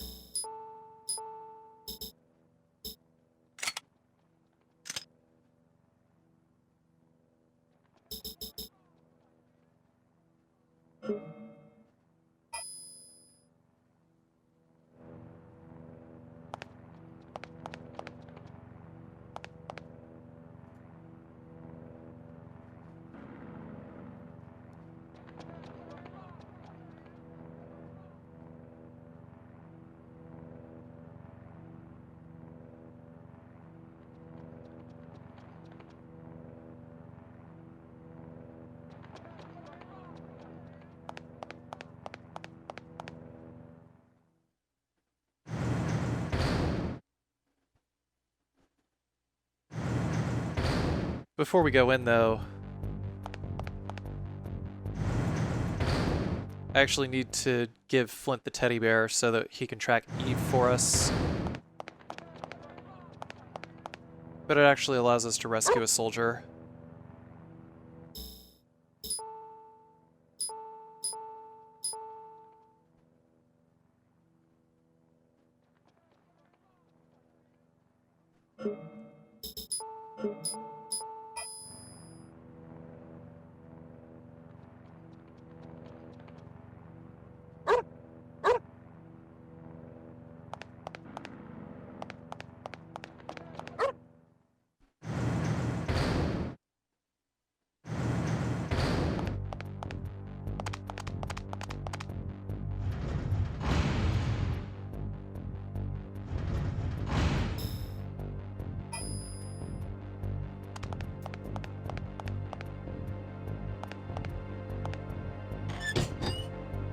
We need to go in through the pedestrian airlock to be able to continue. At this point, I'm not even sure what for.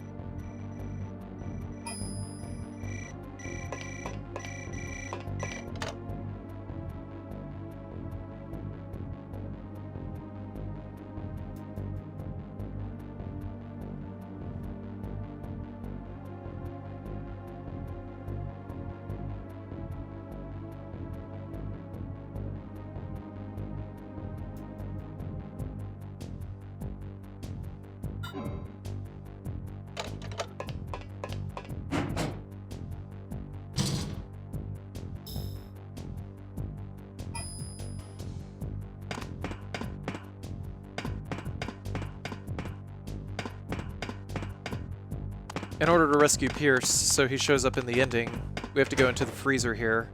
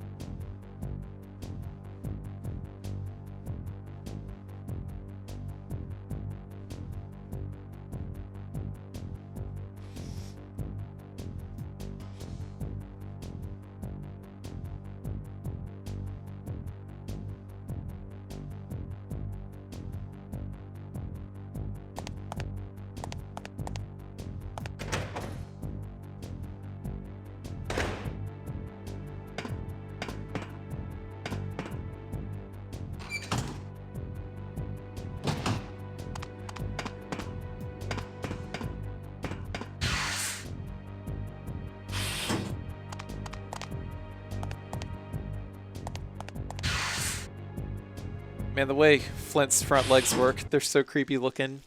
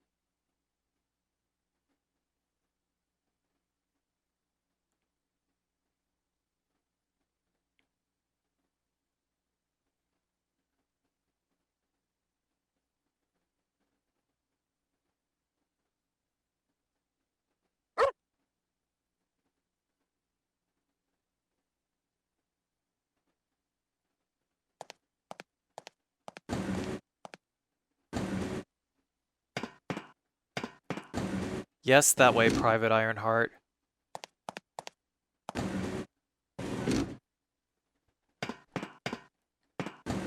But if you need to, you can go all the way back to the garage.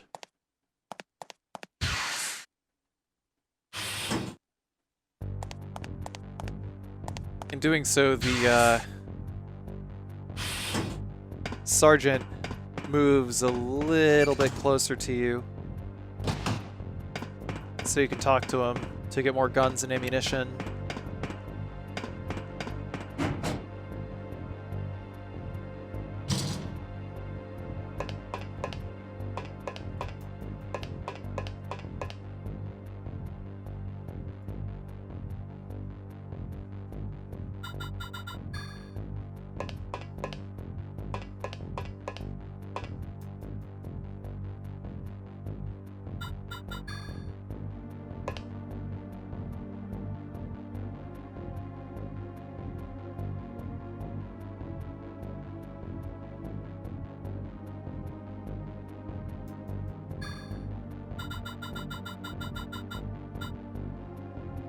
So for rescuing Ironheart, you're able to buy the M249 machine gun, which uses 5.56 rounds and is really, really good. Really, really good DPS, I should say.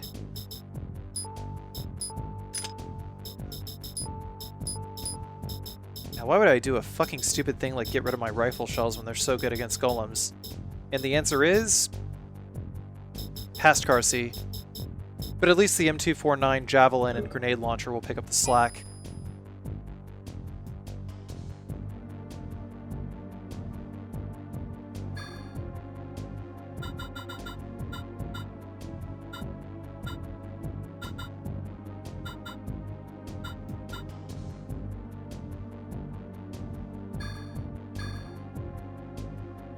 There's also the M1 Rotary Grenade Launcher, but it's not that great. The Aya Special is like the Turtle Vest, but it gives you more HP and MP, so probably a little more recommended to get than anything else. I probably should have, actually. Even though I didn't get it in this run, I would actually recommend it.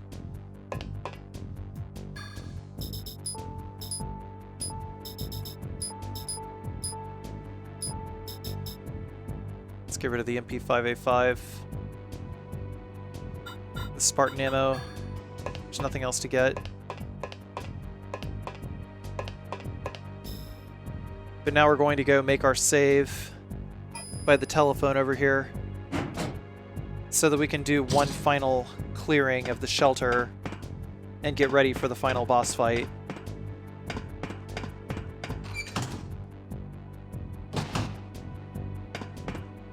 But yeah, that extra 50 MP, though, to be able to use Apoptosis, like one more round, without having to use any ringer solutions, excuse me, is pretty great.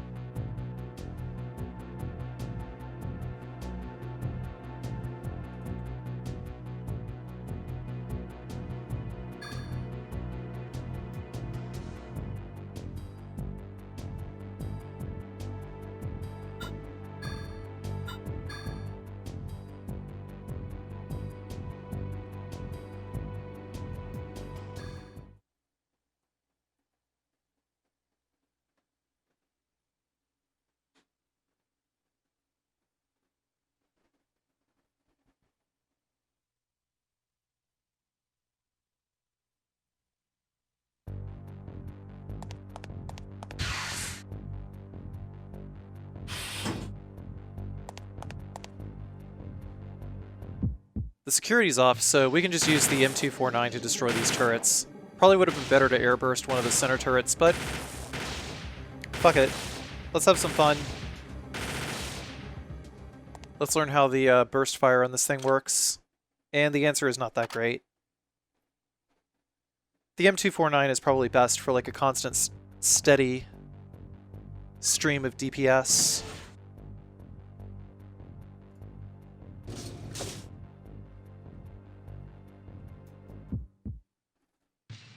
Down the elevator, we can destroy 3 more, and there is a Pond Grenadier that we're just going to spray to death. You can actually see that if you stagger him a little bit, like if you keep up the pressure, then he will keep jittering and he will actually miss his grenades whenever he tries to shoot them at you. Nemesis actually does that in Resident Evil 3. Fun fact. In case you don't remember. This sword pawn doesn't stand a chance, so yippee-ki-yay, motherfucker.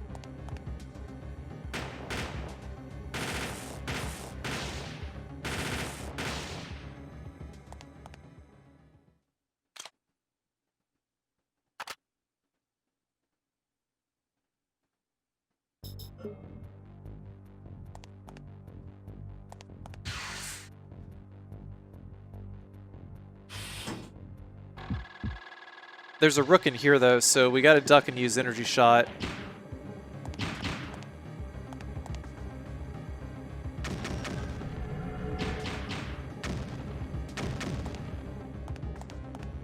Probably should have used it twice, actually.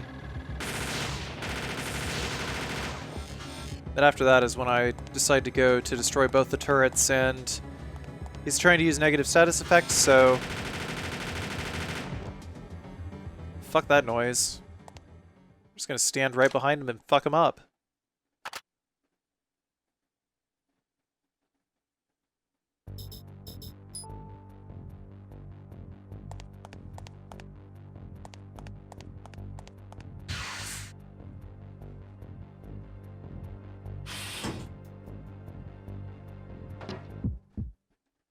The B2 elevator hall has 2 rooks and a lot of inactive turrets. We're gonna open with energy shot twice and start lighting up the first one. If you keep up the pressure with the M249 while the rook's defense is up, then he'll get hard stunned as his equipment blows up in his face.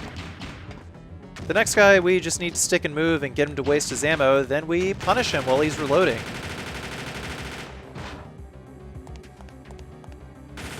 And then we can just finish off the turrets in here.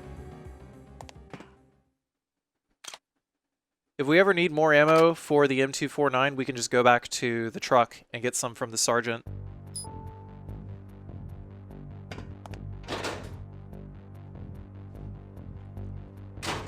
Going through the hallway is a sword rook.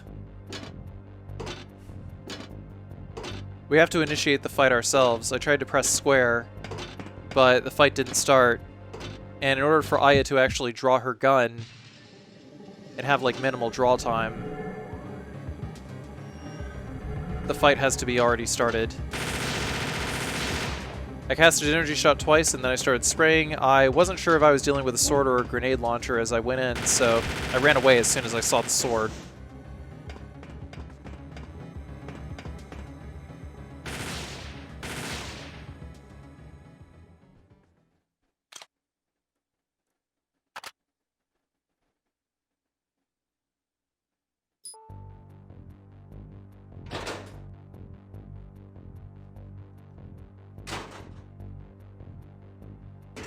We're running across the OR to the next hallway.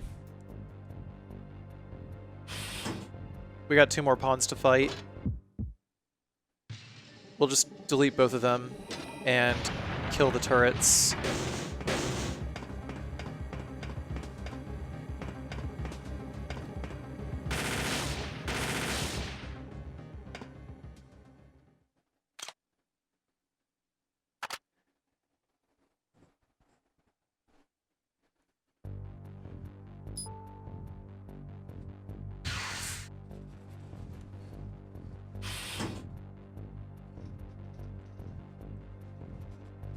In the breeding room, we're going to be dealing with a new golem type here, the Bishop Golem. Bishops are the same thing as the Knights, but they have more HP and worse attacks if they connect. I couldn't get this guy to grab me, so he got the jump on me with a physical attack.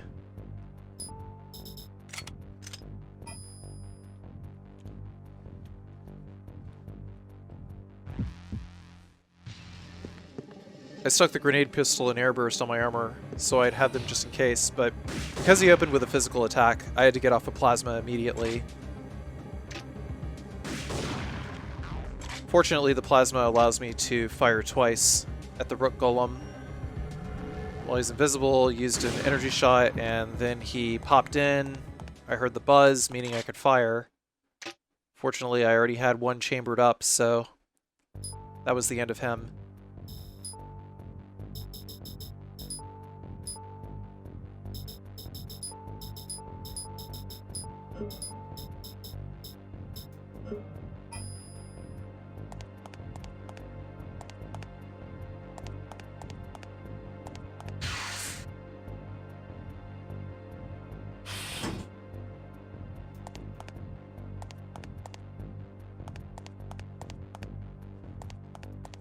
Now we're going to make our way into the save room, because we got to save before we go to Neo Arc one more time.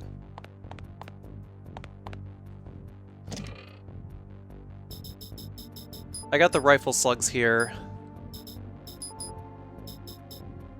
and decided it was time to upgrade another PE to refill my MP before saving the game. God, I really wish I had those rifle slugs that I discarded earlier. For some reason I decided to keep the fireflies.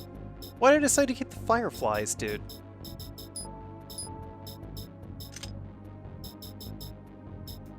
Why would Past Carcy do something that fucking stupid?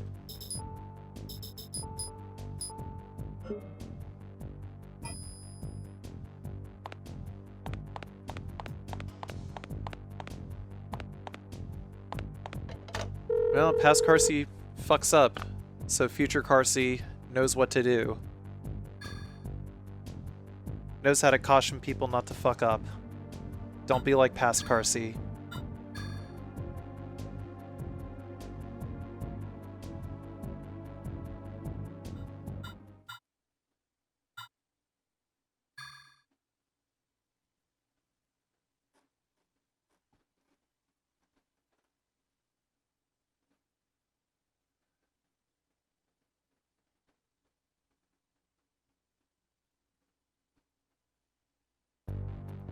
Back to Neo Arc once again, because there's fucking golems everywhere. But in addition to the pawn golems, there's going to be plenty of rook golems. And because there are rook golems, it's going to be kind of annoying.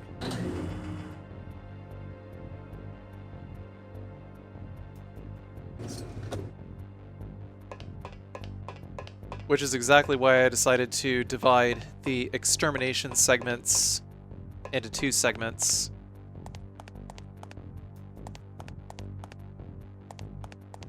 I'm going to the North Concourse first because the hardest golem mob is there, and I have to get rid of it ASAP. In the first hallway, though, I try to aim a little bit because there's a chance that you can sometimes start the fight early, because a bug lets you target the golems off screen. But we can just fucking delete them. Also, that one pawn shot his buddy. What a fucking noob.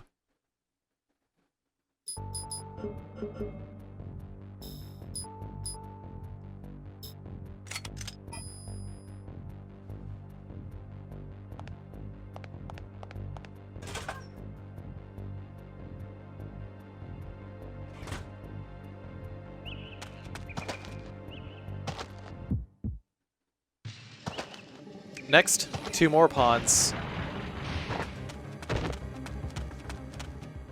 Deleted.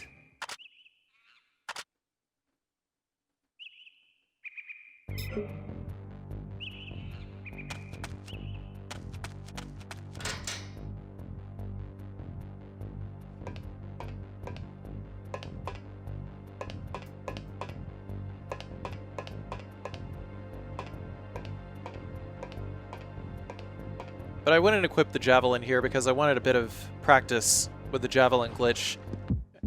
And also because I wanted to do it a little early so that I would have enough time to be able to describe the glitch and how it works. The Javelin glitch works like this. Basically, you hit pause while the Javelin is charging to fire. And once the Javelin actually hits its target, the Javelin's damage formula will change to that of your 5.56 ammunition. Why this is? I have no earthly fucking idea, but it just fucking melts these guys, doesn't it?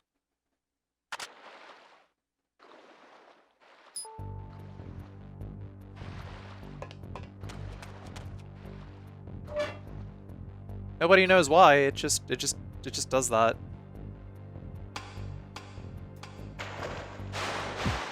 There's a few more divers here. The last place that you can find ANMCs here. Well, actually just the lone diver.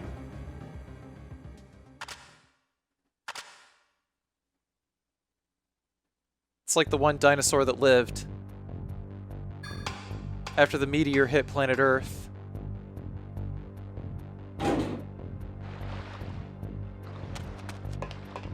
Bye-bye, ANMCs.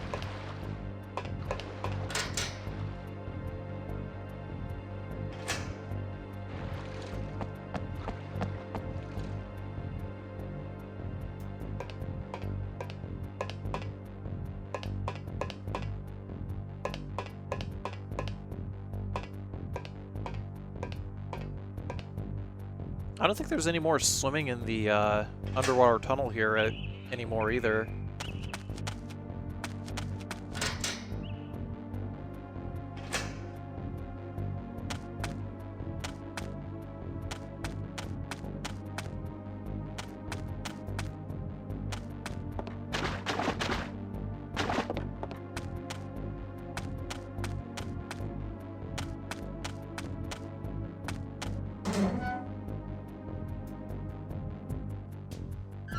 On the temple stairs, we gotta use the Javelin glitch on these guys ASAP.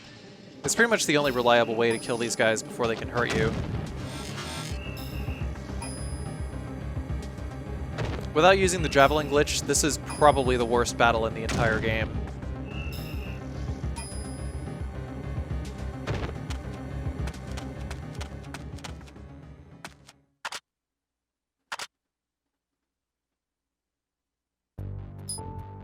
Damage math by Nasir.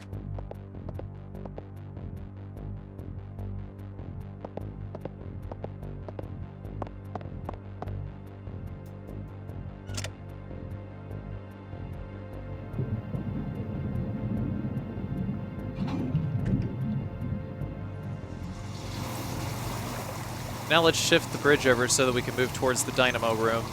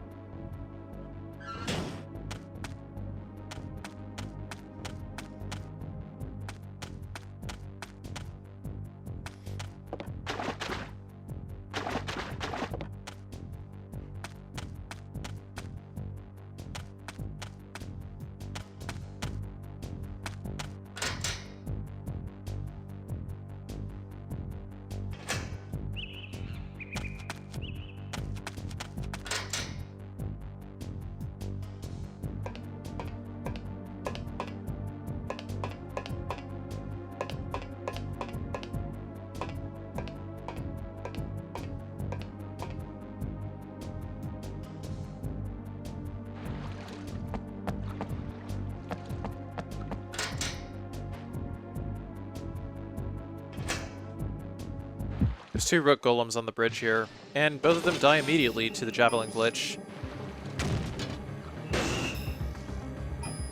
As you can see, the Javelin glitch also has piercing properties, because they were both lined up next to each other, and I just fucking shot through both of them.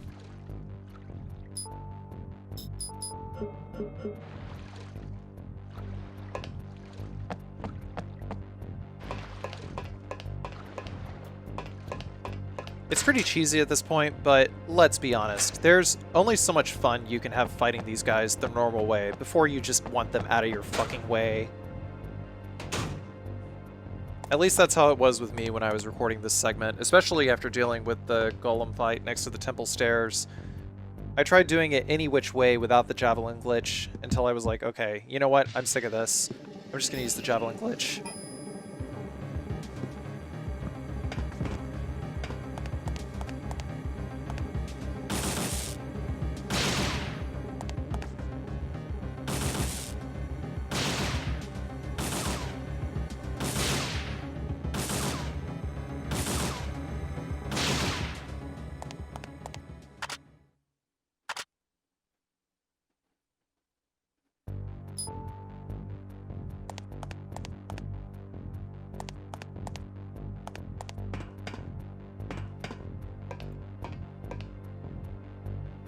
Now we gotta make our way down to the South Concourse. You know what really sucks about Parasite Eve 2 is they never really wrapped up the plot for this game. It's like, it feels like the plot for this game was kind of set up for there to be a third game, but the third game, the third birthday, doesn't even touch upon anything that happened in this game.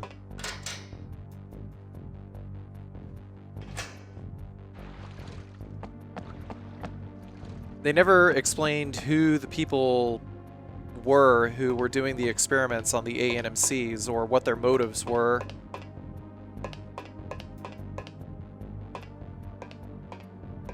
Just a shadowy bad guy.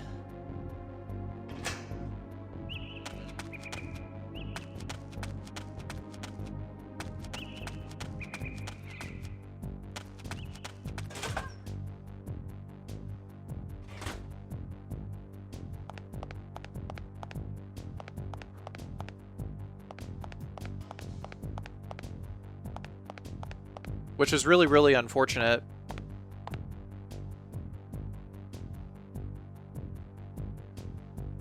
Because they could have absolutely made a better sequel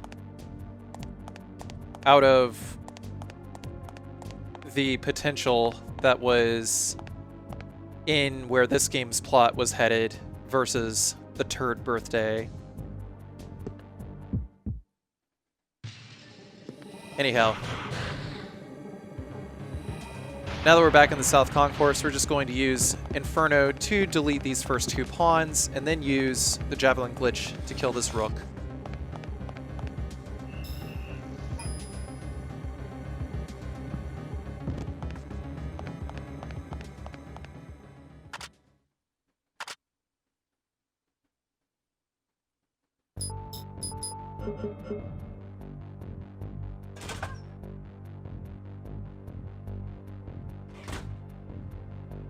In this next hallway here, I used the Javelin glitch to delete both of these guys. You missed.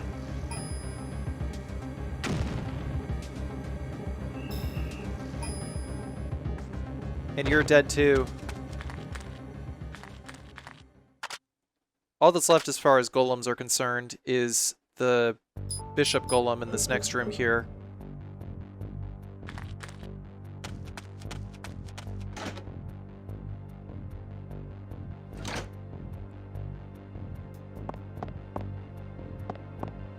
We have to go into this room over here in order to encounter the Bishop Golem. I equipped the AS-12 and the rifle slugs because the startup time for the Javelin wouldn't have been fast enough to connect before the Bishop Golem would have gone invisible again, so we needed this so we can get that 184 damage off.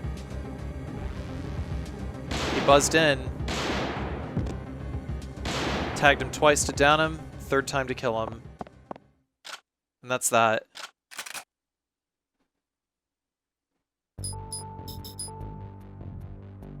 Free protein capsule.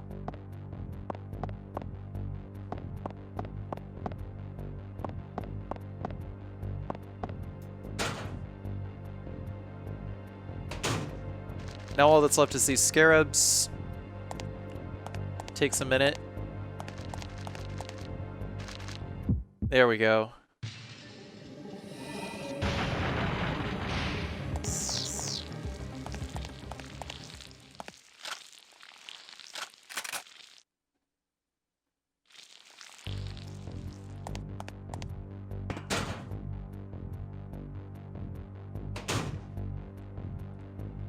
Now that that's the end of these guys, all that's left is prep for the final boss. So we're going to make our way back to the final save point. On the way, we're going to do some things, though.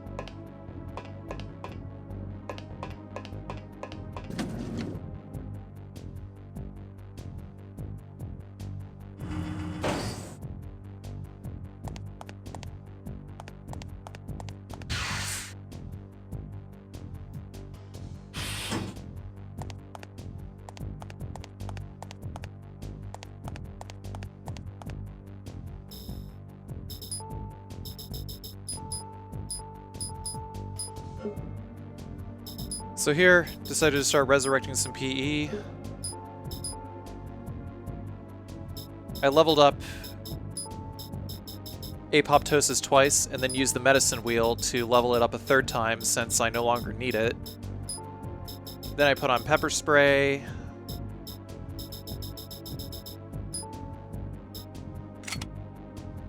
Equipped the M4A1 javelin. There's plenty of other things we can get rid of too.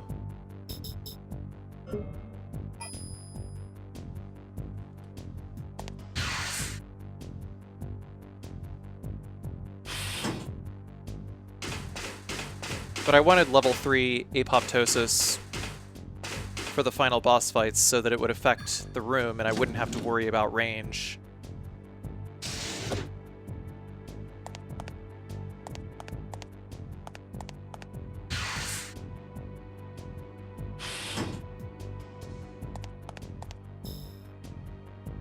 I also got rid of all my guns except for the M249, javelin, and grenade launcher to make room in my inventory for more stuff.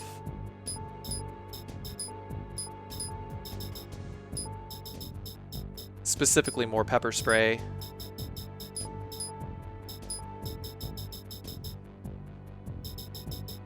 There was no reason for me to have the grenade or any of that either.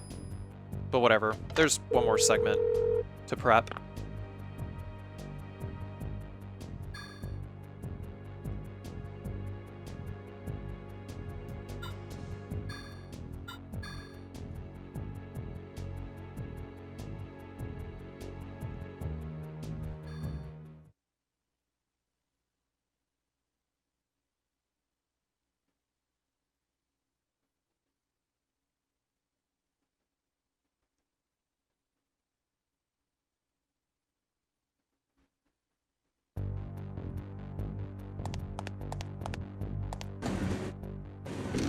We're just going to use this segment for preparation since I went ahead and attempted to do the final boss a couple of times.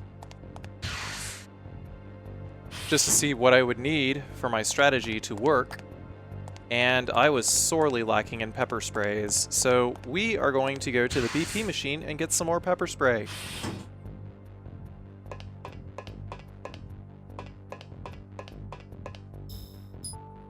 To start, we are going to get rid of the airburst grenades. We're going to get rid of these other grenades.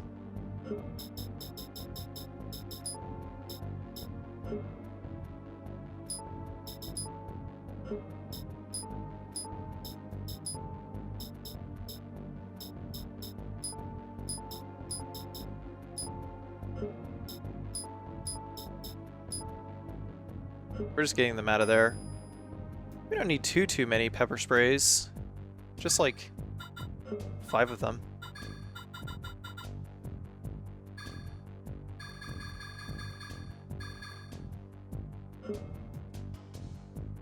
There we go. Good enough. Let's see here now. Pepper spray.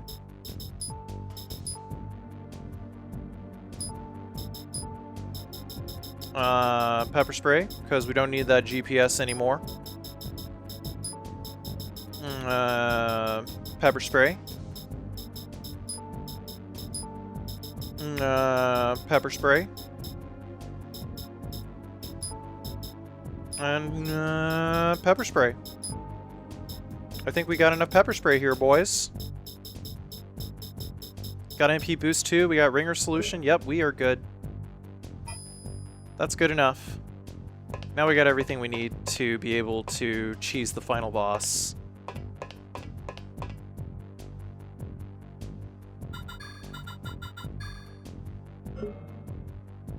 Oh, well, maybe recharge the javelin a little bit. Even though I don't really think that we needed to at all. Just for posterity.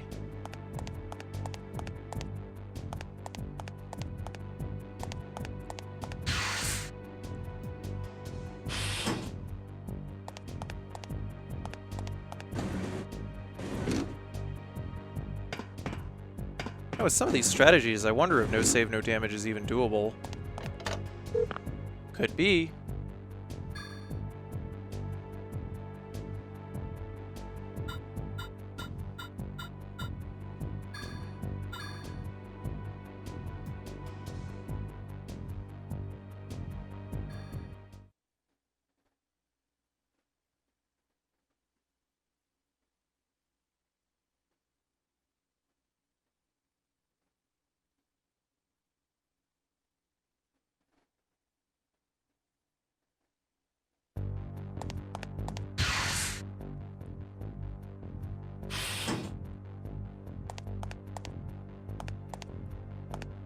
Before going in, I got rid of my grenades here so that I could have a slot free for a ringer solution that I'll be getting whenever I fight a golem downstairs later.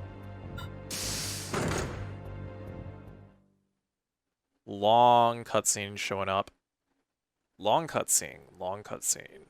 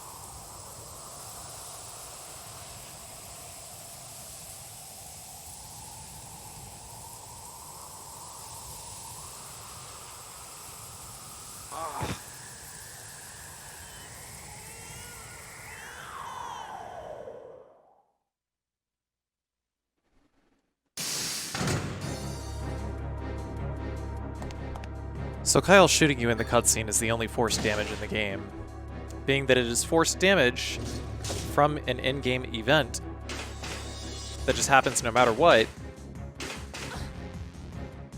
Don't fucking meme me over it, dude. Anyway, down the elevator, we have one final bishop golem to surprise us. We'll just wreck him with the javelin glitch.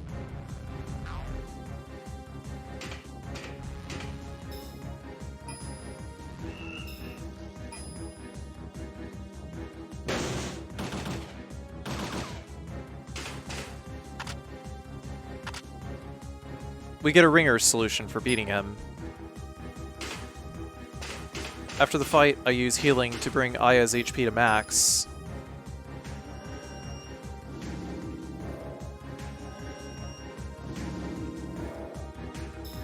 Then I start leveling PE like crazy so that we can get over 100 MP.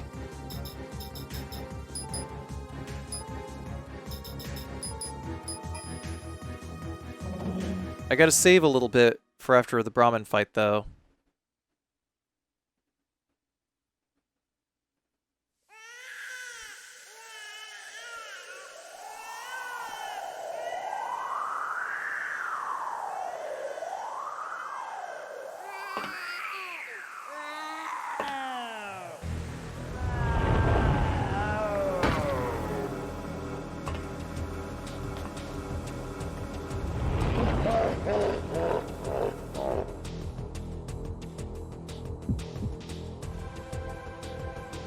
Brahmin will open with one of 3 attacks. He'll either do like a blast out of his head, or his gas attack from his shoulders, or that physical attack there. I wanted him to use his gas attack, which you can generally get him to do if you go like far to the left or far to the right. But I wanted to get him to commit to an action where he couldn't hit me, followed by using Inferno to melt off his shoulders and use the javelin glitch to try and get rid of his head.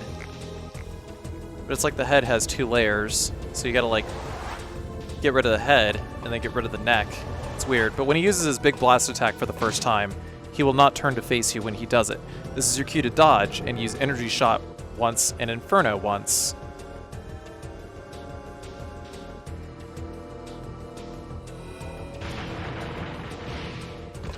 Afterwards, I scarfed an MP boost. Basically, I'm trying to use Inferno as much as I can to melt off as many parts of Brahmin's soft, shitty body as I can, while canceling him out of his room range attack. I keep this up until he tries to charge up for his big blast attack the second time. I got off another energy shot there. Targeting the neck. And you can see when his core is open, if we hit him with a pepper spray, then it will hard stun the core. It'll hard stun everything, and then we can just use the javelin glitch as many times as we can. And because I used energy shot twice on the core, that was pretty much it for this fight. Any parts of Brahmin that are not defeated will be added to Eve's HP pool in the next fight. I didn't get rid of the 2 tentacles on the back.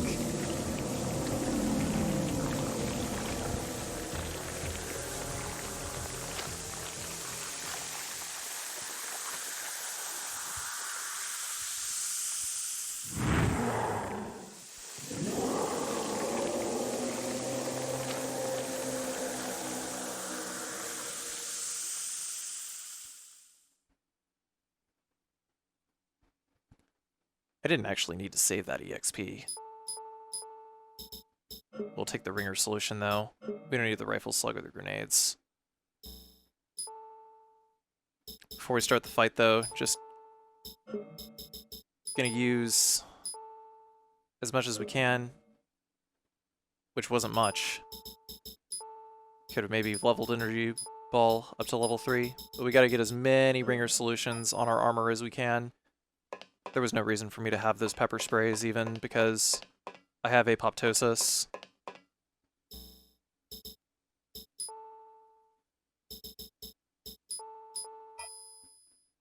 We gotta use Bowman's card to extend the bridge next.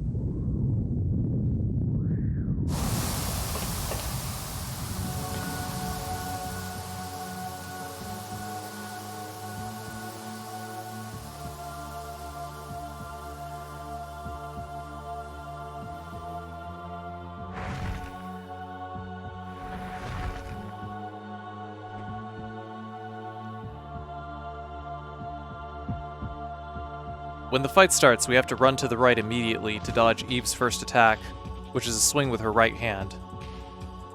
Always. Then we use Apoptosis, and then use Energy Shot twice. Basically, after every Apoptosis, we get time to use precisely 2 actions before we have to use Apoptosis again, in order to keep her locked down.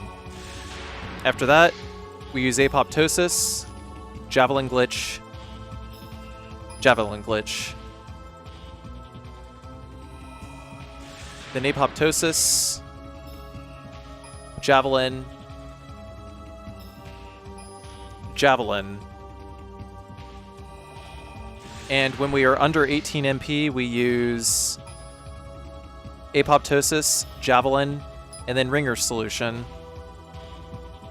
Then we just repeat Apoptosis, Javelin, Javelin, until the fight is over. And there you go, there's Parasite Eve 2, kill all, no damage on normal difficulty.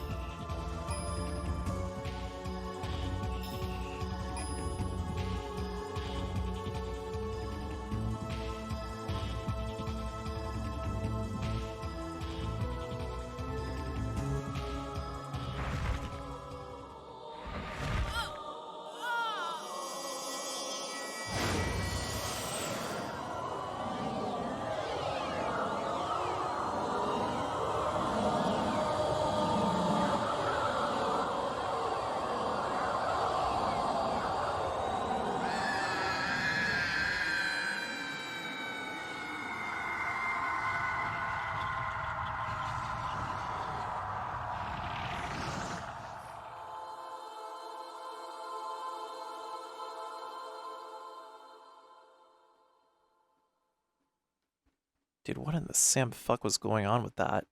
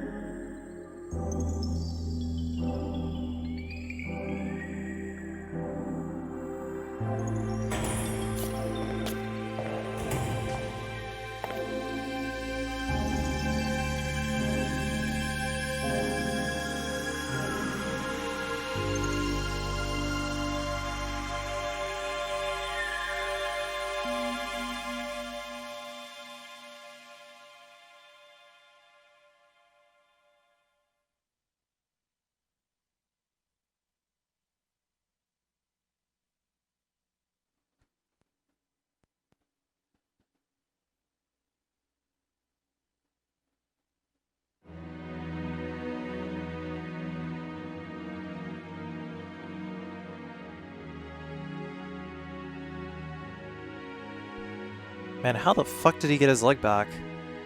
Whatever. Anyways, thank you everyone for watching this video. I want to give a huge shout out to X-Grenadier, whose videos I used as a base strategy for finding all the enemy encounters and how to efficiently eliminate them.